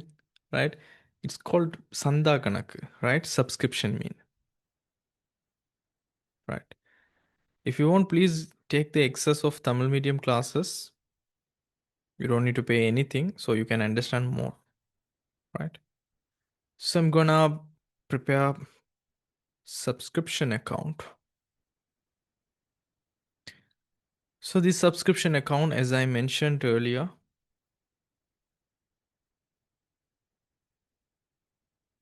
you have to remember the format, right? Always put the format. It will help you more. So the cash we have received, debit record the cash, credit the subscription account. So the entire amount we have received the cash, it will be in the credit side. Remember, the subscription account is a revenue account. It's a revenue account. So always, if there is an increase in the revenue, it will be in the credit side, right? So now think about the closing. So closing accruals, right? Just remember yourself and ask yourself if there is a closing accrual, where it will be, right? So closing accrual means the revenue that is related to this accounting period, but it's accrued. It means we never received as a cash. Still, it's a revenue. So we have to add with this. So closing prepaid should be added. Remember that. And think about the closing, sorry, this is closing accrual. And think about the prepaid revenue we have received at the year end that is related to the next year. So we have to remove that closing prepaid subscription received. So we have to remove that. We have to find out how much. That's our duty. And think about the opening. Opening accruals are the revenue related to the previous period. If we receive, it should be within the cash amount. So we have to remove the opening accrual if it is any. And think about the opening prepaid. Opening prepaid in the sense the revenue that is related to our accounting period, but we received it in the previous year, but it should be added to the this particular revenue account. So we have to credit. So it's going to be opening prepaid. So simple, no? Then after that, we need the annual subscription. The subscription we have to recognize in the income statement. So we have to debit that balance and we have to take it as a revenue to the income statement or income and expenditure account to the credit side, right? So this is how our entire subscription account will work. So this is going to be the A question, right? And the B question is income and expenditure account. What does it mean by income and expenditure? My dears, as I mentioned earlier also, in the non-profit organization, there is nothing called sales revenue, cost of sales, gross profit. Simply, they will have some income, like people are donating, and these members are giving subscription. Then they will engage with some kind of profit-making activities, like running a canteen or running some sort of events and selling tickets. So it will give some sort of surplus. We call it surplus. Surplus means more than the expenses, they have generated some income. So those surpluses, and sometimes they will have some amount of fund, so they will put onto the fixed deposit. It will give them an interest expense. So those kind of the income practically they will receive. And also running an organization, even though it is a non-profit organization, it will involve with so many expenditure, right? For the people who are in the members, there will be some events, funerals, weddings, so they have to spend. Sometimes for their children they have to fund for a some sort of achievements. If they having any educational or some sort of needs, they will do that. And there will be an administrative expenses, so there are a lot of expenses, right? So like that here. So now we have to have a proper understanding how these question is structured, right? Before that, we can provide the B question skeleton here. It means the template. So this is how we will prepare the income and expenditure account, right? So I'm gonna call this as a, as they have asked. So this is going to be their income and expenditure account for 31st December 2025. So income and expenditure account for the year ended 31st, I think December, right? If I'm not mistaken, 2025, right? Okay, right. So if there is any income, yes, definitely there is an income type called subscription, where we will take the balance this one, right? So we will find out subscription and whatever the other things we will recognize. And you have to keep some sort of lines like around 5 to 6 lines, that's more enough. And keep the expenditures here. And whatever is coming, we will list out here. And we will find out the surplus. Surplus in the sense, if the income side is having more amount than the expenditure, we call it a surplus rather than profit. Then, that will be their profit in terms of profit organization, right?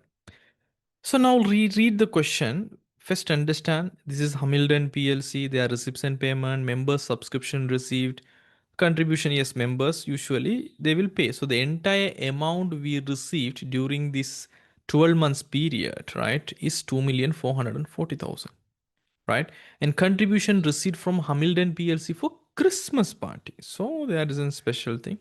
So they have conducted some events like Christmas party. For that, the members paid some amount. An amount collected from members for the Christmas party.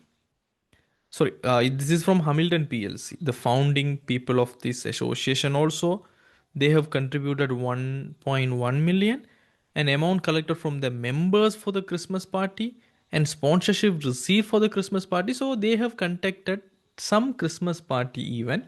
Maybe from this event they might earn some surplus amount, so it's going to be their revenue, right? And payment for funeral members families 20,000 they made, for wedding ceremonies of the members 50,000, hotel charges, so they have conducted this Christmas party in a hotel. So they have revenue from this Christmas party as a contribution from Hamilton and members contribution and sponsorship. So these three are actually the revenue for this Christmas party, where we have to calculate this separately. And they have specifically mentioned hotel charges, musical band, and gift items of the Christmas party. And printing and stationery expenses, they never mentioned is it for Christmas party or this particular organization. So these three are actually related to the Christmas party expenses, and we have to find out this printing and stationery expenses. And they have purchased a laptop. So laptop is not an expense; it is actually a asset, right? Whether it's a non-profit organization or a profit organization, laptop is a non-current asset. So whatever we are paying, it should be recorded as a asset, not a cash, right? So now we got some sort of idea. So what kind of money we received, what kind of payment we have done during these 12 months period. Now the cash and bank balance of the association as at 1st January 25 was 3.5 million, and interest income of 230,000 was earned during the year from the fixed deposit. So it means, so they have some surplus amount of money, they have created a fixed deposit, so that fixed deposit is giving them 230,000 per year. So it's going to be their in revenue, right? Income. So membership subscription per month is 1,000. It means from every member we are collecting per month. Okay, please remember per month, but we are doing accounts for 12 months, 1 year. So membership subscription per month is rupees 1,000, As at 1st January 2025, 5 members haven't paid their subscription for 2 months. What this means, right? This is an opening date. In the opening date, there are 5 members, they never paid their subscription for a 2 months of the year 2024. 2024 is the year related previous period. So for the previous period, the 5 members never paid 2 months subscription. It means it is what? It's an opening accrual, right? Opening accrual. However, those subscription arrears as at 1st January 2025 were settled during the 2025. It means the cash we have received for the previous relevant income in this particular accounting period. So the cash is having that, right? Further, 15 members have paid membership subscription for the month of January 2025 in December 2024. See, 15 members have paid the membership subscription for the month of January 2025 in December 2024. Right? It's a prepaid. Right?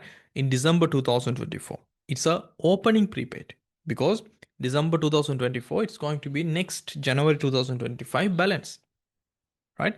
So it's like a opening prepaid. And during the December 2025, 25 members have paid their membership subscription in advance for the month of January 2026.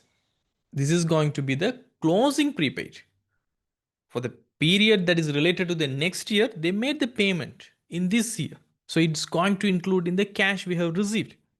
And as at 1st January 2025, there were 200 members in the association and 20 new members joined the association during the year December 2025, paying the membership subscription. Right? We will calculate this, how much, for this particular current year subscription should be. And Hamilton Welfare Association purchased a laptop on 1st July 2025. So you have to remember, my dears, whenever they are talking about a non-current asset purchase and the question is asking something about income and expenditure account, in your mind you should understand any non-current assets, any depreciable asset. Land is not a depreciable asset, okay? It's just a property, plant and equipment. We are not doing any depreciation for land.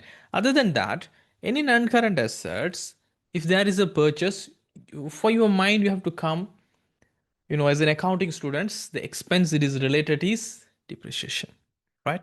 So they are giving the date 1st July 2025 and our year end is 31st December 2025. So we have to find out the depreciation and they are giving the useful life of the laptop is 5 years. So we have to find out the depreciation and we have to provide that as an expense. And during the year 2025, Hamilton Welfare Association organized a Christmas party. Now they are talking about Christmas party and 20% on printing and stationery are relating to Christmas party. So we have to find out the separate surplus or deficit of this Christmas party, and from the entire 20%, from the entire printing and stationery expenses 52,000, we have to allocate 20% to the Christmas party thing. Right. Now you got a very good understanding. So you can read these kind of things and get some understanding with your 15 minutes reading time, right? Don't waste that time. Right. So now we are going to break. So now let's come back from one by one. Member subscription received is 2,440,000. So I'm gonna take this full amount, right? So this is the amount we received during the year, the full amount, right? 2,440,000. There's no doubt. Any questions? Please let me know while I'm doing the question, right? I will explain to you. So this is the entire amount. Maybe with this amount, the payment received related to the previous year, the payment we received, the subscription we received for this year, the payment we received for the next year. So you have to remember this payment we received as a cash, it can be related to previous, it can be related to current, and it can be related to the next year. But this is the amount we received in the cash fully.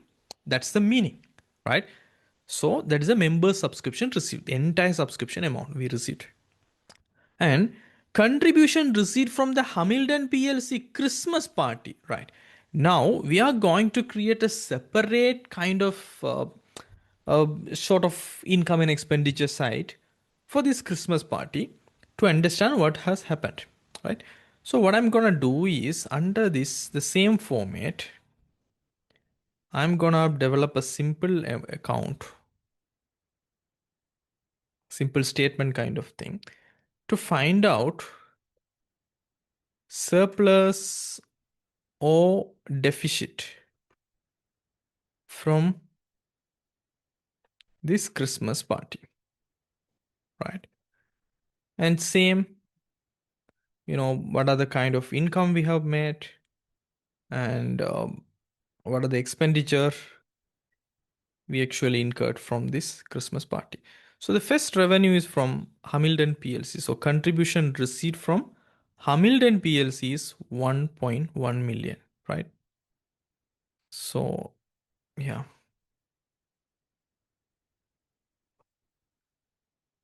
right. So this is the first revenue for this Christmas party.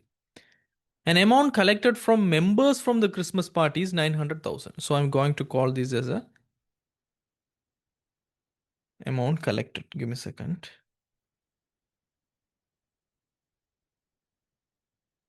Okay. Right. So amount collected from members, this is second income. That's going to be 900,000. That is the income we have made. And sponsorship received for the Christmas party is 7,50,000. So sponsorships, this is also 750,000, right? So these are the income they have received.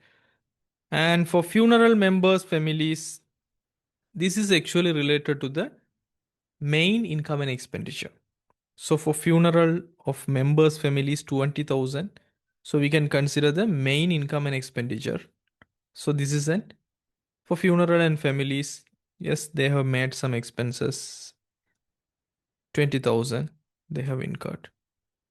And for wedding ceremonies of the members, that's fine. That's also we can consider it as an expense. 50,000. As well as hotel charges, Christmas party. So this is related to the Christmas party. So we will come under here. Hotel charges, Christmas party, 1,950,000. In let's take these numbers here. Okay, it's better. Hotel charges and this musical band exclusively for this Christmas party, 75,000.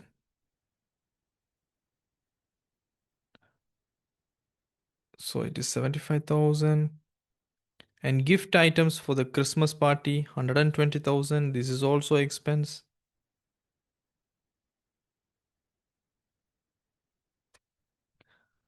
Right? Printing and stationery expenses. I can remember printing and stationery expenses having a portion for this particular Christmas party.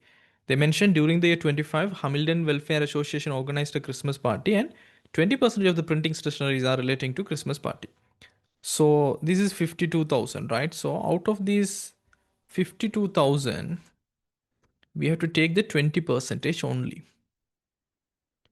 So it will give the exact expense we have to allocate for this Christmas party. So 0.2, if you multiply by 0.2 of this 52,000, it will give you 10,400.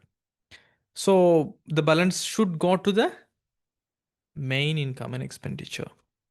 So what we have to do, if it is 20 percentage here, we have to calculate the 80 percentage, right? The remaining portion. So 52,000 multiplied by 0.8 will give you the 80 percentage. So it's going to the main income and expenditure for this Hamilton Welfare Association. And laptop purchase, we cannot consider as an income statement because when you're purchasing a laptop, the cash is leaving from your organization. So credit is going to be the cash account, but debit asset account, the laptop account. So it's not going to hit your income and expenditure. But for your mind, you have to remember it's a non-current asset. It's not like a printing and stationery cost. No, it's an asset purchase. So in your mind, you have to understand whether it is related to the depreciation. So laptop depreciation will come. So in your main, so the laptop depreciation, we have to find out. So the information is here. the laptop cost is 200,000. So the cost is rupees 200,000, right? Then the other information is given here. Laptop on 1st July 25 and the useful lifetime of the laptop is 5 years. So we have to depreciate it over the 5 years. So if you divide this by 5 years, it will give you the annual depreciation. But the depreciation should be charged in the income statement only for the usage period. So if we bought for 1st July, so the entire July we used. So July, August, September, October, November, December, right? Our year end is December. So 6 months period, right? 6 months period means, what is that? 200,000, you know, divided by 5 will give you the 1 year period of depreciation. And after that,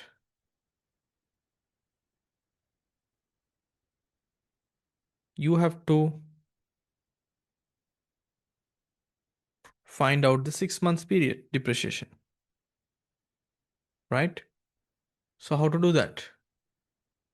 Simply, once you have to divide by 12. So it will give you the 1 month depreciation.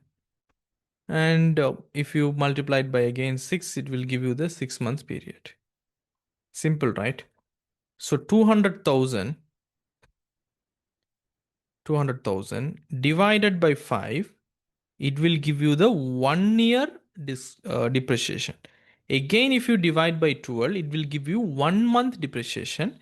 If you multiply that amount by 6, it will give you the 6 month depreciation, that is 20,000. That's it. Right? That is your laptop depreciation.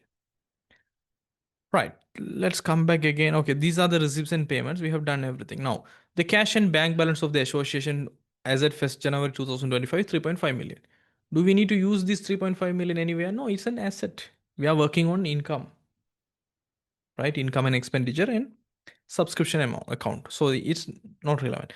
But the interest income, because we are having a bank balance, 3.5 million. So it's giving an interest income yearly 230,000 was earned during the year from the fixed deposit. So this is actually an income. So we never find any information related to subscription now. Only the information we received is 2.4 million 40,000. So we have to work on for other prepaid closing to find out the subscription income. And now interest income, we know that.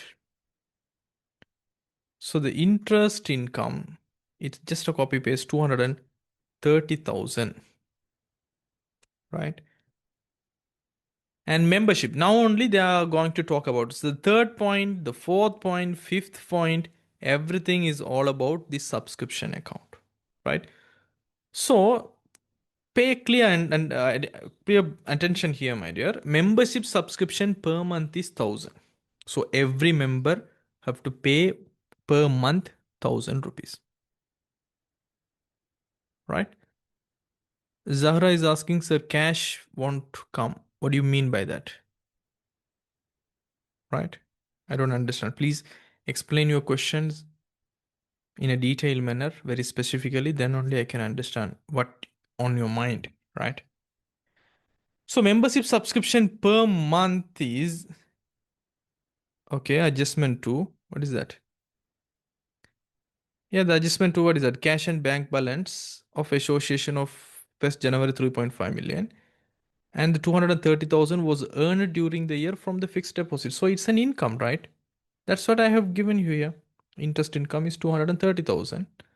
And you say, right, okay, we never received anything. Okay, I got your point. It means you are talking about in the receipts, they never mentioned about the interest income they received.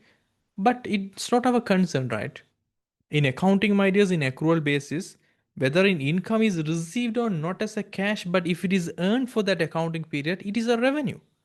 So they specifically told us here this 230,000 interest income was earned during the year. So it's earned. We don't need the information whether we have received the cash or not. That is an income related to this accounting period. You got it? Right? So that's what we recognized as an interest income. We don't need the information whether we receive the cash or not. Right? Okay, Zahra is asking, sir, won't this cash bank balance come under the income? Right. Now you are fundamentally broken, dear. Right? So the cash, it can be a cash in hand or it can be a bank. It's an asset, right? There is nothing to do with the income and expenditure. As definition of the asset, right? As well as the example, the cash balances, bank balances, any petty cash balances. These are assets. Assets will be in the financial position. Income and expenditures means only the income, only the expenditure is related here. Got it?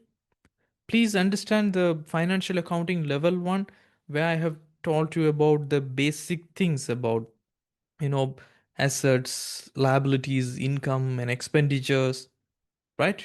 This is level 2, my dear, right?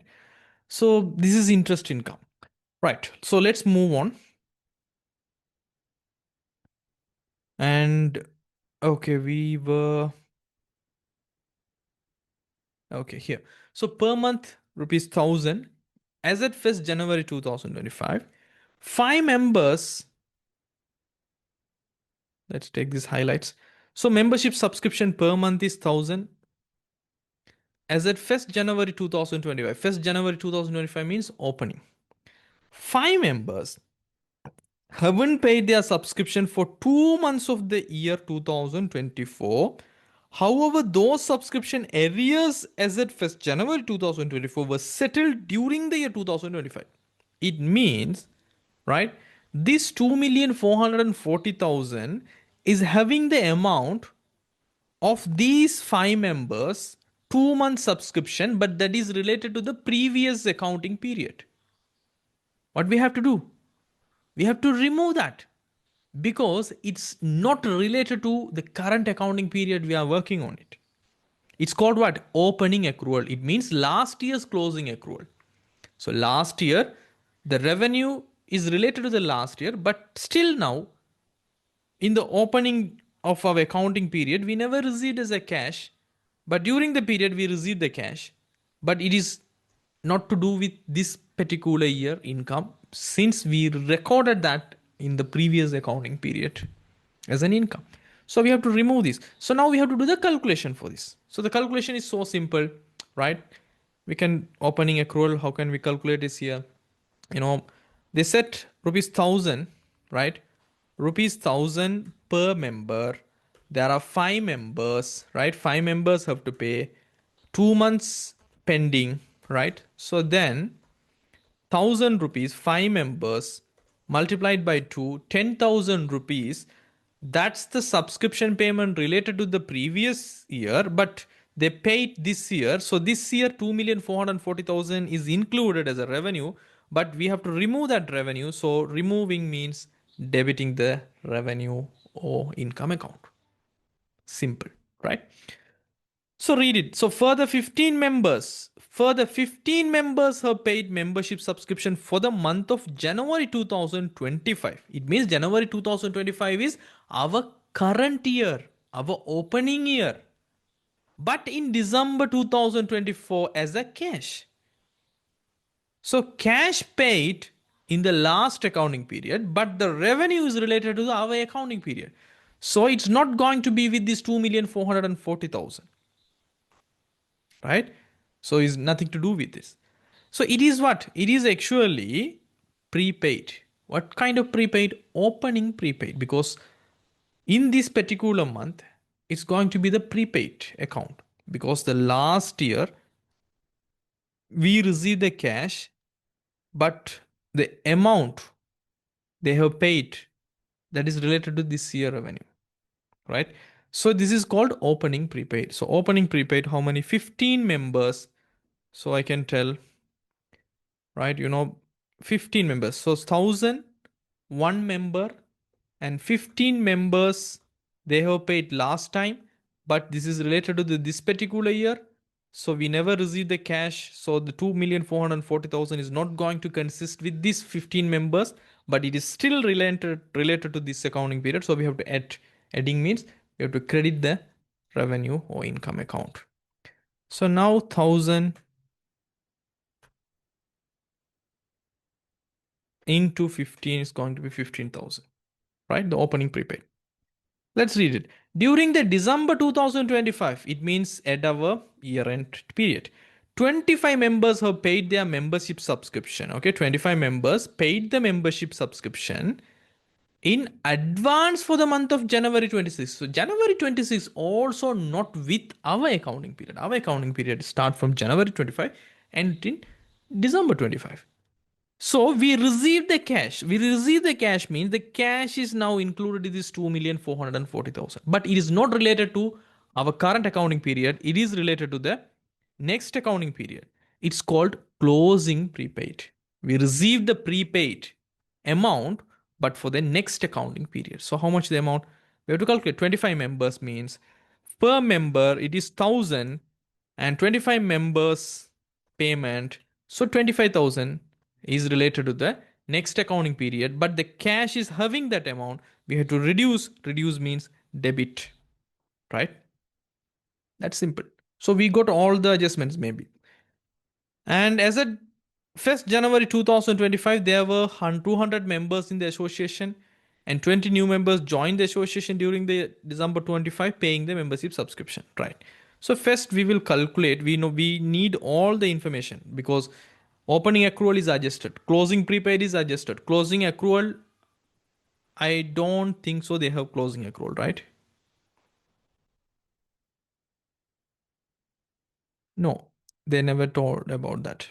So we can consider 0, right? So now we know all the balances here from the credit side, right? So at the credit side first, the total is going to be 2,455,000. Put the same amount. Now we can calculate from this 2,455,000. Take away this 25,000. Take away this 10,000. It will be 2,420,000. So this is the amount we have to charge for this particular accounting period. And also, my dears, I can prove this here. You can see it here. They're mentioning as at 1st January 2025. It means in our opening period of our accounts, there were 200 members in the association, right? So 200 members in the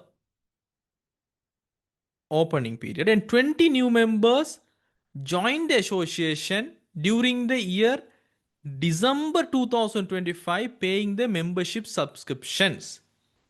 It means these 200 members, they never left our organization from the membership position. They will never leave. But additionally, we got 20 new members in the December and they are paying the membership subscription. So ultimately, my dears, even if you calculate separately, let's say for example, right, for yearly,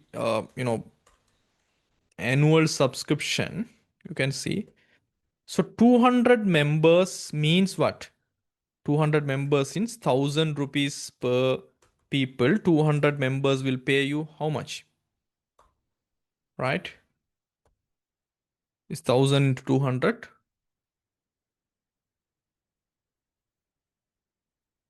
Sorry, not like that. So 1,000 rupees, 12 months, right? 1,000, let's calculate like this. This is going to be 200 members means 1,000 rupees, 200 members for a 12 months. This is actually the calculation. They have to pay for a 12 months, 200 members, 1,000 each. Okay, this is how the calculation, right? So if it is that, so 1,000 per member, 200 member for a 12 months, 2.4 million from these 200 members. And they have said 20 new members joined the association during the December 25. So these 20 new members, they were in our accounting period only in the December, no? So if they related to only one accounting period, so these 1,000 right? For these 20 new members, only for a 1 month, right? For the December only. They were members in our accounting period, right? Zahra is asking, sir, how did get 2,420,000? Which one? 200 and which one you asking? Which area we are having 2,420,000? This subscription account. Yeah, right. So this is what, we know all the credit balances. That is 2,455,000. Same amount I have put here, right?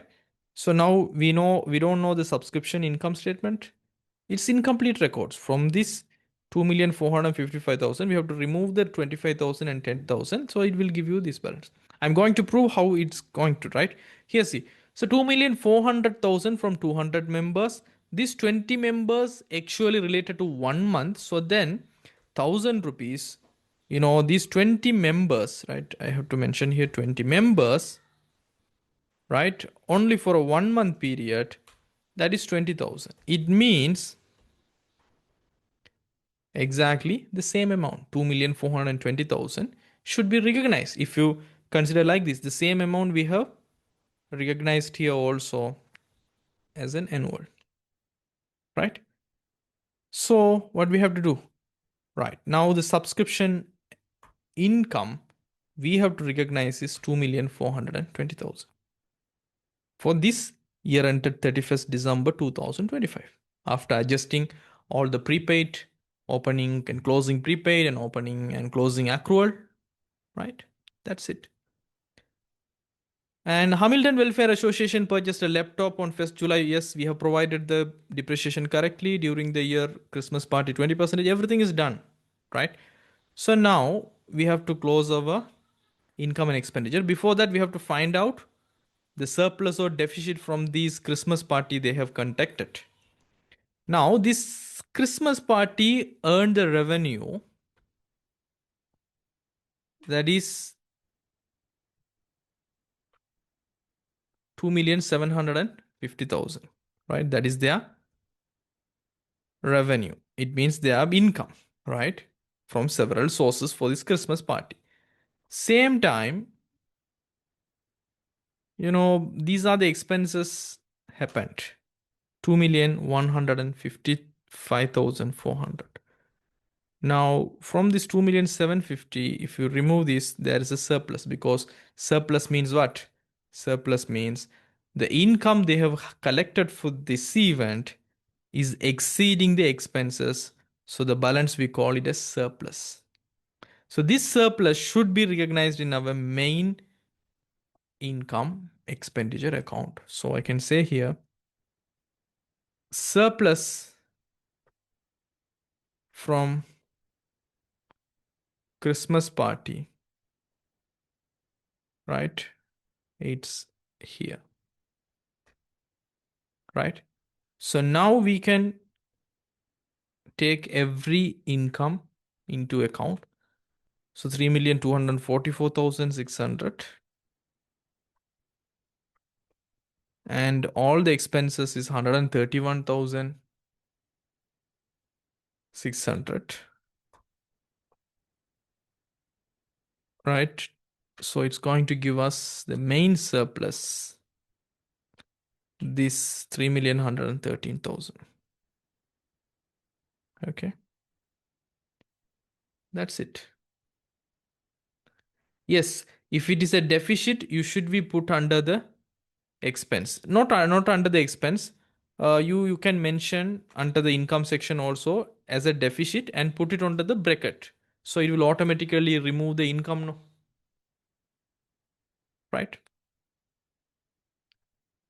So that's how you have to deal with it. It's a very simple question, Marius, but if you see, or if you trying to do it without practice of so many questions, you will find difficulties. But if you practice it well, the same kind of subscription revenue account is coming again and again, same kind of income and expenditure account.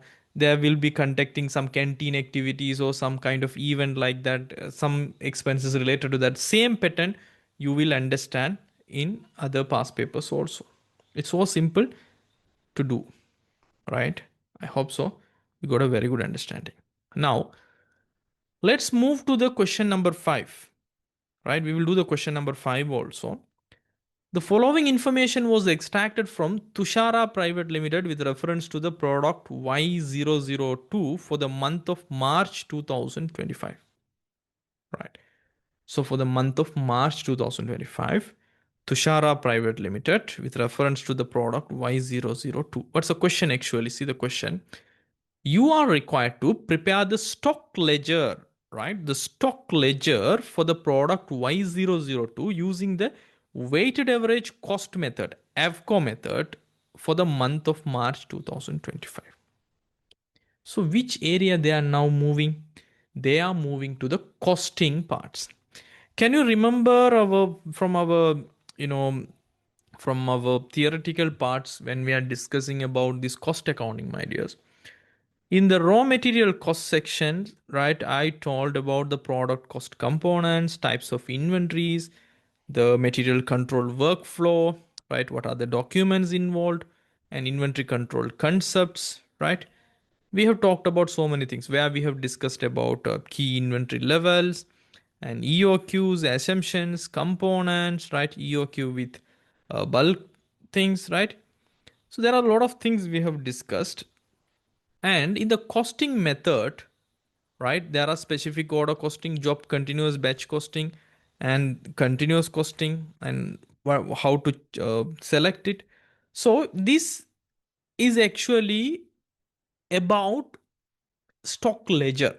Stock ledger means how we are valuing our inventories, how we are valuing our cost of issue, how we are valuing our final inventory. There are two methods.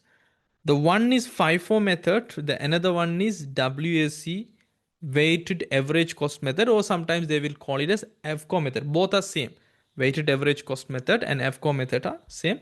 You can see it's just for 5 marks. It means it's so simple, so easy to gain the marks, but you have to have a proper understanding. I told you in the previous session also, sorry, in the theory session also, we will deal this kind of questions and the methodology in the past paper sessions, because it's nothing to do with the theories. Whatever going to tell you in the theories, you are not going to understand, but it's an accounting subject, right?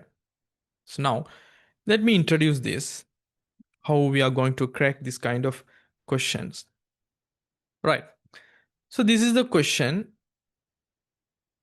right? We have just seen.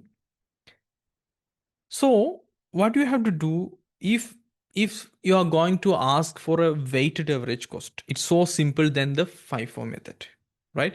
So the understanding is this, my dear. There are two methods to value the inventories. The first one is FIFO. The second one is WSC. FIFO mean first in, first out. That's the meaning of FIFO, right? We will issue the goods or material to the production site, or we will issue to the customers.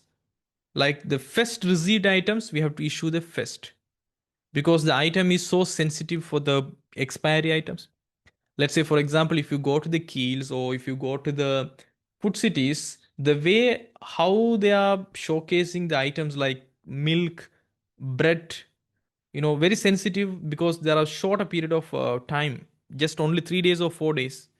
So at that time, what they will do is they will give you the product they have manufactured earlier. They will issue, they will put in the front side, because it's a FIFO method ordering, because the first in, first out. The earliest manufactured should release first. The latest manufactured should release last, to avoid the expiration issue. Like that, that is FIFO. But WSC method, it's kind of mixing. We never care about which one is latest manufactured, which one is, earliest manufactured. We never care about. So you will understand when I'm doing the question. So the format is so simple, right? The ledger is going to be with the, three things, right? I'm going to mention you. So the date is a common, and for a 3 columns, my dears, you are going to work on. The first things we are going to work on for our receipts, right? If you are in the factory So you will receive the goods, right? You will receive the goods.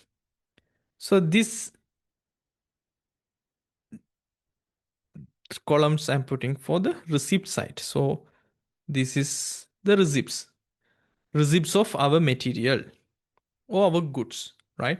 So when we are receiving, we are going to have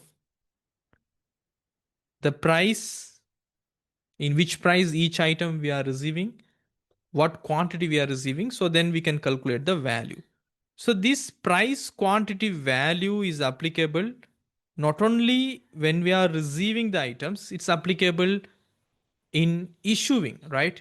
Let's say, for example, if you are preparing the stock ledger, you are in the store, you are a storekeeper, or you are the inventory manager, let's say. So you have to count what quantity of inventory in what price we received. And when you are issuing to the production side from your warehouse, right, what quantity we issued, what price we issued, so we know the value of the issued materials, and we can find out the value of the inventory that is unreleased to the production department, that is the closing balance. So we are going to have the receipts, right? That's one thing. And after that, we will issue, no, we will issue. In that case also, we must know what price, what quantity, and we can determine the value, right? So this is another thing. And the other third column is going to involve the balance, right? After we issued, what is actually remaining, right? So this is also we need to get the price, quantity, and value. So this is the entire format. If you remember this format, you can do any question that is related to this weighted average cost method, right? Right. So now what I'm going to do is just see this. The date is 1st March. It is related to only this 1 month, March month. So I'm going to put the date as they have mentioned, 1st March 2025. The opening balance is 4,000 units and the unit price is 50. So opening balance means directly it's a balance. So we are having 4,000 units of quantity. Okay, the quantity is 4,000. The price of each unit is 50. It means the value of the inventory we are having is 50 into 4,000. It's going to be 200,000. So 200,000 value of inventory in our warehouse. That's ultimately very simple. But in the 5th March 2025 purchases, we are purchasing the raw material product YZ02 5,000 units with the price 47. Because of the market fluctuation, demand and supply, the price is now rupees 47. So purchase mean it is a receipts. We are receiving the inventory, new inventory. So again put the date here. It's happening on 5 March 2025 and it's going to be a purchase. So receipt side. So the purchase of 5,000 quantities, put in the quantities 5,000 and unit price we are purchasing 47, right? Now the value is 47 each items, 5,000 quantity, 2,35,000. Now what's going to happen to the balance? Now you can think about my this, the 4,000 quantity already we are having. With this 4,000 quantity, we are now adding a new 5,000 quantity. So it's going to become 9,000 quantity. And the value of the inventory we are having is 200,000. With that, the value we are having is 235,000. So it's going to become 4,35,000. For the weighted average cost, what we are going to do is simple, so simple, my dears. Now the price is, right, for this entire 9,000 quantity, we have to value how? Take this 435,000, divide by this 9,000, it will give you a new value called 48. Now, what does it mean by this weighted average cost mean? We never value this 9,000 with a 50 or with a 47 because within this 9,000 quantity, 4,000 quantities are 50 rupees. Within this 9,000 quantity, these 5,000 quantities are with 47 rupees. But we never use both. We are doing weighted average cost. What we are doing now, we have the total value 4,35,000. That's the total value of this 9,000 quantity. The total quantity having 9,000. So we are dividing the value by the quantity. It's giving a new price, right? It's actually 48.33 actually in decimals. So this is the weighted average price. This is simply the method. Now let's move. What's going to happen? On 11 March 2025, an issue means we are issuing the products to the production. So we are issuing 2600 quantities. So you can understand here, for the issue they are not going to give you the price. Why? Because the issue price we have to determine. So what is the issue price then? The issue price is the last determined, weighted average price, right? We have to issue with this price only, right? If you issue 2600, we are not going to, issue the first from the 4000. So we have 4,000 quantity we ordered and we got from the March first balance. So we will release from this. So we have to value by 50 rupees. No, that is FIFO method. Now, since we are working on the weighted average cost method, we have to take the price, the last weighted average price our balances are having is 48.3. So I'm going to take this same 48.33. So we are going to issue this 2,600. It's going to be this amount. Exactly. Now, what's going to happen? Just think about the quantity first. We had 9,000 quantities. Now we released 2,600 quantities. So now it's going to become 6,400 quantities. Also, the value we had 435,000, but now we have released 125,667. So the value is this. Now a new weighted average price. Take this 3,09,333 divide by the quantity 6,400 is going to give you this. The same amount is coming. That's okay, right? And again, there is a purchase on 19th March 2025. We are making purchase. Purchase means receipt, right? That's 3,000 quantities. So we are purchasing 3,000 quantities. That's with 52 rupees. Again, in the market, the price goes up. So the value is 52 per piece, 3,000 quantities. So 156,000. Right? Now again, the balance is going to change, right? 6,400 quantity left. With that, we are adding 3,000 new quantities. So it's going to become 9,400. Take 3,09,333. We are adding the new value 156,000. So the value is become this.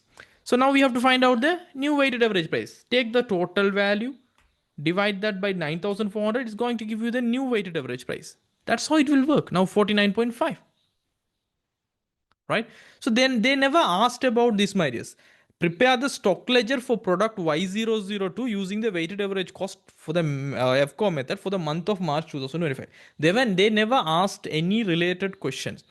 Actually, sometimes this is the answer for this question, but sometimes they will ask, right, the closing stock, right? They can ask the closing stock value as at 31st March 2025. In that case, what is your answer? Your closing stock is this value, right? Sometimes they can ask the cost of issue. Sometimes they can consider as a cost of sales for the month March. In that case, what is your answer? The entire issue value, right? So you have to understand how it's working. So just remember the template. It will give you the full answers. You got the point? Ilma, Dilakshi, Imad, Zahra.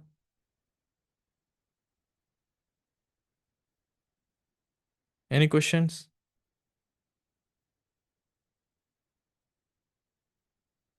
It's so simple, right? Price, quantity, value, price, quantity, value, price, quantity, value for the receipts and issues and balance. That's it, right? So let's move to the other question. Right.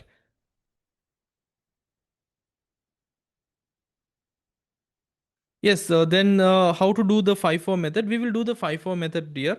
There are plenty of questions there. They were asking about the FIFO method. I will teach you that. Let's focus on the full paper. We will finish it, and after that, we will move to the chapter-wise paper, and where we will discuss all the things, right?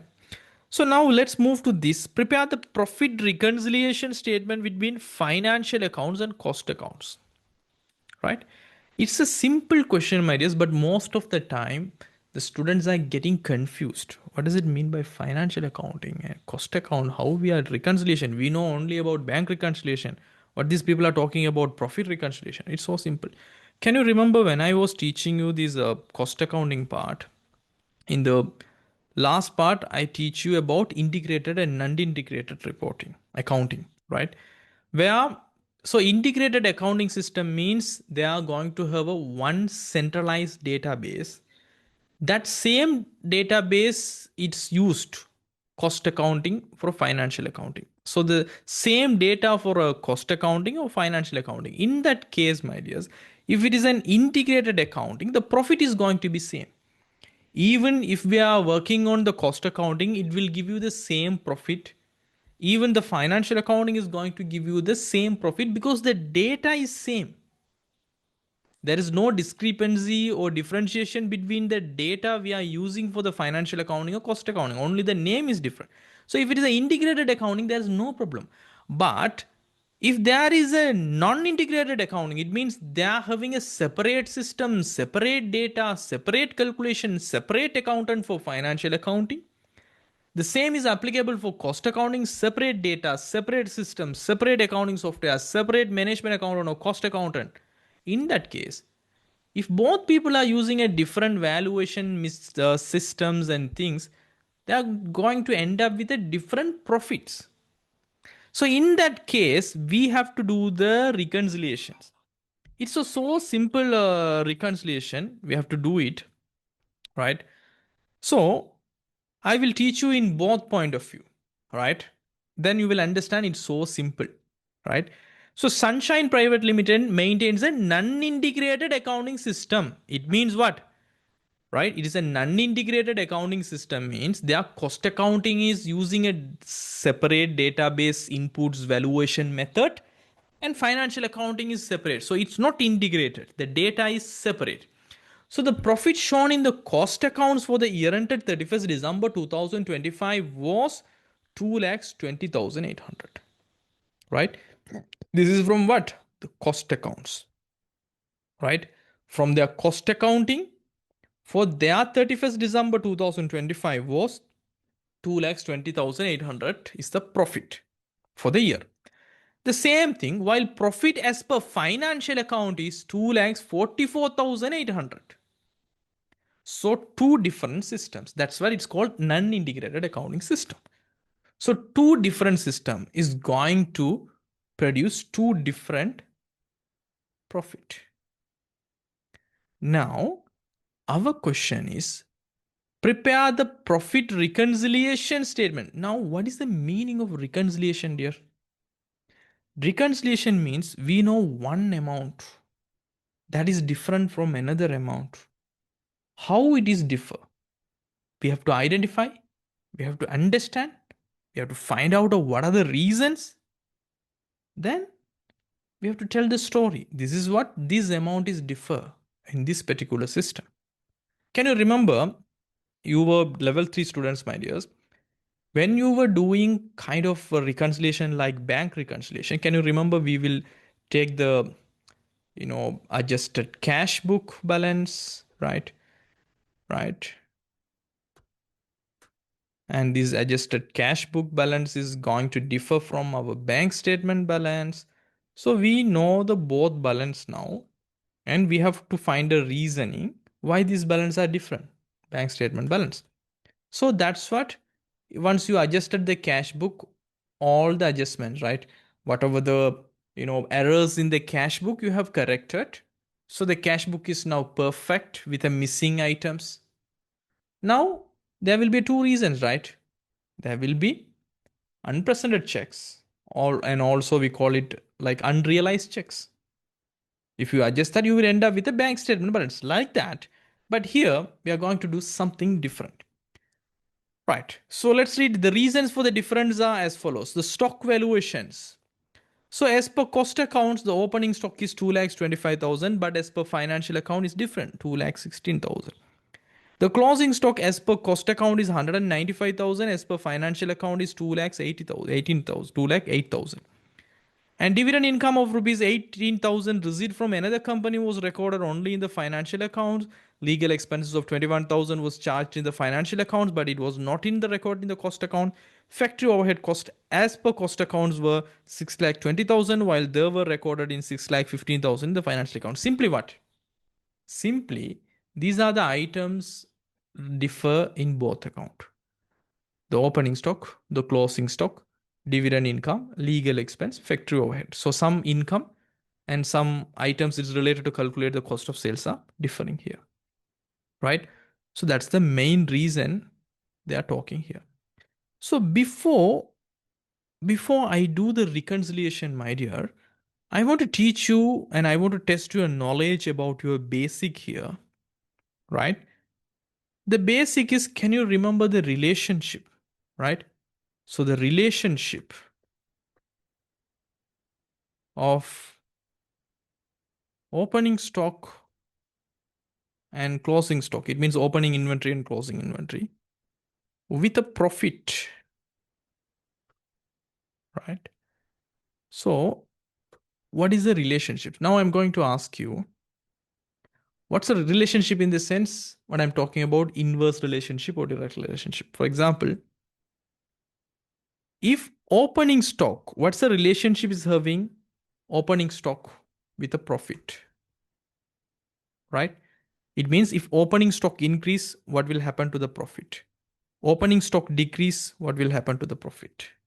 And again, I'm going to ask, with a closing stock, what's the relationship between closing stock and profit? It means if closing stock is increasing, what will happen to the profit? Closing stock is decreasing, what's gonna happen to the profit? Right? Can you remember and answer me? How many people remember?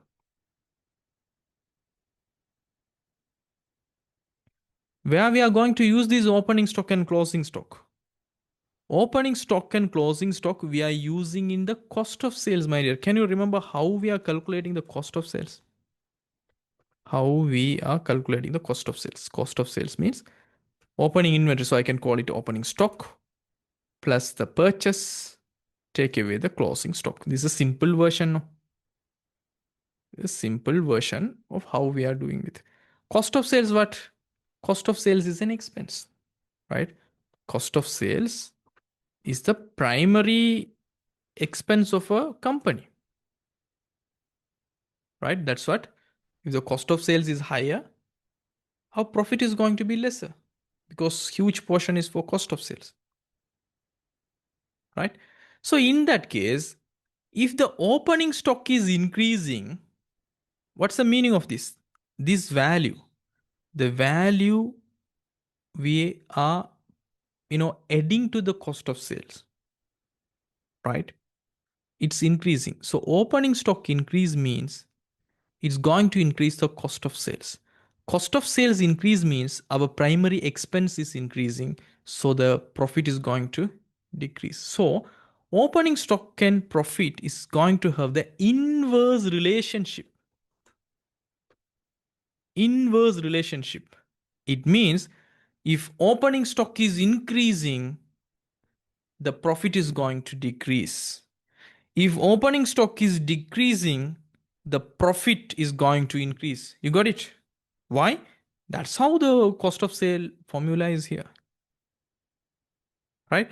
Let's think about the closing stock. Closing stock is the value we are removing in the cost of sales. When we are removing the closing stock, what it's doing? It's gonna reduce the cost of sales. It's if it is reducing the cost of sales means our main expense is reducing, then the profit automatically will increase.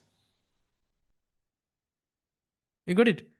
So if there is a closing stock means closing stock and the profit is going to have the relationship called Direct relationship.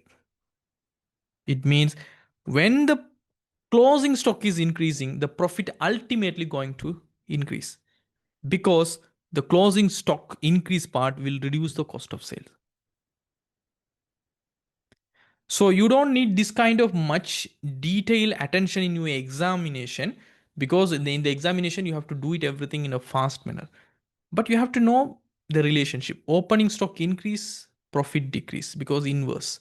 Closing stock increase, the profit also going to increase because it's a direct relationship because of the cost of sales formula how we are calculating. Is it understandable, Ilma? Ilma Farid Dilakshi, Imad Zahra, how it's working?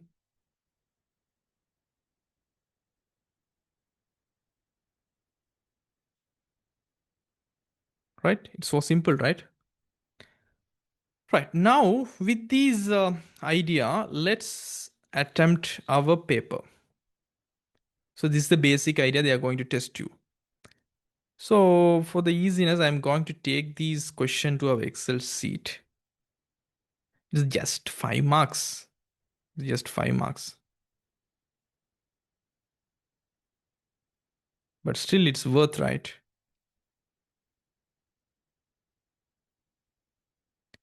Okay, here is the sun sign question. Right. So two ways we can deal with this question, my dears. First, you can take the cost account balance and you can reconcile that with the financial account balance. You will get the full marks, 5 marks. Otherwise, you can take the financial accounts balance and you can reconcile that with the cost account balance. Same method, it's working, but how you are going to think is matter, right? So now what I'm going to do is I will do it in the two parts, right? Two manner. So I'm going to prepare the profit reconciliation statement. That's a question for this part, right? So this is the question, right? Profit reconciliation statement. So I'm going to take the profit as per cost account, right? And after that, I'm going to reconcile this with the, finally I have to end up with the, what do you call the profit as per the financial account. The beauty is already we know the answers, right? So profit as per cost accounts is the profit shown in the cost accounts for the year ended 31st December 2025 was 220,800. So 220,800. Financial account is, so I have to end up with a reconciliation answer that should be 244,800. For that, what I'm going to add, right? What I'm going to add, what are the items I'm going to remove? That's matter.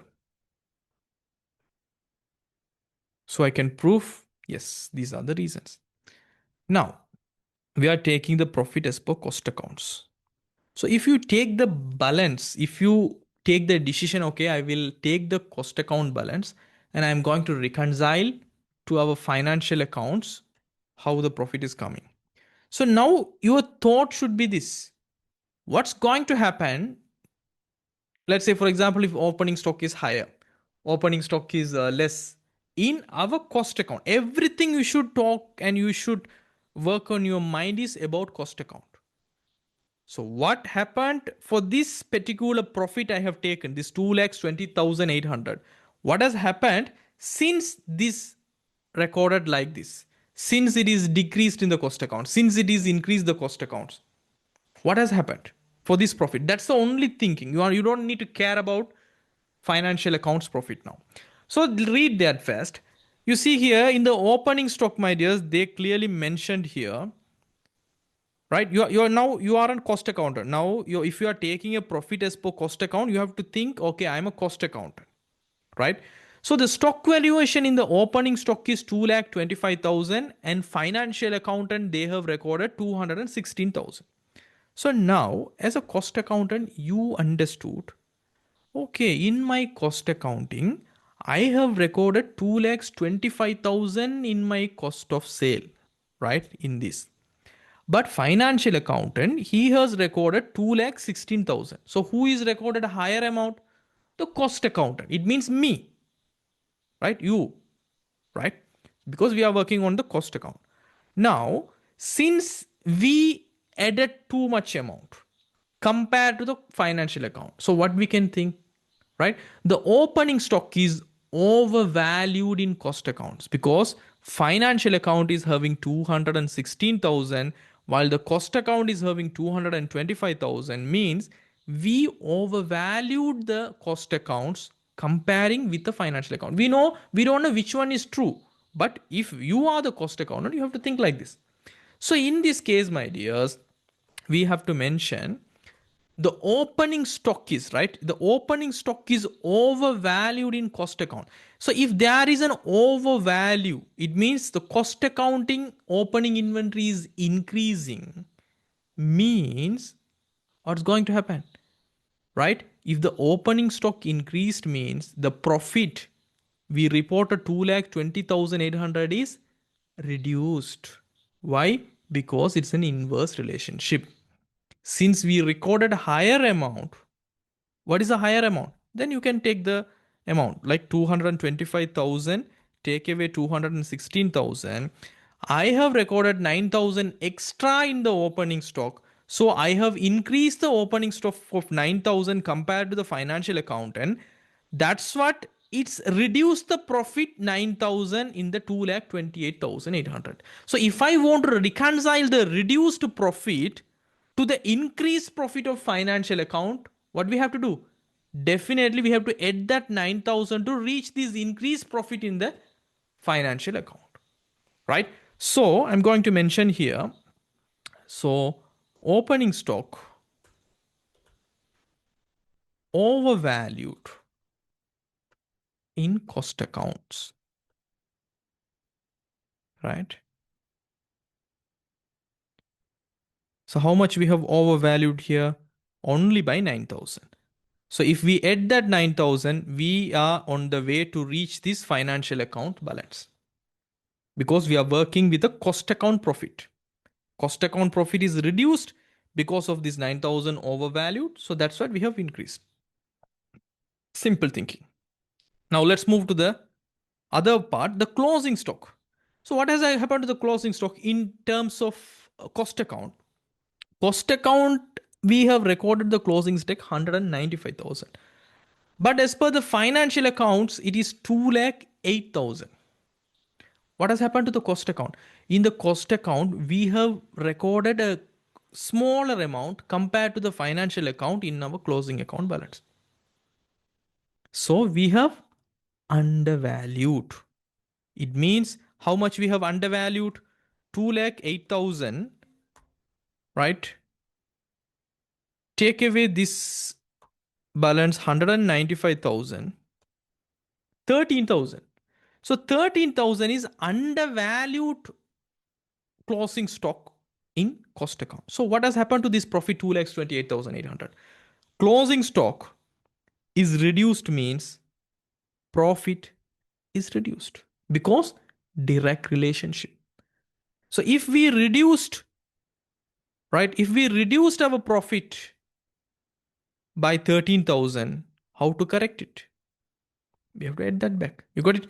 Because the closing stock is reduced by 13,000 in the cost account. So it means we have reduced our profit in the cost account. So this amount is a reduced amount because of this mistake. So we have to add that back to come to our financial account profit. So we have to mention what? Here we have to mention the closing stock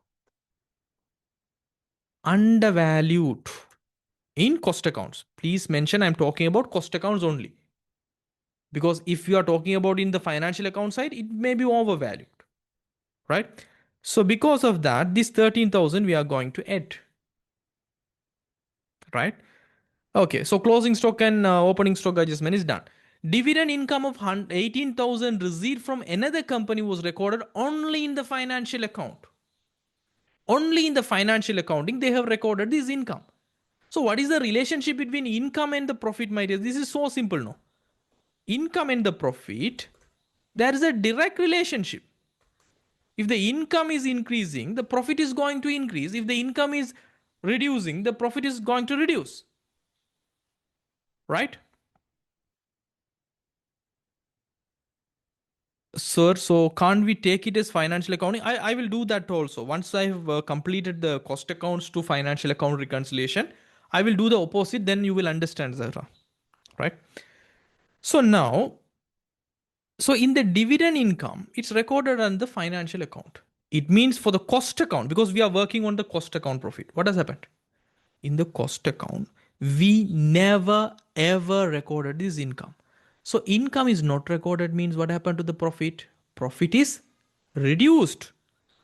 But financial accounting profit, it's increased because it's recorded there. So to reduce profit to increase profit, what do we have to do? We have to add that missed income in our cost accounting part.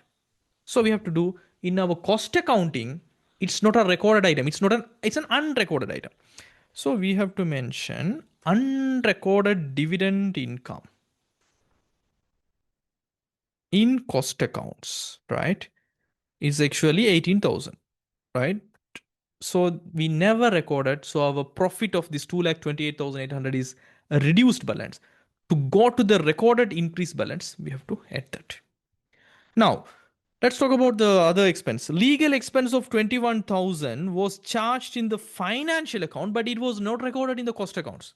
Again, you know the relationship between expenses to the profit, right? What will happen? What's the relationship? It's an inverse relationship, right? It's an inverse relationship.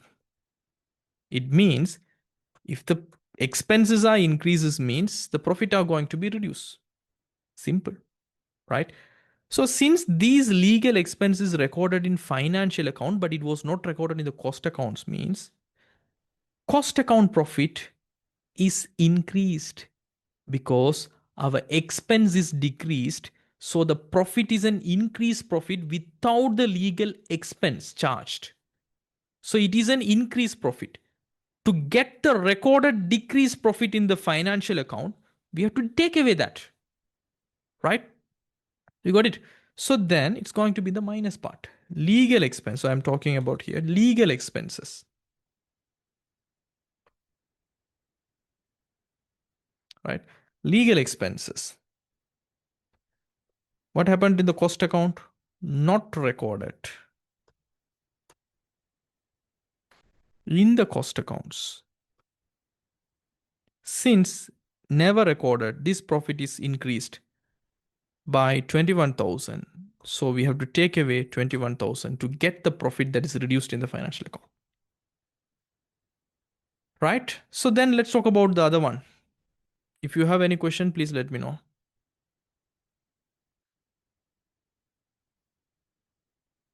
Zahra, if you have questions, please let me know very detailedly. Okay.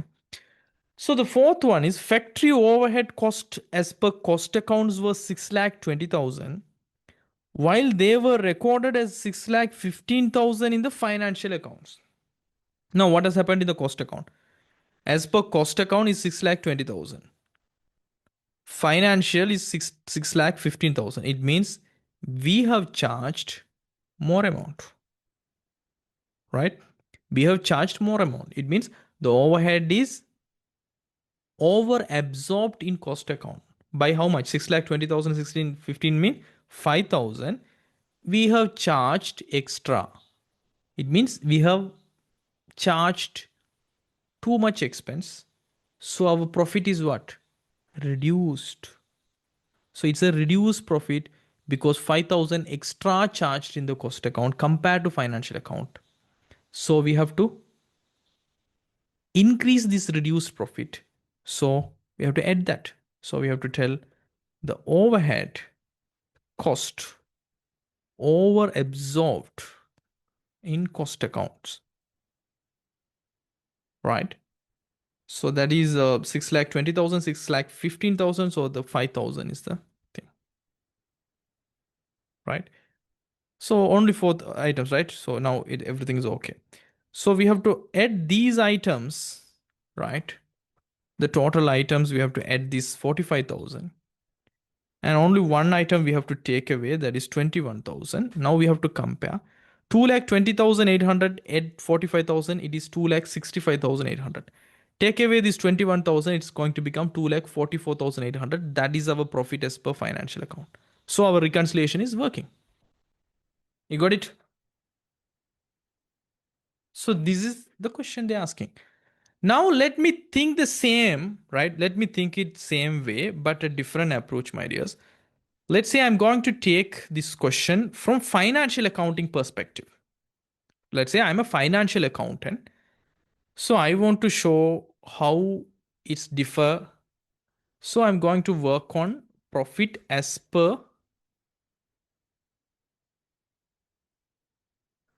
Zahra. If you didn't get the last two adjustments, it means what point you are stuck, right? Please explain that. Then only I can understand which actually you are not understanding. First, I have to understand what you are not understanding. Then only I can explain that point. No, please. Right. So if I'm going to work on profit as per financial account, right here. So here I'm going to take the financial accountant role. So the financial accounting, it's this one, right? 2,44,800.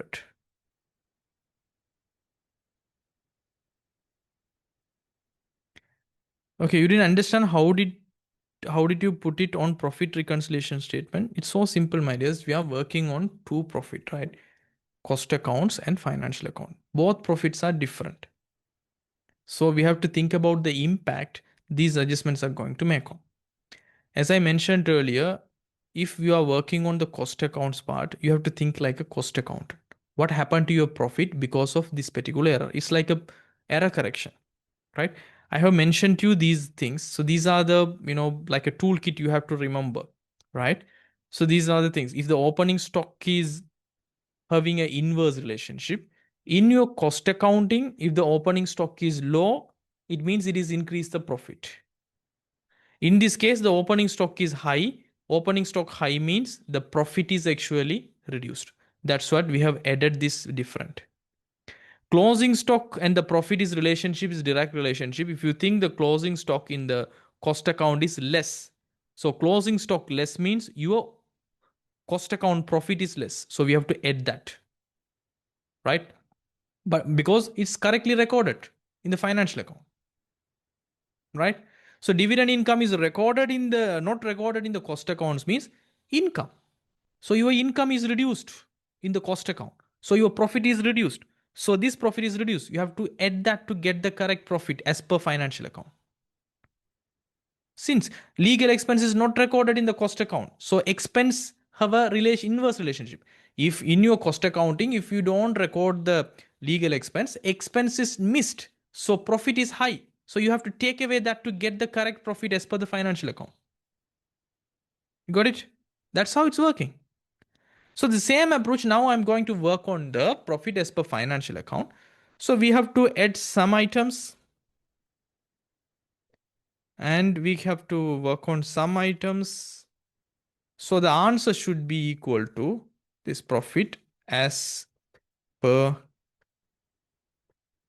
cost accounts. So we know that cost accounts also 2,20,800 is given in the question. Okay. Now let's forget about these things. Now thinking as a fresh question. Now, what has happened to the financial account profit? That's your thinking, right? Now think about the cost accountant recorded 2,25,000, but financial accountant me or you recorded 2,16,000. It means in financial accounting, the opening stock is undervalued or overvalued. It's an undervaluation, right? So undervaluation of opening stock means opening stock and profit having inverse relationship, right? So we have undervaluation of opening stock means it has increased the financial account profit. So if it is increased this profit, but we have to come for the profit that is lesser than the financial account. So we have to take away that amount. So now here, it's not an overvaluation. You have to mention this is actually an undervaluation of opening stock, but very clearly you have to mention in financial accounts in FA, right? Because it's same, right? If it is an, you see overvaluation in cost account opening inventory mean it's the opposite side, undervaluation opening stock in the financial account. Because of this undervaluation of opening stock, the profit is getting higher in our financial account. We have to reconcile that, so we have to take away, right? So the same balance, 2,16,000, take away 2,25,000, take away 2,16,000, the same amount 9,000. Now it's an undervaluation of opening stock. That's why the profit is higher compared to the cost account. So we are taking away. Think about the closing stock now in the financial accounting perspective. 208,000, but 195,000 in the cost account. Now it's overvalued in financial account. Overvalued means the closing stock amount is higher than the cost account. So what's the relationship between the closing stock and the profit? Direct relationship. So if it is a more amount we have recorded in the closing stock means more profit is going to show. So the profit is over generated, right? It's an increased profit. So we have to take away that amount to get the profit as per cost accounts. So I have to mention here, it is actually overvaluation of closing stock in financial accounting. But this is an undervaluation in the cost account by 13,000. You got it? So this 13,000 overvaluation, it means the closing stock is increased. So the profit is increased in the financial accounting. We have to reconcile that. So we are taking away to get the lower profit. Right? Now think about the dividend income of rupees 18,000 received from another company was recorded in the financial accounting. So we told this unrecorded dividend income in cost accounts, but it is a recorded income. Since this is recorded, the income is recorded, so the profit is higher.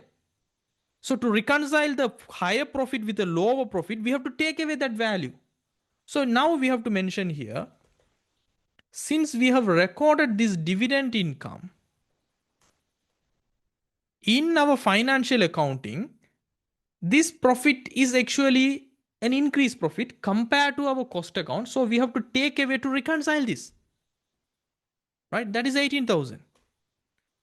Now think about the other one. Legal expense of 21,000 was charged in the financial account, but it was not recorded in the cost accounts. It means what has happened to the financial account? Recorded means we charged an expense, so expense increased means profit is lowered. So this is a lowered profit, so we have to reconcile with a higher profit, then we have to add that back, right? So this is legal expenses. Recorded, not recorded. No, not recorded in the cost account, but it's actually recorded in the financial accounts. See, so it is reduce the profits. We have to add that back to reconcile with the cost account profit. So that is 21,000, right? And think about the factory overhead. Factory overhead cost as per cost accounts was 6,20,000, but financial account 6,15,000. So it's an undervalued expense. It means we have recorded a lesser expense. So less expense means the profit is what? Right? Sorry. Factory overhead cost as per cost account is 6,20,000, while they were recorded in the 615,000 in the financial account. So the overhead is actually under absorbed, right? Under absorbed in the financial accounts. So we have recorded a lesser profit. So lesser profit means the profit in the financial account, right? Lesser expense means higher profit. So from higher profit to low profit, we have to take away that amount, right? So I am going to mention the factory overhead, right? Under absorbed because less amount we have charged as an expense. Under absorption in FA,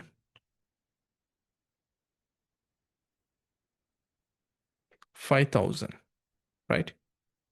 So this under absorption, less expense gave us the more profit. So we have to take away that to reconcile. Now you can think about this. So the 21,000 is the total addition, and the takeaway part is 45,000. 2,44,800, 21,000, 2,65,800. If you take away the 45,000, it will automatically become 2,20,800. That is profit as per accounts. So we have reconciled correctly. So either way you can think, right? Either way you can think. But I will recommend, please think in the cost accounts point of view. It's so easy because it's costing part. You have to think like a cost account. But both will give you the same answer. You got it? Zahra, are you okay now? So the ultimate knowledge is not about this cost accounting or financial accounting reconciliation. The ultimate testing is, do you have the enough knowledge about the relationship with the profit, the opening stock relationship with the profit, the closing stock relationship with the profit, the income and expenses relationship with the profit. If one increase, what will happen to the profit? Right? So that's the actual testing here. It's not about non-integrated accounting system. It's a basic thing. Any questions from Ilma, Dilakshi, Imad, Zahra?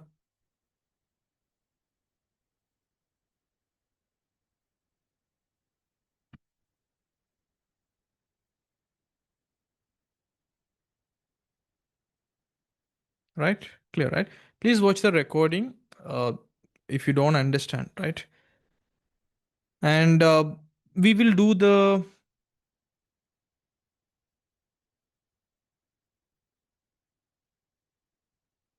overhead allocation and EOQ question in the next question. And if the time permits, I will start the company accounting also. Please try this question number 6.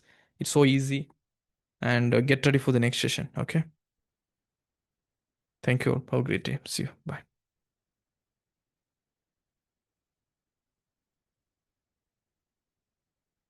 We are trying to do the question 6. Question 6 having A and B parts. The A part is prepare a statement showing how the overheads are allotted and apportioned to each production departments. This is simply about overhead allocation question. Just for 7 marks, my dears, can you remember when we were teaching you about the theories area in the cost accounting, right? I think in the overhead and absorption items, I said there are 5 steps process for overhead absorption. First, overhead allocation. First, we have to allocate for the non-cost. That is directly we know this is the amount that is related to that particular department. Allocation. Then we have to apportion in a fairly basis. So allocation is means allotted, right?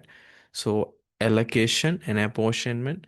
And if we have any service department that's doing service for the production department, we have to reapportion, and we can find out the overhead absorption rate for each department. And after that, we can calculate the unit cost. So based on that only, this question is coming. This is so simple question, but definitely you can earn and do it quickly with the templatized version. So I will take this question to our Excel sheet so you can see it clearly here. Right.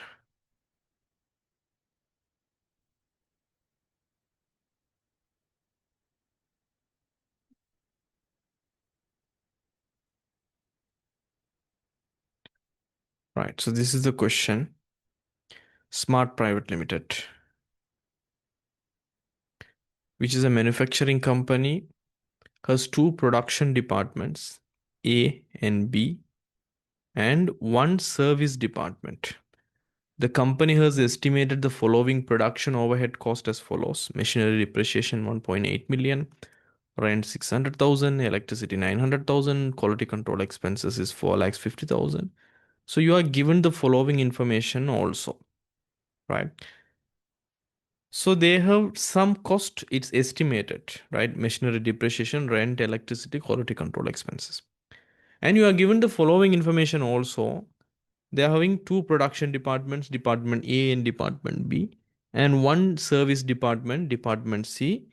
And indirect material, it's in rupees 1,000. So it's a rupees value. Directly, they have apportioned already 360,000, 270,000, 180,000. The total is 8,10,000. So this is directly already allotted. It means the allocation is done already. They know for each department A, B, and C how much the indirect material we spent. And other than that, the value of the machinery, the floor area in square feet, the usage of electricity, number of quality inspections, these are actually the information that we have to use to allocate these estimated costs. And the apportionment cost for department C is for reapportionment. Once we calculated all the production department cost, we have to reallocate the service department cost because 65 percentage production, the 65 percentage of the service is taken by department A, 35 percentage by department B. So question is simply prepare a statement showing how the overheads are allotted and apportioned to each production department, right? This is so simple question. With this template, you can do any questions like this. So we can do it quickly. So what I want is first we have to make the template. Well, first thing is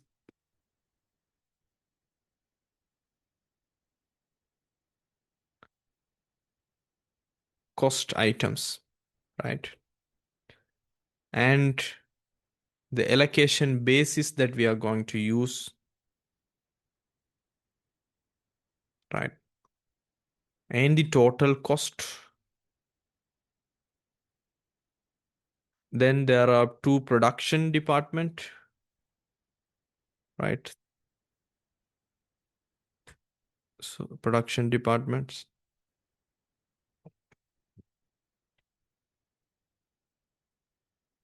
So department A and B. So we can mention here department A, department B. Also one service department. That's called department C. Right.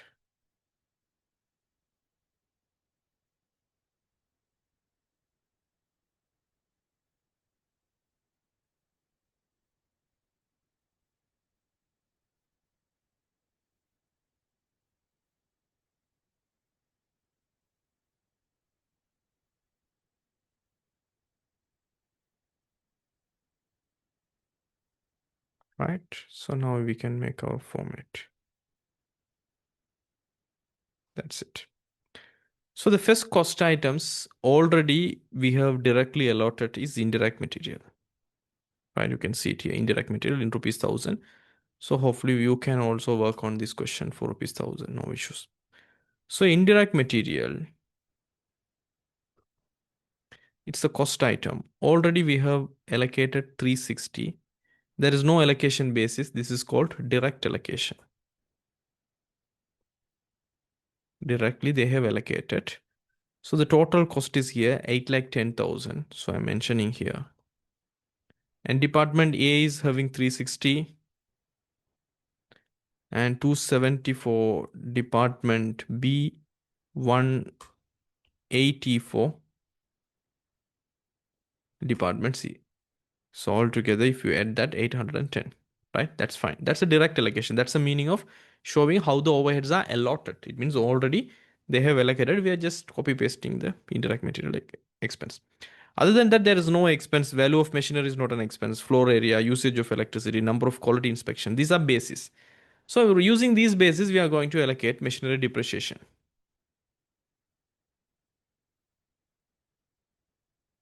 So machinery depreciation cost.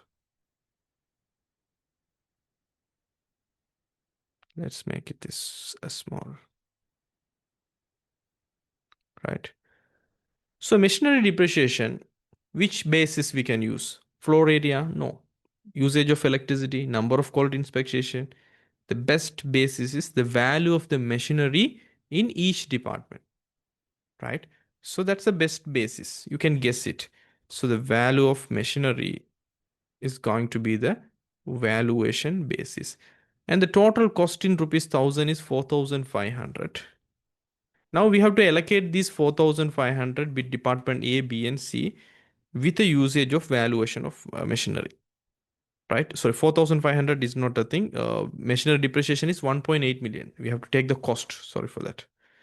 So the cost is 1.8 million. We have to allocate this 1.8 million machinery depreciation to department A, B, and C with the value of machinery. You can see the total value of the machinery is 4.5 million. So what we are going to do is, if 1.8 million cost is representing 4.5 million worth of assets, so 1.8 million is the cost, divide the total value of the machinery, so you will get the rupee value per value of the machinery in each department. So in production department A is having 1500. So what we are going to do, take this 1.8 million 1800, divide by the total value of the machinery. So it will give you the machinery depreciation per rupees of the value of the machinery. And we are having 1500, 1.5 million worth of machinery. So we can allocate 600 for department A. Same thing, take the 1800, 1.8 million, divide by 1500. The department B is having 2500, so time multiply by that. Again, the service department. Take this 1800, divide by 4500, and the service department C is having 500 worth of machine. Then it's 200. Now, if you add 600,200, it's having the total 1800. So, this is the basis we have allocated. Since you are going to use the calculator in the examination, it is so easy, right? You don't need to write any workings or things. Don't waste the time. It's just for 7 marks. And let's allocate the rent expense. That's the other one. Rent expense is 600,000. So the total is 600,000. Rent we are paying actually for the square feet, right? So the best basis is floor area in square feet. So we can use the floor area, right? That in square feet to allocate the cost. So the total cost is 600,000 and the total floor area is actually 1200 square feet. So what I'm going to do, I'm going to take this 600,000 and I'm going to divide by 1200. So it will give us per square feet how much the rent we are paying. And the department A is using the floor area of 500 square feet. So it will be 250. Like that for the B, it's using the 300. So multiplied by 300 here. And the department C is using the floor area of 400. So I'm going to multiply it 400. So 250, 150, 200 is going to give us 600. The total. Simply we have allocated. And the other expense is electricity. Right. For electricity, it's 900,000. The total cost is 900,000. And the usage of electricity is good in kilowatts. So every department, how many kilowatts they have consumed. So they have separate meters. So we are going to use the basis as usage of electricity, right? That's in kilowatts, right? We can increase it a little bit.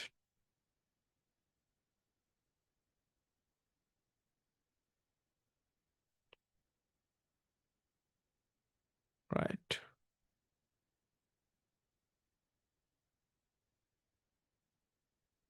Right. So usage of electricity, the electricity cost is 900,000. The total kilowatts used by 3 department is 900. So 900 divided by 900. So 1 rupee of electricity is actually for 1 kilowatt. So 400 kilowatt used by department A. So I'm multiplying by 400. Then again 300 used by department B. So then 300. And 200 used by Department C, then 200. So based on that, 400, 300, 200. So 900, we have allocated the electricity expense. And quality control expenses. So that's another item. Quality control expenses. If you see the quality control expenses, the total is 450. So number of quality inspection is the best basis. So number of quality inspections we did in the each departments. So this is a 4,50,000 and we have done in 3 departments 45. So 450 divided by the total 45, it will give you per rupee quality control expense per inspection, right? So multiply by 20 will give you 20 inspections cost.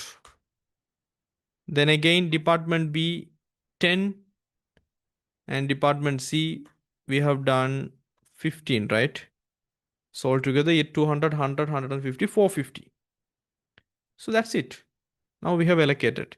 And apportionment cost of the department C, this is a reapportionment. So what we have to do now, let's add all the cost. The total cost is 4,560. And how much we have allocated to this one, 1,810 for department A, 1,820 for department B, and service department 930. As I mentioned earlier, my dears, these service departments are actually working for these two production departments. So we can't keep the service department cost for them since this is working for the two production department. So we have to reallocate this 930 in a proper basis to department A and department B. That's called reapportionment, right? It's called reapportionment of production department, reapportionment of production departments.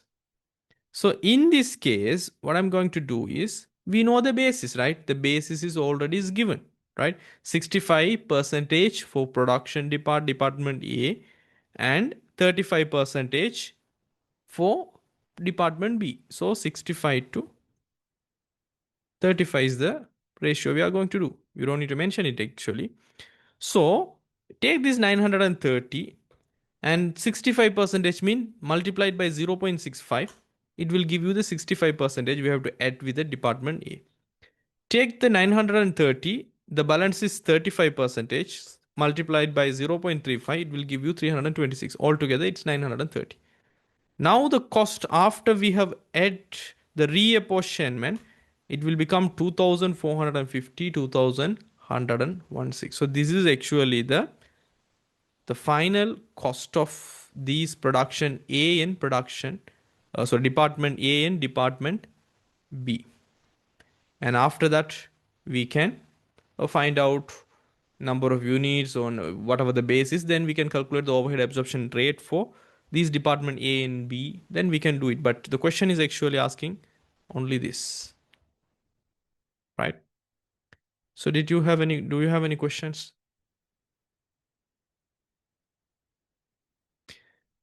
Okay, Zahra is saying I didn't understand the last part. Last parts mean the reapportionment portion, right? Usually, my dear, when I'm talking about you the reapportionment, let me take you to the, this area, the key points, right? I have, right, overhead reapportionment. This is our third step, right? So overhead reapportion means I said to you, service cost center cost may be apportioned to production cost centers by using the reciprocal method. Because I said the production cost are like, sewing department, packing department, weaving department, but service cost centers are the centers that is provide support to the production department. So end of the day, the cost is actually incurred for the production departments. That's what we are reapportioning. Reapportioning means we are taking this 930,000 and we are allocating in a basis to department A and B. You see in the question they mentioned 65 percentage for department A and 35 percentage for the department B. That is apportionment of cost but for the department C. It means you have to take this 930 and you have to reallocate. So it's going to have zero cost service department. You got it? Okay. Please watch the theory sessions so you will get more understanding. So this is how they will ask you the question. So simple question, right? 7 marks. And let's move to the calculate the economic order quantity of material C005. The following information was extracted from the books of Ceylon Clothing Private Limited relating to material 00C005, and they are specifically asking calculate the economic order quantity,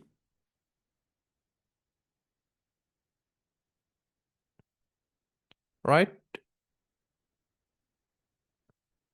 So Zahra is asking how did you get 2450? 1810 at 605, it will become 2415. That's it. Right, calculate the economic order quantity. So economic order quantity EOQ is actually just a formula, right? We have studied the formula, the EOQ formula. Can you remember the EOQ formula? 2DCO divided by CH, right? We have studied this under the costing method, right? Where actually for the material costing, right? In the raw material cost, EOQ, right? Economic order quantity. This is a formula. 2DCO divided by CH. 2 is the fixed number. Cost per order. Annual demand divided by annual holding cost per unit will give you the EOQ. It's the perfect quantity or amount to order each time that minimizes your total cost. So if you order this much of quantity, your total cost, it means your holding cost is going to be minimum.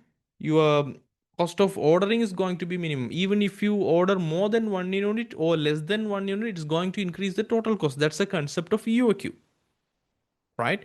So I told you no. So just apply the formula. It will give you the answer. That's it, right? So this is the formula no. So they have given annual demand, ordering cost per order, and annual holding cost per unit is 10% of the purchasing price per unit. So if you apply, you know, so two annual demand is going to be 100,000 to demand, 2 into demand. Cost per order is ordering cost is 34,560 per order. 34,560 per order, and we have to divide it by annual holding cost per unit is 10% of the purchase price, means 120, 10% means 12 rupees, right? But make sure we have to put the square root. We have to put the square root for all the things. So I can easily calculate here, but you can use the calculator. So I can do it here like this: square root 2 into 100,000 into 34,560. So these all I have to divide by 12. It's going to give us, no, it's not correct one.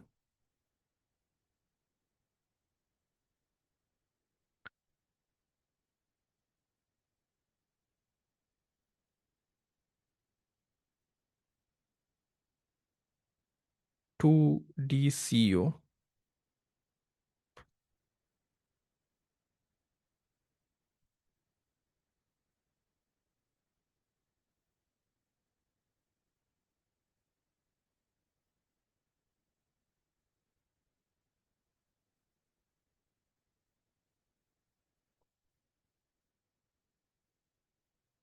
Right, 24,000 units, right? You can simply use your calculator, put a square root, and after that type with the fraction, right? You can get 24,000 units. So 24,000 units is the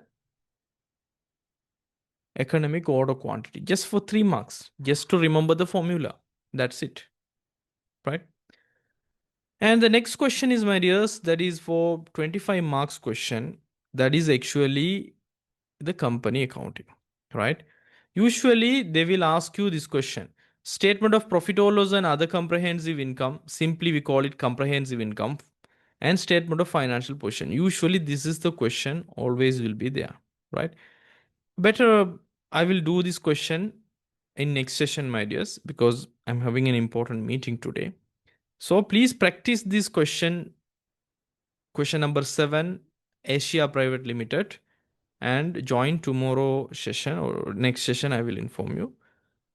So please practice and come, then only you can clear the doubt. So I will give you the format and how to crack the company accounting very easily. Easily you can gain 25 marks. There's no doubt, right? Just follow my method. That's it. So let's see all of you in the next session. So see all of you. Bye.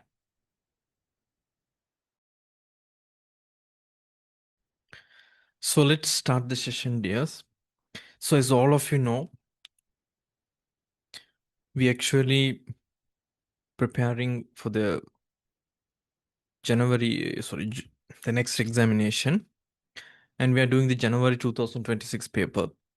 Since we have done all the questions in the section A, and section B questions also we have already done, and this Hamilton PLC questions we have done for the membership subscription account, income and expenditure, right?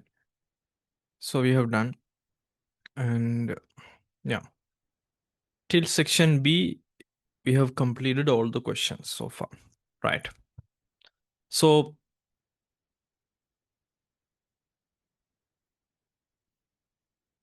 we have to practice only the company accounting question. Am I correct?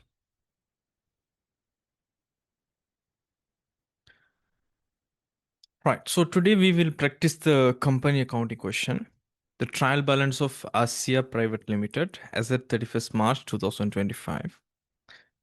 Usually, my dears, in company accounting, I have discussed theoretical parts. It's not much important, the theoretical parts, but the very important one is how we are handling our company accounting template version. Like how we are pre-prepared, how to tackle these questions, kind of adjustment. So it will give you more marks. So usually you will have trial balances like this with simple items like, stated capital.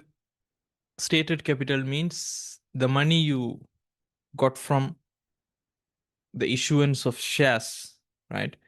So normally for your level, you will have only private limited companies questions.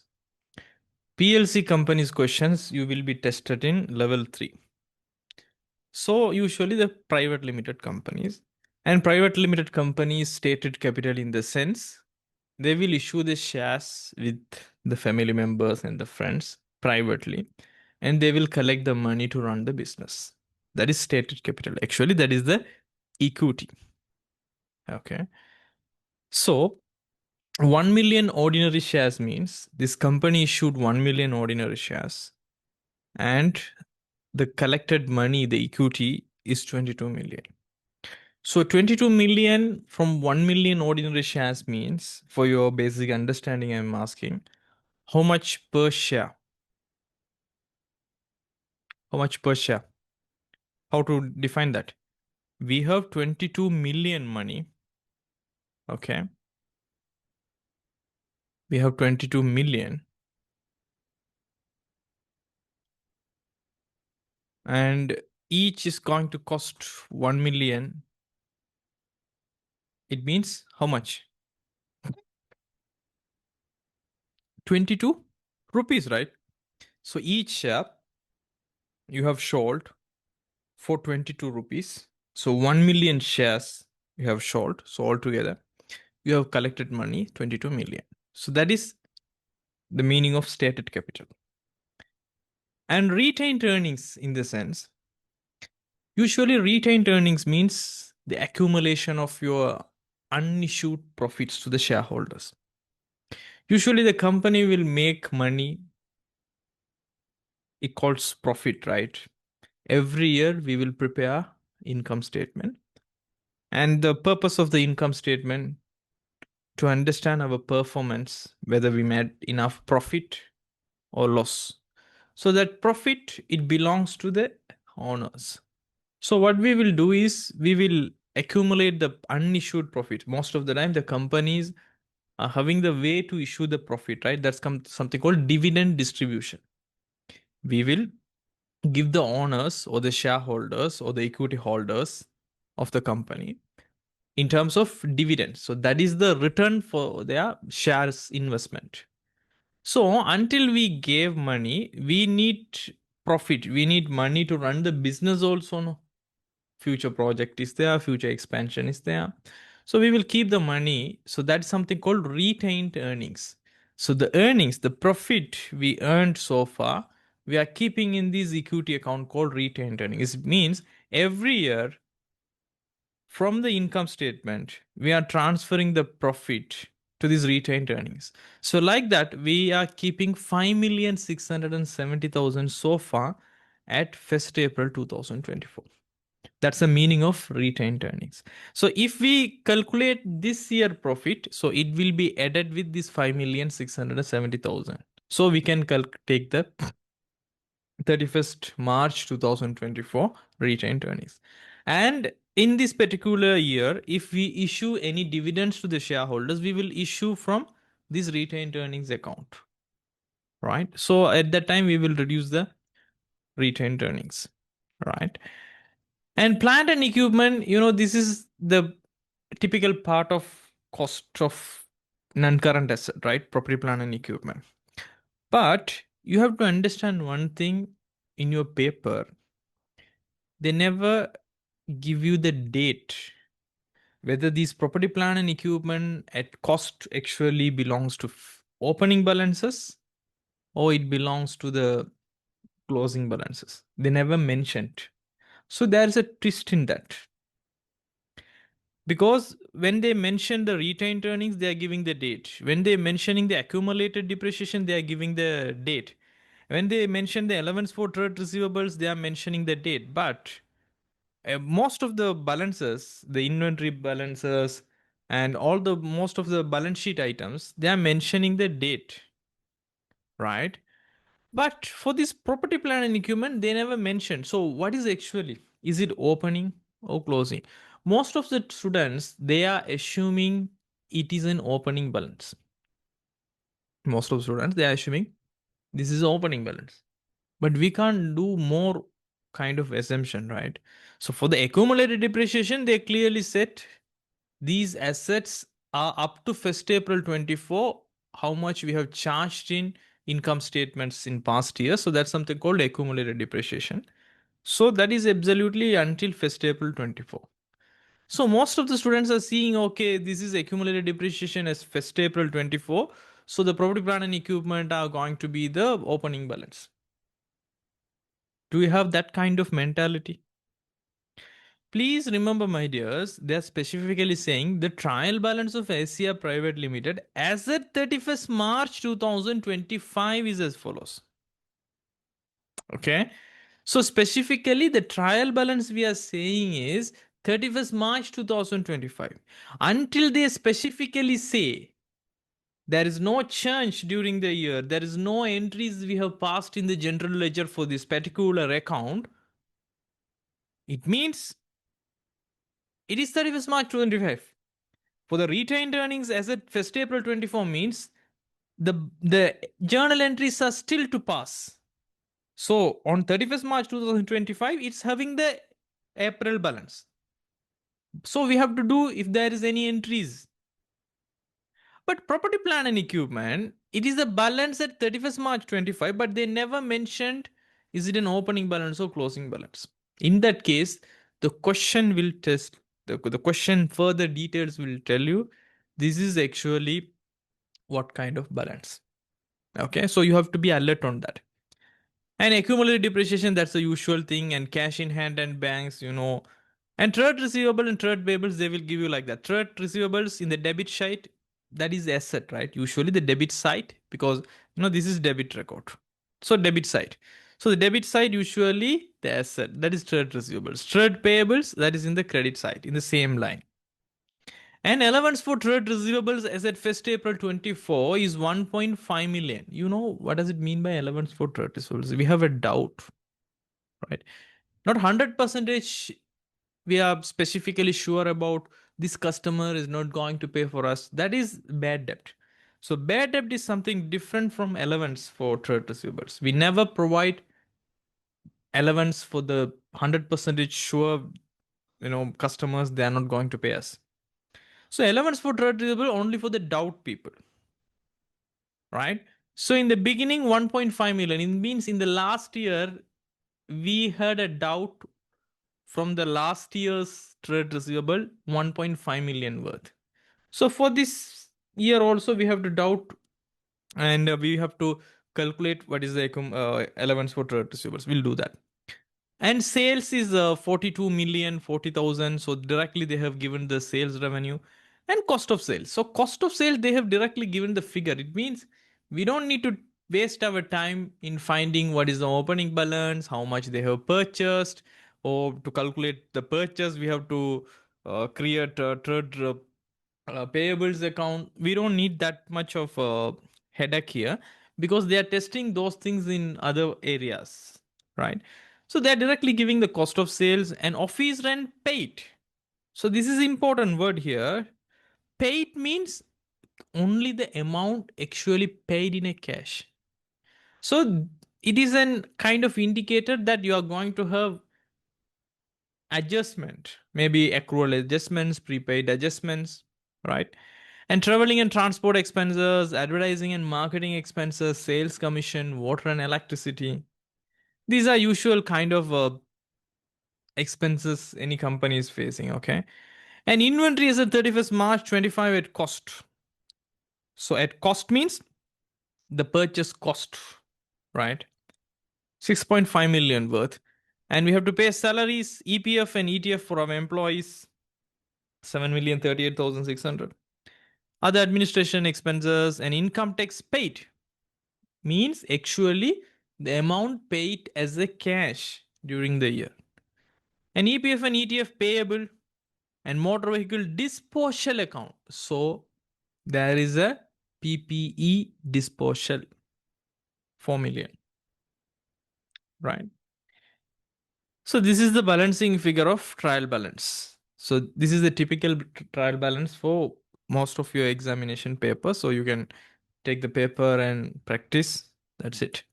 So now we have 8 adjustments, my dear. So after 8 adjustments, the question is prepare the following of Asia Private Limited for the use of management. The first one is statement of profit or loss and other comprehensive income, right? So this is the usual important word, that is statement of profit or loss and other comprehensive income. This is P&L OCI. OCI means other comprehensive income. Most of the time for your level 2 subject, they are never going to test any item that will come for the OCI section, other comprehensive income. It is actually you will study in your future studies in level 3 for consolidation statements. So other comprehensive income, it's just income statement, usual income statement you have to prepare. So it's just a name. And statement of financial position as at 31st March 2025. So this is going to be the basic questions every time you are going to have. And the total marks is 25 marks. So 25 marks in the sense 25 into 1.8 minutes per mark. So you can spend 45 minutes generously. But 45 minutes, it's too much of time for this kind of questions. So better you have to finish within 40 minutes, right? And also strategically you have to complete the template and everything. So I will give you easy methodology how to work with these company accounting questions, right? So let me share the Excel screen to you guys.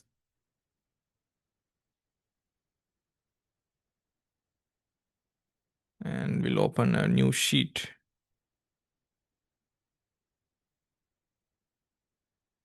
So this is 2026 January AFC paper. All of you can see my screen, right?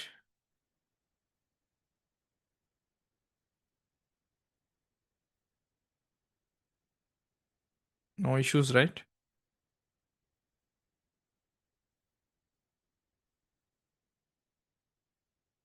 Right. So what you have to do is in your answer booklet, right? The first page. I will recommend, my dears, please start this company accounting in a page where you can see the left side paper and the right side paper, right? So don't start from like in the beginning. So you can, you know, unfold your booklet and you can see the right side and the left side A4 papers. So in that case, first I will recommend you in the left side of your paper, please prepare your income statement fully, and the right side of the paper your balance sheet fully, and the other sides you can have your notes or workings and property plan and equipment notes, everything. Okay. So let's assume that, and I'm gonna prepare your first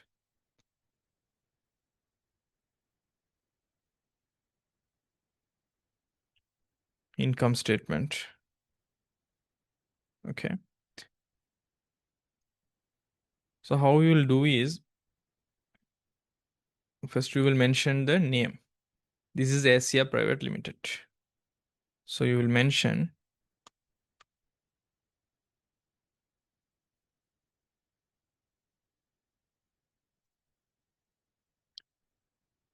Asia Private Limited statement of profit or loss and other comprehensive income. And in the third line, for the year ended 31st March 2025 for this question, I think, and write in this format. Okay. So this is going to be your ultimate question answer template. And usually we will have sales. From the sales, we will remove the cost of the sales and it will give you the gross profit. Okay. And after that, you will record other income.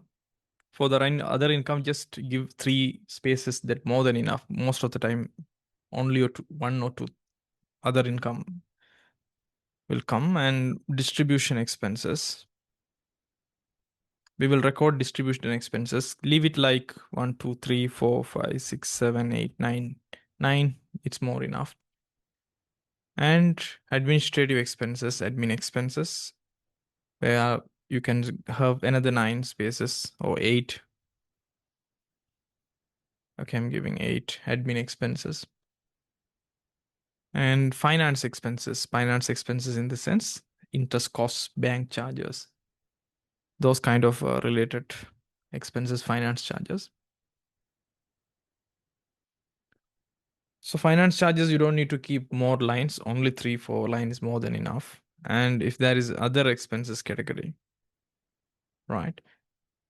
And after other expenses, 3, 2 lines, we will get the figure profit before tax. We call it PVT in your future studies. From that profit before tax, we will remove the income tax for the year. Okay. Income tax for the year. Okay. I'll keep it simply income tax. And profit after tax, or we call it as profit. So profit for the year, the profit after tax, both are same items. So the profit for the year. So this is going to be your template for the income statement. It means for the comprehensive income. Anyone having any questions? So this is how you have to templatize it. Okay, no? Right. Then after that, in the right hand side of your paper, you have to make your balance sheet, right? So it's easy to mark the relevant items. Since it's a private limited company, usually, in your level 1, you prepare your balance sheet as a 3 column statements.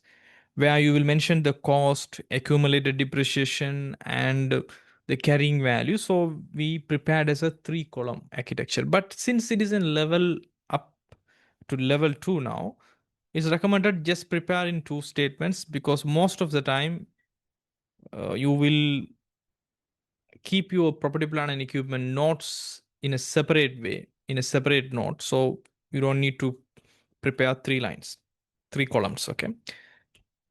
So then the same name,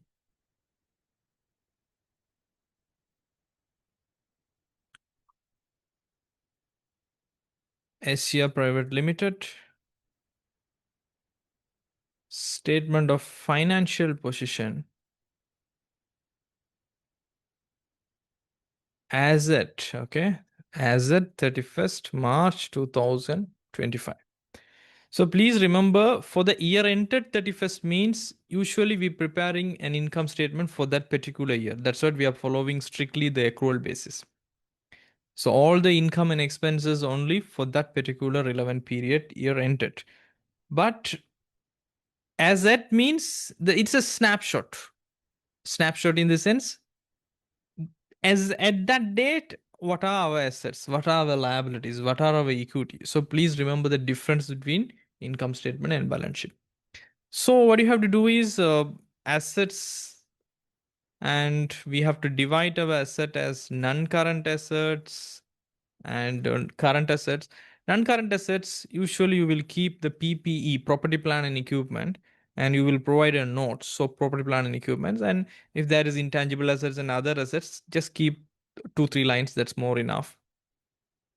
And current assets, once you provide the name current assets, please mention inventory and trade receivables. This is usual items. Most of your questions, in every question, and inventory and trade receivables are the basic element, right? Every company is going to have current assets. And after that, cash and cash equivalents and other kind of assets, you can keep another 5 or 6 lines. That's more enough. Then you will have total assets. So the total assets should become in the mid of your paper most of the time. And after that, your equity section will start.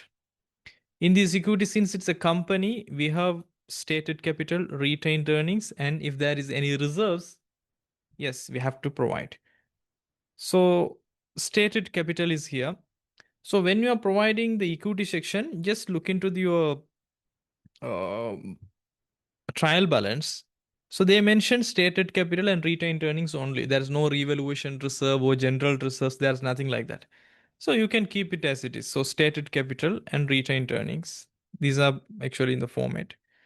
But if there is any reserves, we can record it here. So we can keep for our safe side just 2-3 lines. That's enough, right? So once we finish the equity section, then non-current liabilities.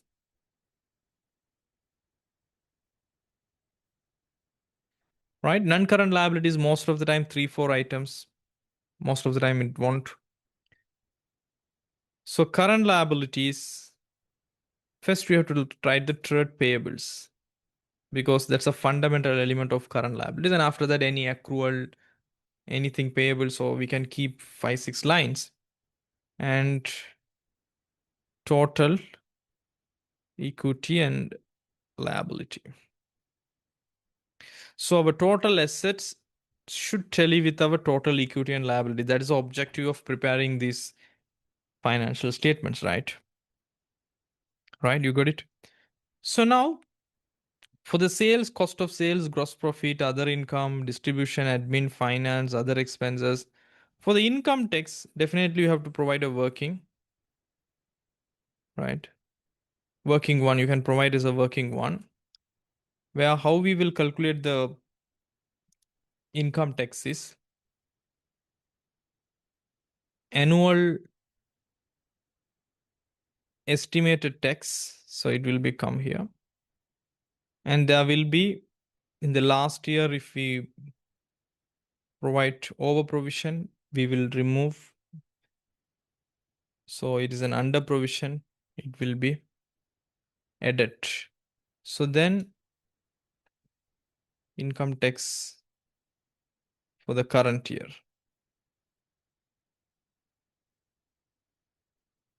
Okay. So some questions, they will have the opening provision and closing provision. Some questions they want. So according to that, we will adjust it. Okay. And PPE, definitely we have to give another working. Okay. So for the property, plant and equipment, we will prepare working 2, PPE, right? So then we will move forward to the questions. So this is the basic thing you have to do. This is the basic thing you have to do, my dear. Right? Then everything will follow. So when you got your paper, before start the company accounting, do this template, right? Then start reading the question. When you read the question, don't start from your trial balance. Just look into the trial balance and what are the items available and just have a scan. That scan will provide you, okay, so the equity section is going to be with stated capital and retained earnings. They are going to have motor vehicles and office equipments only in their property, plant and equipment. Sometimes if they purchase land or any other items only, it will be new and accumulated depreciation, and they have cash almost 10 million and trade receivable payables, and they are following allowance for trade receivables. That's why the balance is there. Sales and cost of sales is officially given. Office rent paid amount, so we can expect rent payable or prepaid expenses and travel, advertisement, sales commission, water, and inventory it at cost, so we can expect usual NRV adjustment, net reliable value adjustment. Salaries, EPF, bank charge, income tax paid is there, so we have to calculate the actual liability for this period. Motor vehicle disposal account is there, so we have to calculate the profit or loss on disposal, the correct amount. So these are like a kind of scanning you can do with 2-3 minutes. Now the following additional information is also provided, so this is where you have to start. So first you have to adjust all your adjustments, and after that just copy and paste from trial balance. Okay. So the first one is net realizable value of the inventory as at 31st March 2025 was 5,950,000. What does it mean? Can you remember, my dears, when I was teaching you the LKAS 2 inventories, what we have studied is the cost and the NRV, net realizable value, mean from the market fair value how much you can sell this particular total inventories. From that, if there is any selling cost, if you remove, how much is actually the realizable amount. So your cost and NRV, your cost is higher than the NRV. In that case, whichever is giving the lower value, we have to consider that is our closing inventory. And if the cost that incurred for us is higher, but in the market we can sell it for less amount, so the difference is going to be the write off. It is an inventory written off. You got it? So it's an extra charge. That charge should be added to the cost of sales. But in your A level accounting, my dears, you might study it. We will keep that inventory written off expense as an other expenses.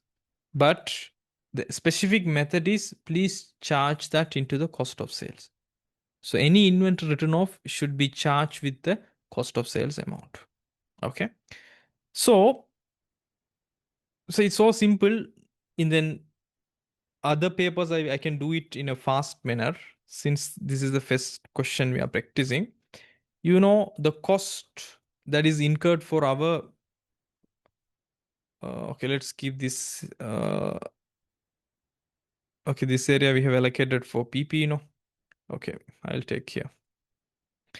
The cost that is incurred for you, you can collect it from the trial balance, the inventory as at 31st March 2025 at cost is 6.5 million. But in market, the NRV you can sell after the selling cost is only 5,950,000. Okay. So whichever is lower, we have to pick as a inventory to show. So the lower one, 5,950,000, that we can only realize from the market. So we have to show this amount to our decision makers. So the inventory, it will become 5,950,000. But actual the cost is 6.5 million. So the inventory written off, because it lost the value that we can't recover in the market, that is 6.5 million, take away 5,950,000, 550,000. So it should be added with the cost. It's actually additional cost. So that additional cost should be added to the cost of sales. So since already the cost of sales is calculated and given, let's find out the cost of sales. Okay, here is the cost of sales tier. 16,770,000. So from this cost of sales, we have to take away this 5,950,000. Sorry, we have to charge. It's an additional cost, no? So our cost of sale become now 16,770 triple and 5. So it's 550,000 only. It is 550,000.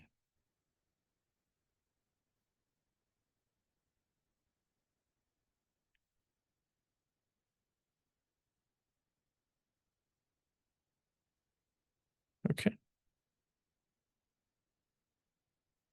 Is it all right what we have done?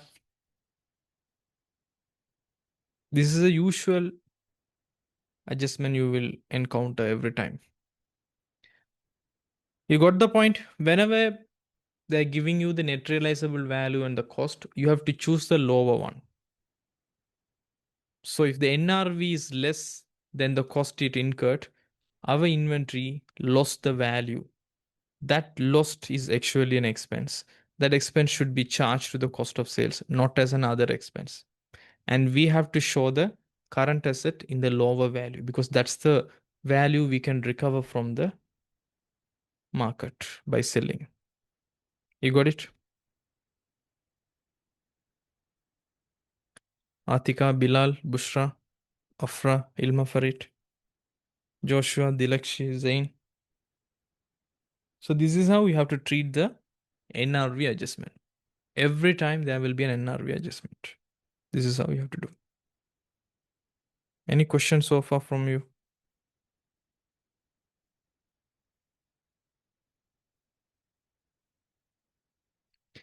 Please let me know if you have any questions. Okay. Now, let's move.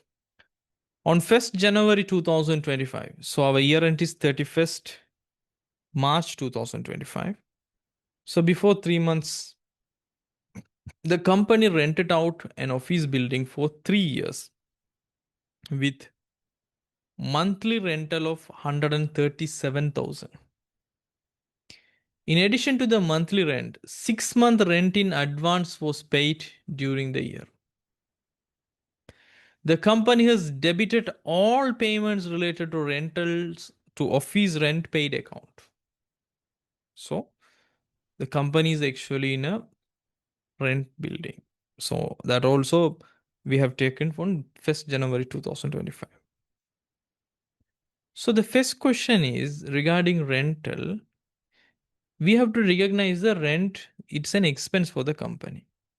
But the rent expense actually deserve how much we have, how much, how many months we have stayed actually, right? If it is 1st January 25 means January, February, March. So in our year, in our accounting period, we have 3 months, right? So the annual rent expense, rent is actually for the administrative purpose. We are taking the building to run the company. So it's definitely an administrative expense. So The rent, whether we pay as a cash or not, we have to recognize that as an expense. That is an accrual concept, no? Whether we pay or not, for this accounting period, you have passed 3 months period.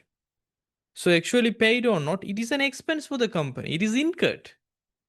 Payment is optional. So we know the monthly rent is 137,000. No? So rupees 137,000 is 1 month, and 3 months is the period in our accounting year. So 137,000 multiplied by 3, 4 lakhs 11,000 is going to be the rent expense. We never care about whether we paid or not. That is the rent expense. But actually, the rent we paid all debited to the rentals to office rent paid account. It means, you see here, we can take the rent paid account where it is office rent paid here. Okay. So in the office rent paid, 1,233,000 is available here. So we have paid more amount than for this. So the amount we actually paid more, it's an asset for us because it's a prepaid expense. The expense is specifically rent. Any prepaid expense, before we incur any expenses, if we paid any amount, it is an asset. It is a prepayment of expenses. It's not a liability because we paid more amount than we deserve. So it's going to create a current asset that's called prepaid rent. The prepaid rent is simply you paid 1,233,000 total, but actually for this year it is only 3 months and 3 months passed, so we considered as an expense. So we are going to remove this 4,11,000. So the prepaid rent is 1,233,000, take away 4,11,000. Actually we overpaid 8,22,000. That's a prepayment. It is for the next accounting period. You got it? So you can even, check their wording. The total payment is 1,233,000, right? Every month, the rent is actually 1,37,000 here. So if you divide this 1,37,000, okay. So 1,233,000 divided by 1,37,000, 9 month. Okay. So 9 months payment totally we have paid. 3 months is already recognized. The 6 month payment is in the balance sheet as we parked as prepaid rent. That's all. Either way, the numbers are correct. Right? So that's all about the rent adjustment. And the third one is the electricity bill pay for the month of March 2025 was 27,500. And it has not been accounted it. It means what? For the March month, we got the electricity bill, but we never paid. It means we never accounted. So far, the electricity bill paid should be recorded every month, right? So you can see they considered as water and electricity here. Water and electricity, they have recognized so far 3,38,000, but they never accounted for the last month, March bill, March 2025 bill. Even whether we paid or not, we don't care about it. It's an expense for the company since it is incurred as per accrual concept. And it will create a current liability because we have to pay within the short period of time, within next 3 months, next 1 month, right? So that's it. So what do we have to do? Let's go and take this water and electricity. And water and electricity, what kind of expense? It is distribution, admin, or other expense. This is an administrative expenses. Why we are using the electricity? Why we are using the water in the office? It's a buying and selling company, not a manufacturing company. So simply admin purpose. So water and electricity, already we charged this 3,38,000, right? That is until we don't know about the water bills. The March month included, we can assume. They never talk about that. But they talk about only about the electricity bill payable. So that's the only payable we can assume. 27,500. So this 27,500 should be added to the water and electricity. So it will become 3,38,000 plus 27,500. So 3,65,000. But this 27,500 is actually a payable, my dear. We have to pay. So it will create as a current liability. So we can park that in the current liability section. So electricity payable 27,500 is a liability. That's it. Right? Let's move to the four. Plant and equipment are to be depreciated as the straight line method. You know straight line method. Straight line method means from the cost, take away the residual value if they're given and divide by the useful lifetime of the asset. Essentially, depreciable amount divided by the useful life of the asset. Depreciable amount means cost take away accumulated depreciation.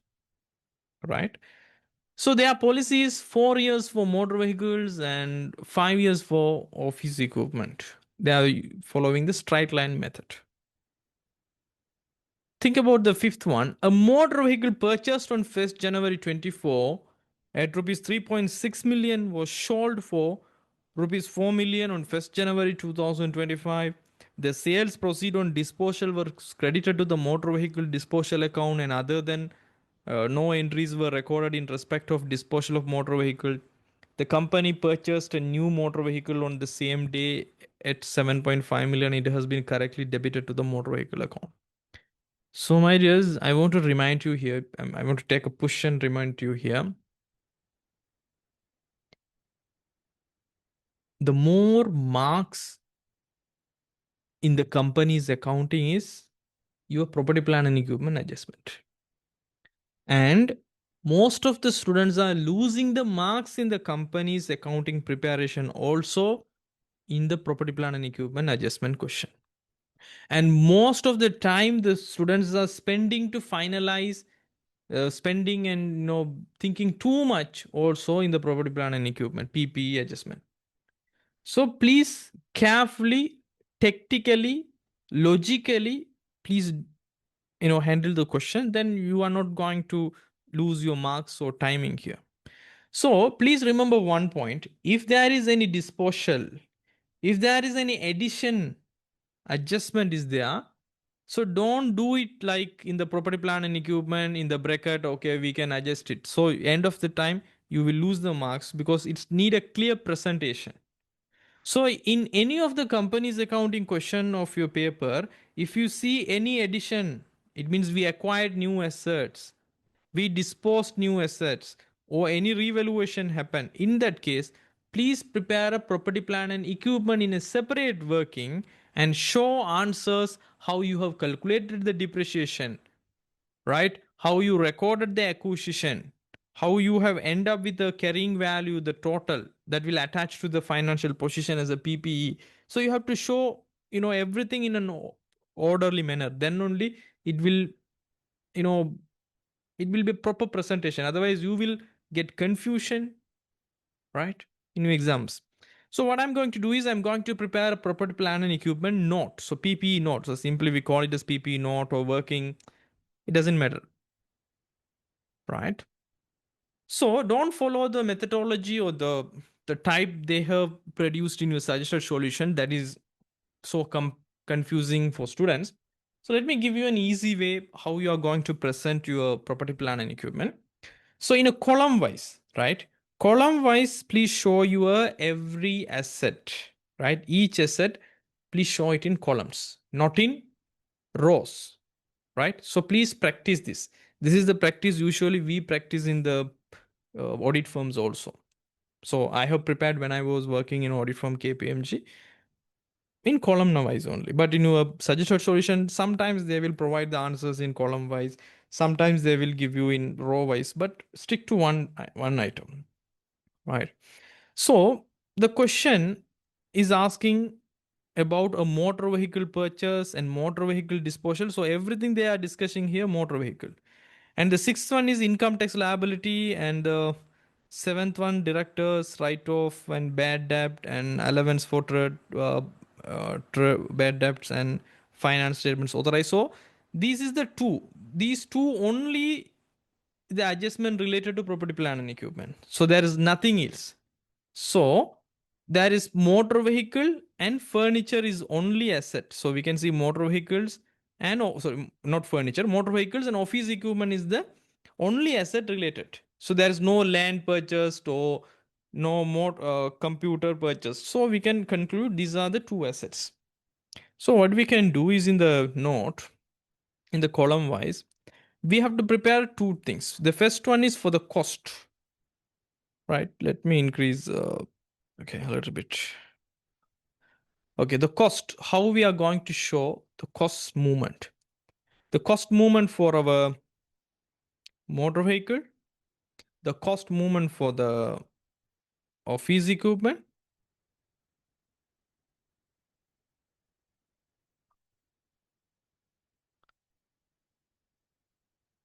as well as the cost movement in total.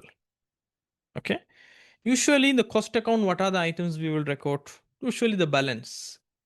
Since this is 31st March 25 is the year end, so balance asset 1st April 2025 is the opening balance.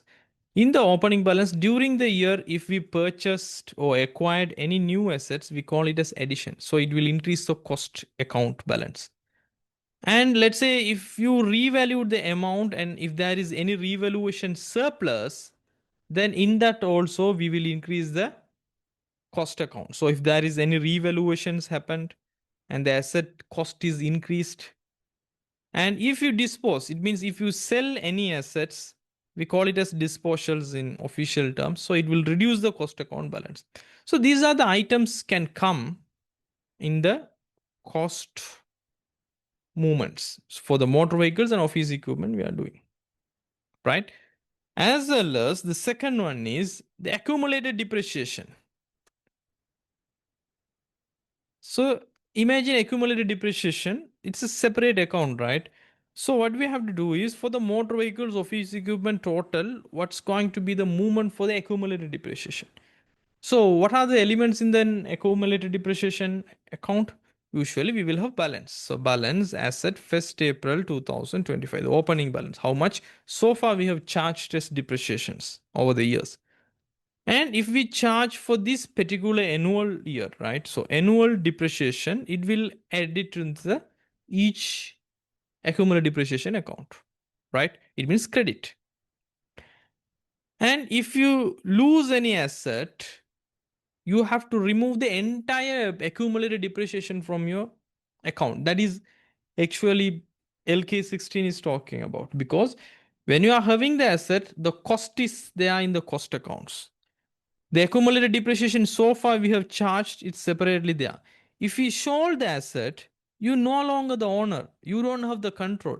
So you have to de-recognize your assets. You have to de-recognize your depreciation so far you have charged in the accumulated depreciation. You have to throw it away. So when you sell any asset, you have to take away that cost, right? As well as you have to take away the accumulated depreciation so far you charged for that asset, because no longer you are not, no longer you have the asset and no longer you are going to depreciate that asset. So if there is any disposal, you have to remove the cost, you have to remove the accumulated depreciation also. So disposal of depreciation, right? So it will reduce the depreciation balance. And we can have the balance as at 31st March 2025. So this is ultimately the thing. Now, once we got these balances, like, the balance as at 31st March 2025 for each machine, motor vehicle, office equipment, as well as the accumulated depreciation, then we can calculate for carrying amount for each asset category. So we will add the carrying amount from the motor vehicle total cost to take away the total accumulated depreciation. It will give you the carrying amount for the motor vehicle, like the office equipment, like the total. And that total carrying amount we will take into our balance sheet. This is the ultimate plan. Okay. So for that, my dear, first we have to determine our opening balances and other things. You see here, the motor vehicle is 19.5 million, but they never tell you this is the opening balance or closing balance. Same like for office equipment. But accumulated depreciation, specifically they mentioned this motor vehicle is 6 million. So we can confidently take that. So motor vehicle, let me take a new separate color for this. Okay. Motor vehicle is 6 million. Office equipment is 1,020,000. So far we charged, right? So this is in the accumulated depreciation opening balance. And let's read the question very carefully. A motor vehicle purchased on 1st January 2024 at 3.6 million was sold for rupees 4 million on 1st January 25, full stop. So what are they trying to tell is, this is the historical date, 1st January 2024. We have purchased worth of 3.6 million asset. This is the asset cost. Now we sold this asset for 4 million on 1st January 25. So we purchased on 1st January 24 and we sold in 1st January 25. So exactly 1 year later. So this is actually the disposal. So disposal means what? We have to remove the cost of the asset and we have to remove the entire accumulated depreciation for that asset. So 3.6 million is the cost value, 4 million is the sales proceeds. So 3.6 million should be removed, and this is actually the motor vehicle case. So in the disposal, we have to record the 3.6 million cost should be removed, as well as we have to calculate the disposal depreciation, right? So how much it should be? You can understand 3.6 million is a motor vehicle. Motor vehicle policy is 4 years we are going to depreciate equally, straight line method. There is no residual value mentioned. So 3.6 million, 4 years will give you 1 year. If you take the 3.6 million divided by 4 years, it will give you the 1 year depreciation. So far we used only the 1 year. So the 1 year is the accumulated depreciation. So 3.6 million, I can say we have to remove 3.6 million is the asset cost. We are going to depreciate 4. It will give you 1 year. So far we have used only for 1 year. So we have to remove 900,000 since, right, this is 3.6 million. No, so I have to write it like this, 3.6 million, 900,000. So what I have done, when we sell any asset, we have to remove the cost as well as we have to remove the accumulated depreciation. Since this 6 million, it's having this 900,000 also, right? From 1st April 2025. Okay. So 1st January 24, 3.6 million. And we sold on 1st January 25.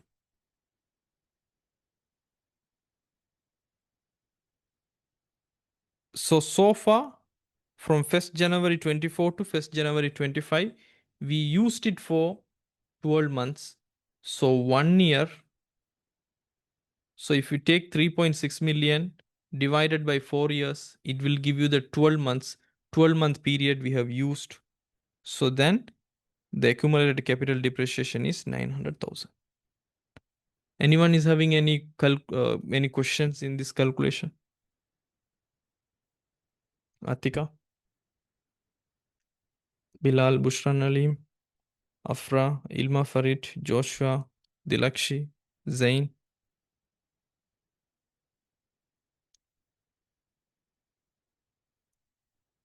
It's so simple, right? It's so simple. Then The sales proceeds on disposal. Sales proceeds means the amount we collected from the sales. The sales proceed on disposal was credited to motor vehicle disposal account.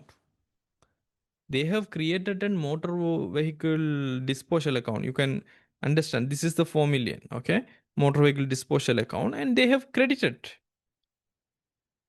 And other than that, no entries were recorded in respect of disposal of motor vehicles. So other than that, no entries were recorded in respect of disposal of motor vehicles. So they never record anything other than that. The company purchased a new motor vehicle on the same day at rupees 7.5 million. So to replace this motor vehicle, we purchased a new one for 7.5 million, and it has been correctly debited to the motor vehicle account. So my question is here, my dear, I'm asking, they are telling we have already debited the 7.5 million addition. We don't care about the 3.6 million disposal. It means my ultimate question is, these 19.5 million, is it reflecting all these changes or is it simply an opening balance? They already given you, right? Something is debited, something is missed. So this 31st March 25 balance is absolutely representing all the things they have missed, all the things they have recorded. So this is not a pure opening balance. That's what they mentioned. That's what they didn't mention. This is an 1st April 25 balance or 31st March 2025 balance. So we have to assume all the problems here, all the non-recorded things, recorded things are actually in this 19.5 million. That's how they have designed this question. Okay. So now come back to the question. Correctly debited to the motor vehicles account. So now my question is, what is the opening balance of the motor vehicle? You know, as per trial balance,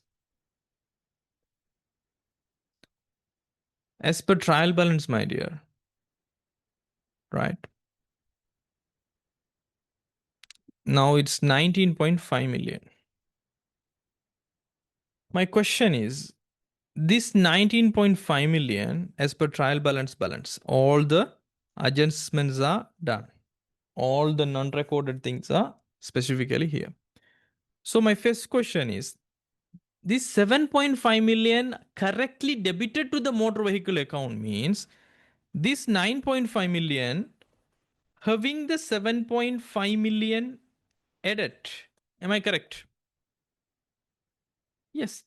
They have specifically said 7.5 million newly purchased, it's added to the motor vehicle account. It means this 19.5 million is already included this 7.5 million.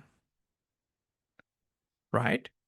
So if we want to calculate the balance without, so let's say for example, we are going from as per the trial balance to opening balance. Okay. So let's say we are moving to trial balance to opening balance. And they specifically said this 3.6 million was sold for rupees 4 million on 1st January 25. The sales proceed on disposal was credited to a motor vehicle account, and other than that, no entries. So other than that, no entries means we never touch the cost account to remove the 3.6 million.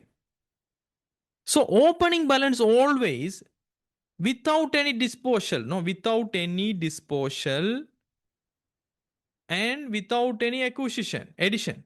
That's opening balance meaning, no.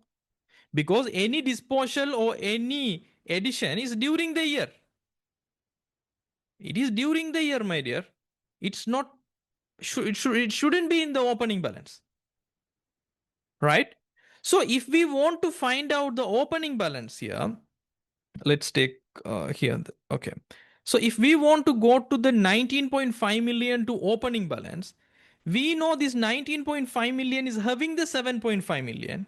So if we take away this 7.5 million from the 19.5 million, it will give one balance. That balance is, let's say 19.5 million, take away the 7.5 million.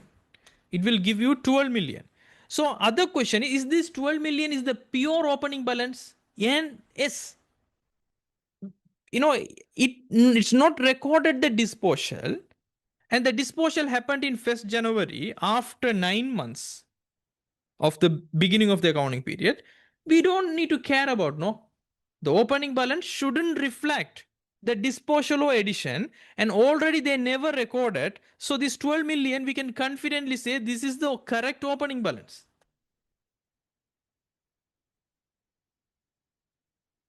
Did you understand?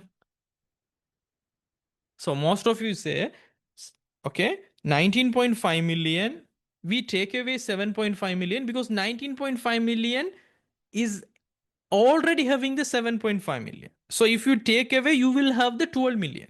And again, you are considering, okay, this 12 million, we never remove this 3.6 million disposal. Is it correct? Yes, it is correct. Why? Because the disposal happened during the year. The opening balance, it shouldn't reflect. So that mistake actually correct to calculate the opening balance. We don't need to remove the disposal 3.6 million here. So 12 million is the correct opening balance. Did you understand it? This is a logical way you have to think. Does it make sense? Atika? Bilal?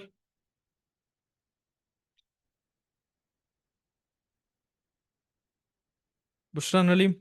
Afra? Ilma Farid? Joshua? Dilakshi? Zain? Guys, are you sleeping? No, right? So, the 12 million is going to be our opening balance. We found out. Right? Now, additions. So, 7.5 million we have purchased.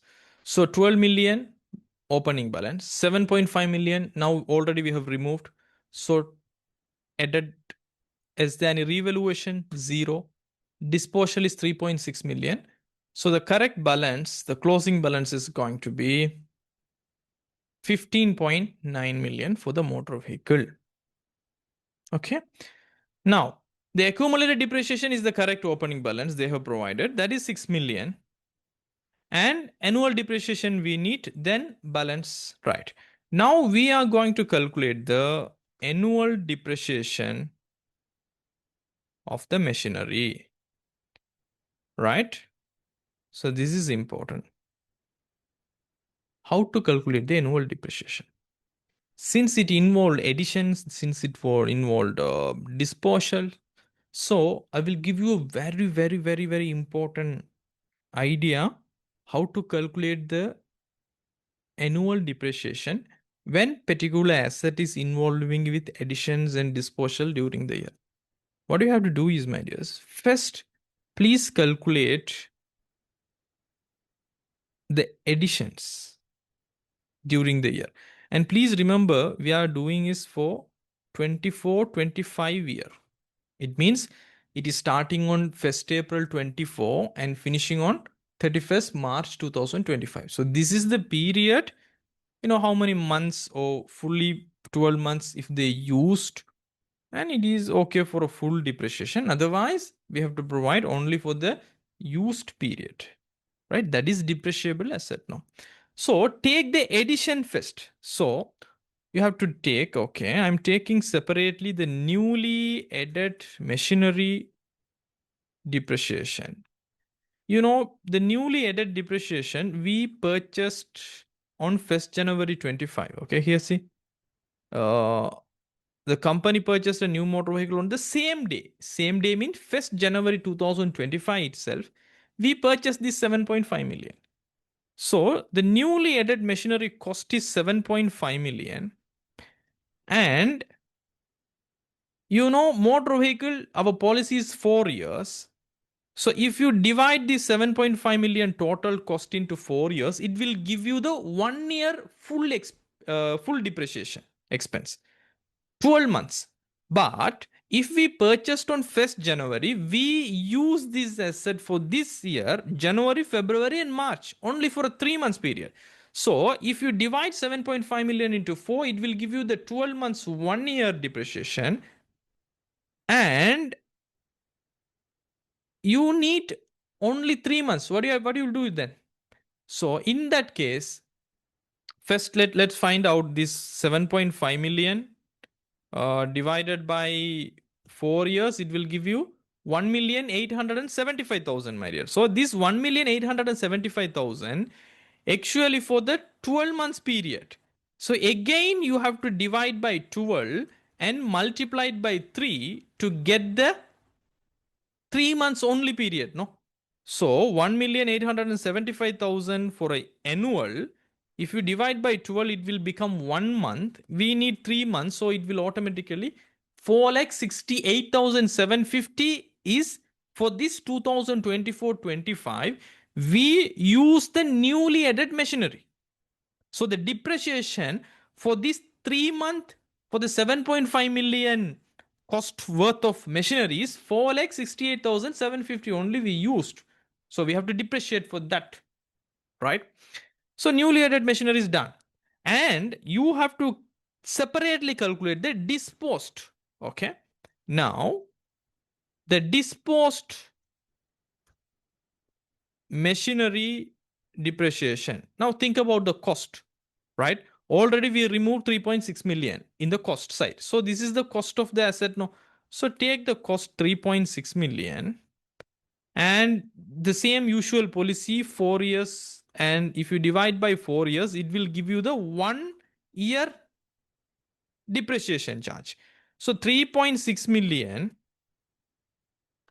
if you divide it by 4 it will give you 900,000. So 900,000 is an annual depreciation. But think about the disposed machinery. You purchased and disposed on the same day.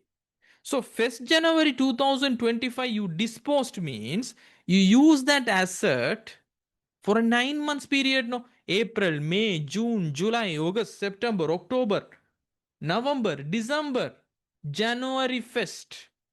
So January 1st means you use December 31st until December 31st. So 9 months you fully used.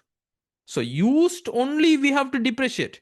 So think about it. It's a flip side of the addition side. Addition side, when you edit a new machinery, you can use after acquisition. So only 3 months.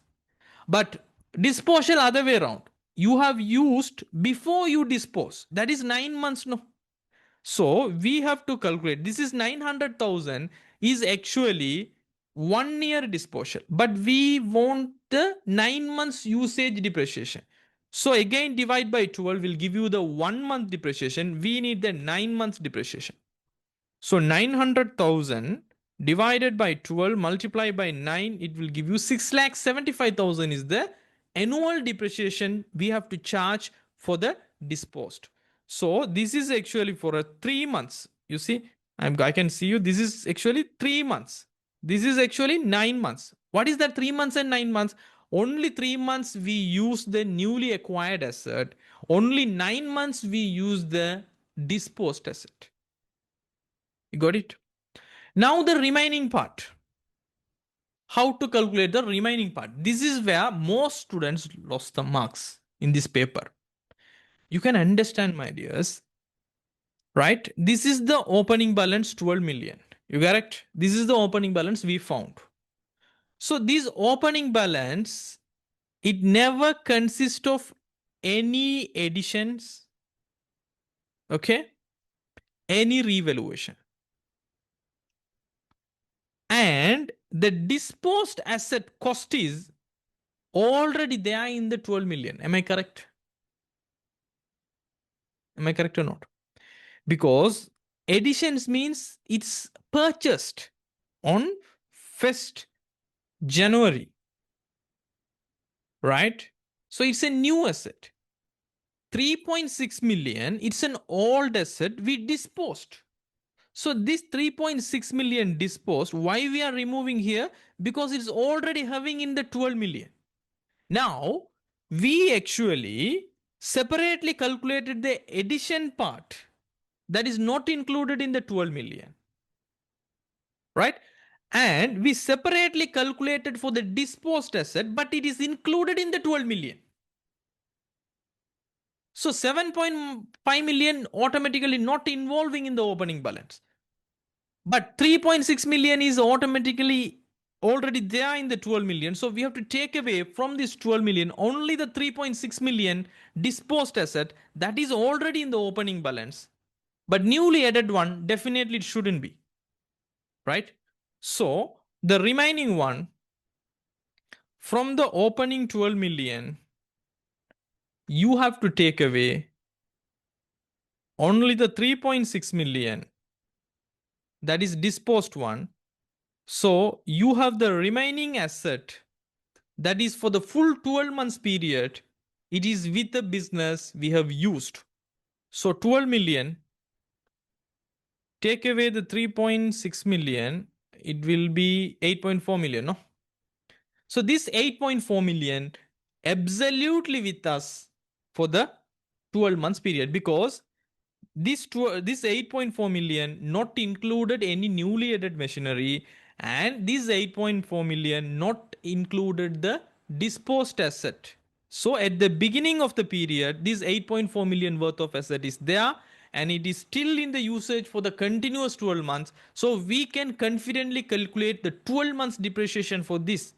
So machinery useful lifetime is 4 years. So just divide by 4 years. It is for the 12 months. So it will give you 1 year depreciation. 1 year means 12 months. So 8.4 million divided by 4, it will give you 2.1 million. So that is the 12 months machineries we have used. So you can understand this 4,68,750, 3 months usage of machinery. This is 9 months usage machinery.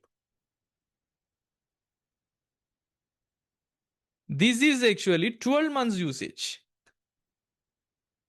To find out the 12 months separately, that's what we first separated the newly added machineries, disposed machinery. So it is an easy way to remember. So for this year, totally for the machinery, 3.2,403,750 is the machinery depreciation we have to charge. Right? So what is the double entry? It is a machine, right? Machinery depreciation usually go to what? Usually any machinery depreciation, it will hit the distribution expense or admin expense. What do you think?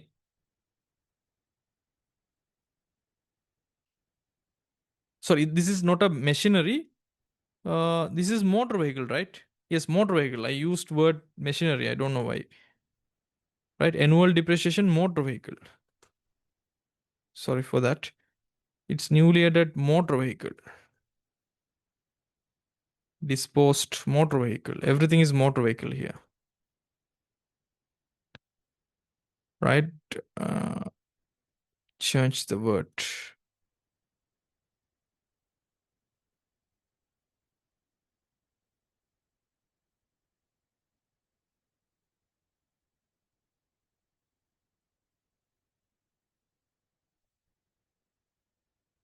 Motor vehicle, 12 months use of motor vehicle.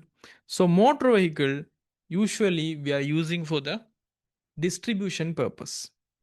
Distribute our goods to customers, right? Not for office purpose, right? Machineries, usually photocopies, those are administration expense. So we have to record under the distribution expense. So this is the annual depreciation charge. So under the distribution expense, we have to record, okay, our motor vehicle depreciation. And how you have calculated is actually, you can put a kind of working 3 or any kind of reference here. So you can mention it, right?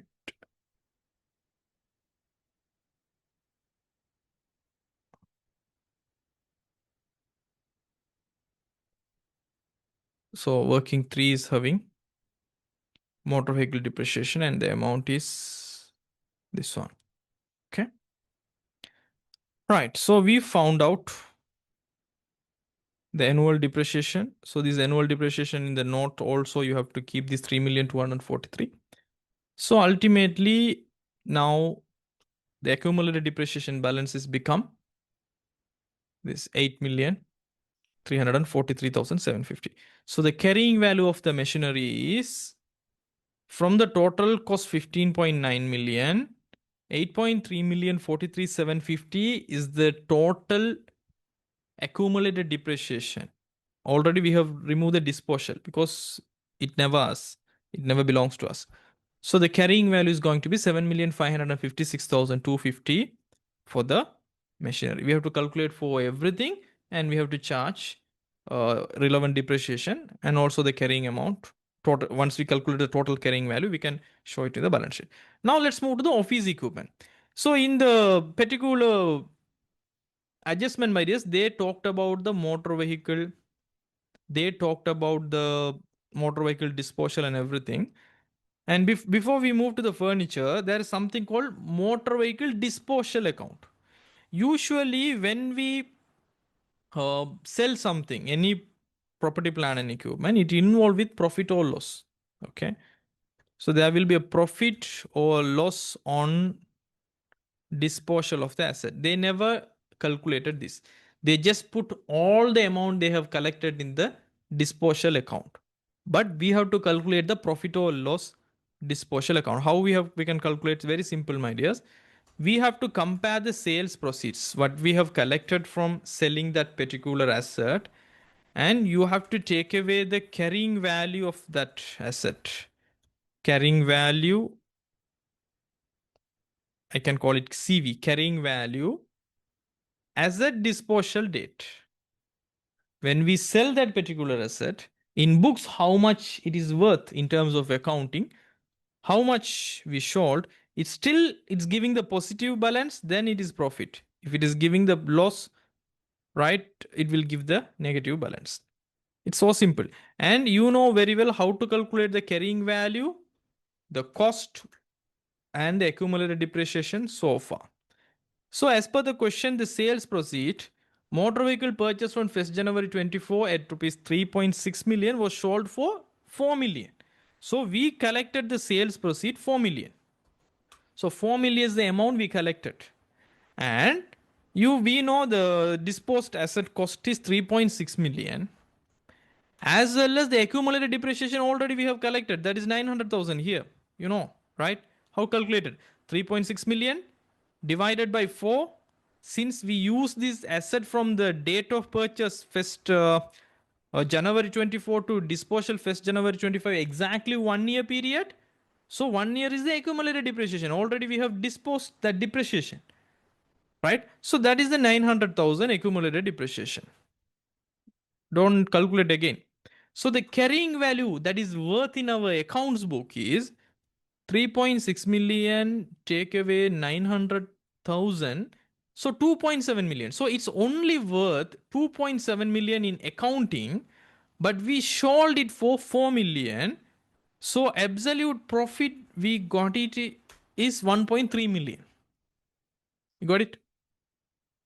Okay. So 1.3 million is the profit or gain on disposal of this motor vehicle. So we have to recognize it in the other income. So profit on disposal of motor vehicle is, it's here. So for this, you can put a working number for the reference how you have obtained, like working for, and you can mention it here. No need to be order, okay? Working for 1.3 million. Got it? Now we can move to the office equipment. There is no acquisition, there is no disposal about the office equipment. So this office equipment, there is no disposal, there is no anything. So this office equipment 2.5 million 550,000, even if it is on 31st March 2025, this is the same cost account balance. in 1st April also, because there is no additions, there is no revaluation, there is no disposal. So we can take this as a closing balance, as well as we can take this as a opening balance. So office equipment in the opening, this is what, there is no addition mentioned, there is no revaluation mentioned, there is no disposal. So the closing balance also the same amount, right? Right. So the annual depreciation is going to be for the 12 months period. We are going to have this office equipment because there is no disposal, there is no addition. So we don't need to separately calculate the depreciated amount for the disposed amount usage or addition, office equipment. So the entire 2,550,000 from the opening 1st April to 31st March, we use for the entire 12 months. And our policy for the office equipment is 5 years. So it is directly, right? This 2,550,000 and divided by 5 years, it's going to give you the annual 12 months period. So that is 5,10,000. No need to show this as a separate calculation, right? And there is no disposal, so we don't need to remove any depreciation. So the ultimately, the entire accumulated depreciation for the office equipment, it will become 1,530,000. So directly from the cost 2,550,000 so far until 31st March 2025, the accumulated depreciation is 1,530,000. So the carrying value of the office equipment is 1,020,000. There is no any other asset. So we can calculate the totals now. So for the totals, you can calculate like this vertically.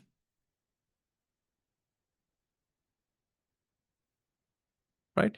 18,450,000 is the total cost of your property, plant and equipment. And like that, we can calculate the total of every line item. 7,020,000 is your total opening accumulated depreciation. Total this year we are charging office and motor vehicle is 3,750,000. And don't forget, most of the time I also forget, this office equipment we have to charge into the income statement, right? So 5,10,000 is an office equipment annual depreciation. So this is also we have to record. So annual depreciation and office equipment is an admin expense. So office equipment depreciation charge is this one, 5,10,000. Okay. Now we can go for the carrying value for the entire amount. 18,450,000 to 9,873,750. So the carrying value will become 8,576,250 in total. Right? This is at what date? This is at 31st March 2025 date. So this is what final amount should reflect in our balance sheet. So in our non-current assets, property, plant and equipment, you have to show this 8,576,250. Now I'm going to ask you, do you have any questions so far? How we have got? Okay, Zain is asking, sir, can you explain how you get carrying amount? It's so simple. Carrying amount in the sense, cost take away, cost take away all the accumulated depreciation, it is equal to the carrying amount. So separately, we got it's like separate cost account, my dear. Motor vehicle cost account, office equipment cost account, motor vehicle accumulated depreciation, office equipment accumulated depreciation. It's like that, we are showing in a statement form. That's the only difference here. Otherwise, it's same. You got it? So, from the cost 15.9 million, okay, we are removing these balances. This is how it will be. I will show it in highlight way. 15.9 million, take away 8.3 million 43,750. This is the carrying value of motor vehicle. From 2.5 million 50,000 to 1.5 million 30,000, this is the carrying value. So cost, take away total accumulated depreciation. Cost, take away total accumulated depreciation. So it will give you the carrying value, right? So those carrying values, Here. Uh, what is this? Yeah, it's total no. So total cost, total accumulated depreciation. So it's going to give you the total carrying value. Only two assets no. Everyone is okay? This is the major adjustment you will face in your uh, company accounting. Other than that, everything is so simple. Any questions? Shall I move with the other adjustment and finish the company accounting? Bilal, Bushra Nalim, Afra, Ilma Farid, Joshua Manoj, Dilakshi, Zain.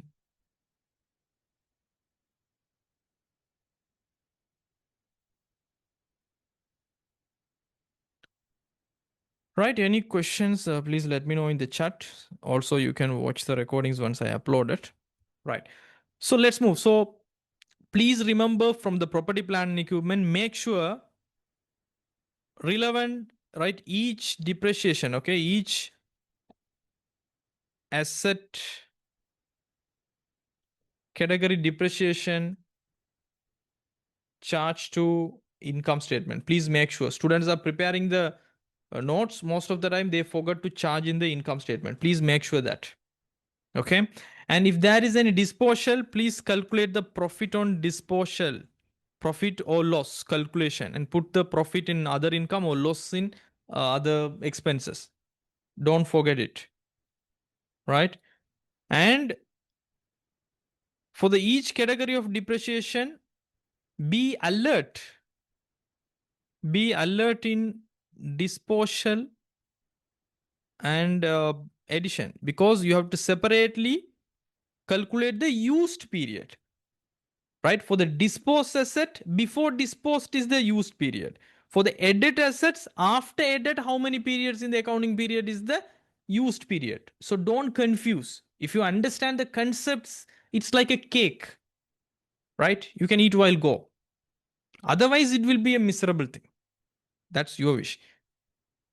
Right, so let's move. Income tax liability for the year of assessment 2024 was estimated 1,528,000.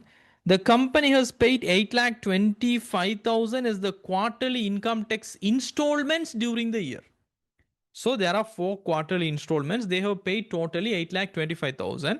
And you can see the income tax paid also, it's representing this, that's 8,25,000. Right? So, my dears, for the income tax, I said earlier, you have to look whether they are having the provision. If there are any provisions they are following for the income tax. In this case, stated capital, motor vehicle, allowance for trade receivables, traveling, water. There is no provisions. There is no opening provisions or closing provisions. There is no method like that here. So, what you have to do is for the income tax, already we have, having here. The annual estimated tax is 1,528,000, and there is no over or under provision calculation since there is no provision amount for the last year, right? So there is nothing over or under provisions here. So the entire amount will go to income statement. So the current year. So 1,528,000 will hit the income statement. But you have to remember, out of this estimation, we have paid 8,25,000 for this year.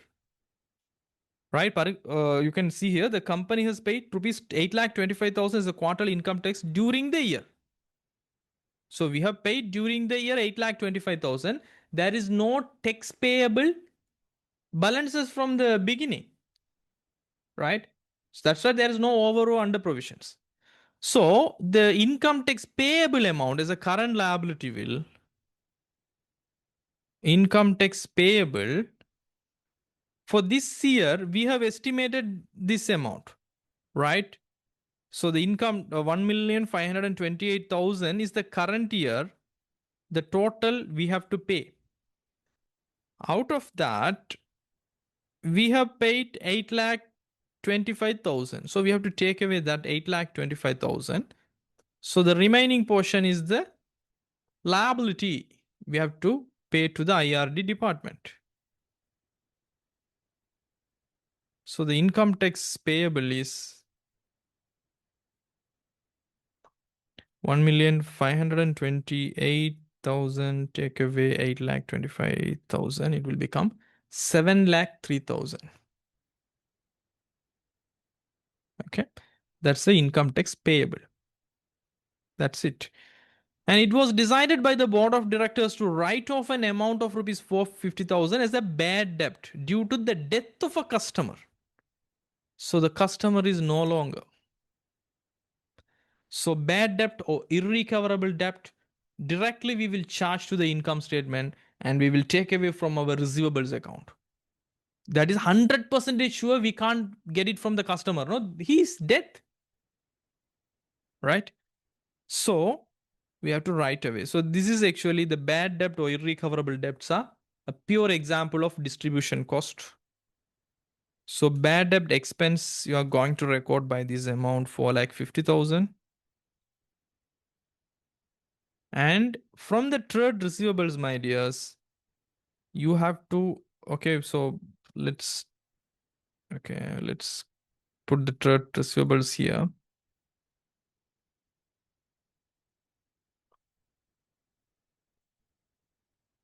Right. So trade receivable, how you have to show is when in the case of allowance is available, the actual trade receivable is always after you deduct the bad debt expense. Please remember.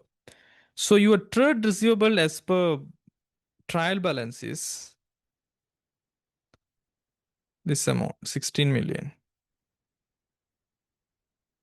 Okay. And the bad debt expense we are charging is 4,50,000. So you have to take away this. So you will end up with a trade receivable after you removed your amount. It will become 15. If my amounts are wrong, please let me know. So this is your trade receivables. Please put here. From these trade receivables, you have to take away the allowance for trade receivables at year end balance, how much it is. Right? So you can see here. Further, the company decided to maintain an allowance for the trade receivables at 10% balance trade receivables as at 31st March 2025. It means at the balance available after 100% we have removed the bad debt, because 100% we are sure we are not going to get that money back. So after that balance we have a doubt for the 10% of the balance. So in that case 15 point, so we have to calculate the allowance for trade receivable 10% for this amount after trade receivables. So 10% means take away 10. So 15,587,20. So it's actually 1,558,700 will become the 10%. So always you have to calculate the 10% after you remove the bad debt. Why? Because allowance for trade receivables means it's a doubtful debt. Doubtful debt, it's after 100% we never gonna take, right, this amount. So that's not a doubt, that's 100% sure. So we have to take away that 450,000, and this balance only deserved to be for the doubtful. So this is the amount we have to take away. So after take away only, you will show the actual trade receivable. So the actual trade receivable is 15,587,000 and take away 155,870. So and it will become 14,028,300. This is the trade receivable. This is the carrying amount of the trade receivable, the final balance. So this is how you have to show. Okay. And the financial statements were authorized for the issue by the directors on 30th May. That's fine. That's the date, but they never mention about any events after the reporting period. And after that, everything is just a copy paste, my dear. See this stated capital. It's in the equity section. How much? 22 million. There is no new share issue. So this is just copy paste 22 million. And retained earnings on beginning. So we have to take the this year profit calculation. So put it here, 5,670,000. And property, plant and equipments, we have already calculated the carrying amount, so we don't need the motor vehicle, office equipment, accumulated depreciation. Already it is taken care in the notes, and we got the final figure for our balance sheet. But cash in hands, hence that's a current assets, right? Current assets, that is 10 million for 10,900. Just copy paste cash in hands. And trade receivables, already we have adjusted the bad debts and we have provided the allowance, so we know the balance. But trade payables, just copy paste. It's a current liability section. It's already there. And trade payables are liability, should be in the credit side, right? And allowance for trade receivable is at 1st April 24, right? One thing we have missed here, my dear, when you are providing the allowance for trade receivables, this is the closing balance. Always the closing balance should be deducted. But for the income statement, my dears, right? For the 1st April 2024, the allowance for the, what do you call, doubtful debt or trade receivables, okay? The same, okay? Allowance for doubtful debt, allowance for trade receivables, both are same. So allowance for trade receivable, better we will use their name. Allowance for, okay, trade receivable. Here we used correctly. Allowance for trade receivable. At the beginning, we have provided 1.5 million. It means in the last years, okay, in the last year's trade receivable balance, we had a doubt 1.5 million. But this year, 31st March 2025, we are having a balance, we are having a doubt only worth of 1,558,700. Right? So ultimately, for the same amount of customers, last year 1.5 million is a trade receivable. So we removed that amount from our customer, okay, as an allowance. But this time it's 1,558,000 is the allowance for trade receivable. So to get from opening to closing, we have to charge more because it's an under provision in the last year. Last year, it's a small amount of bucket of allowance. But this year, from the same small amount of bucket, you have to take that from 1.5 million to 1.5 million 58,700. So you have to put more, water or something in the bucket. So in that case, you have to charge the income statement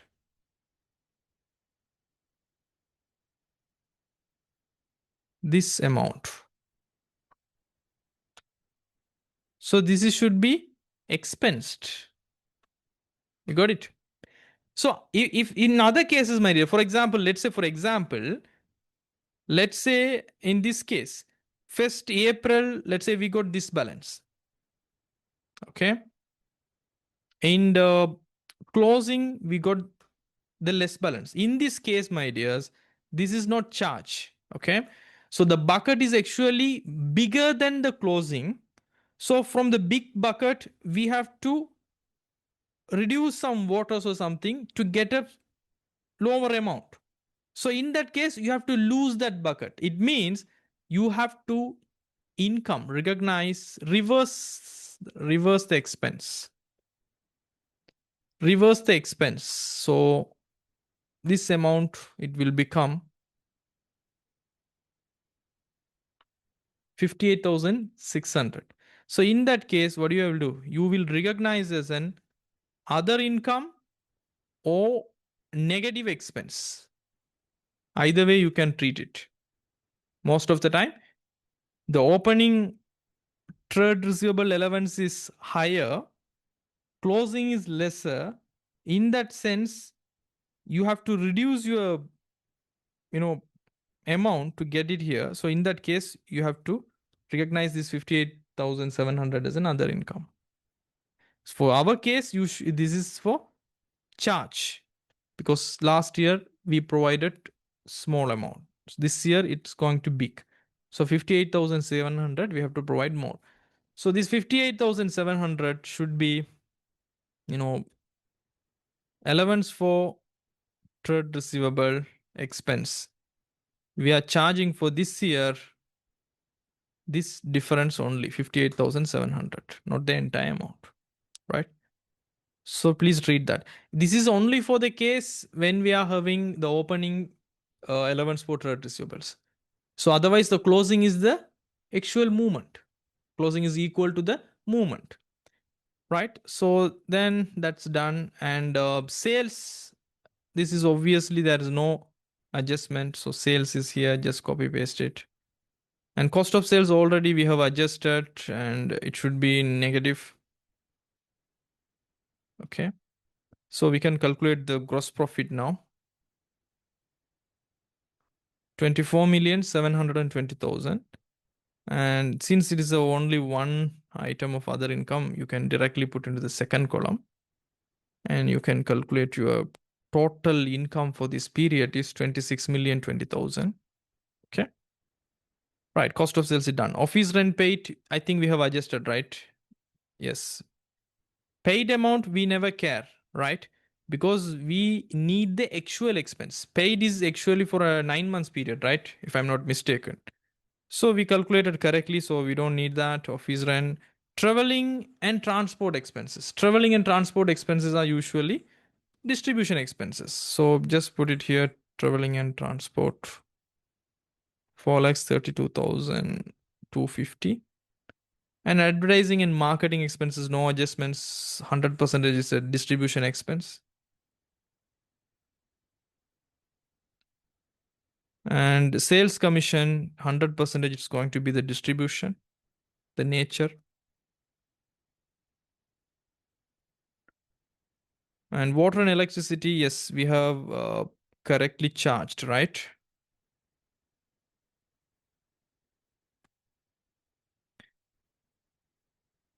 Yes. And inventory, yes, we have done the adjustment and recognized the correct amount. Salaries, EPF and ETF payable, it's an admin expense, 7 million something. Bank charges is going to be finance expense, 12,250. And other administration expenses here in the admin side.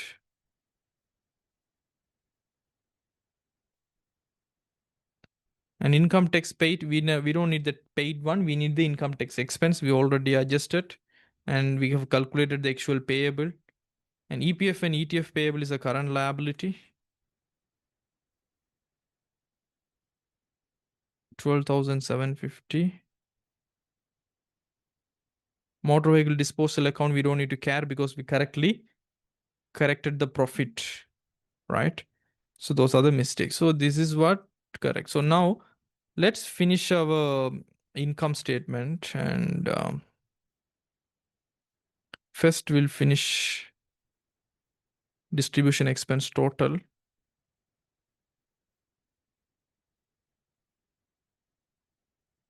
5,916,200.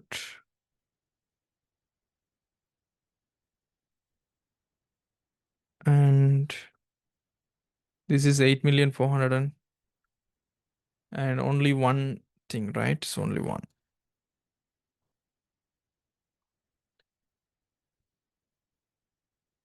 There's no other expenses.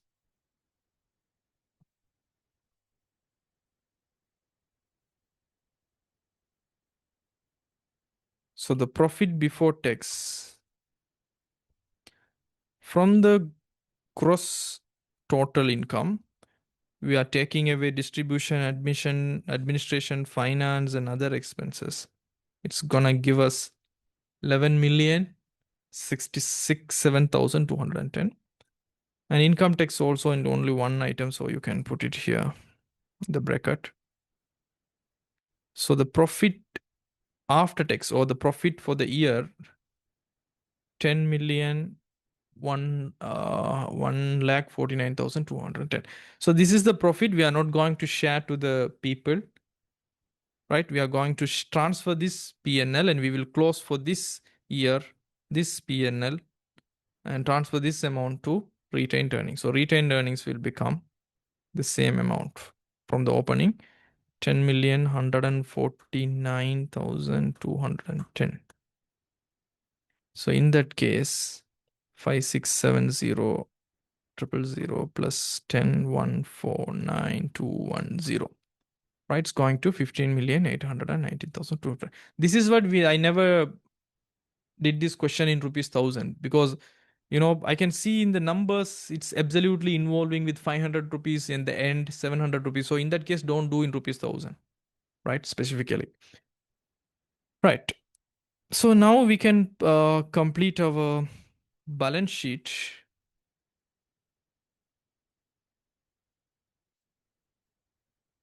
So this is our final amount of our non-current assets.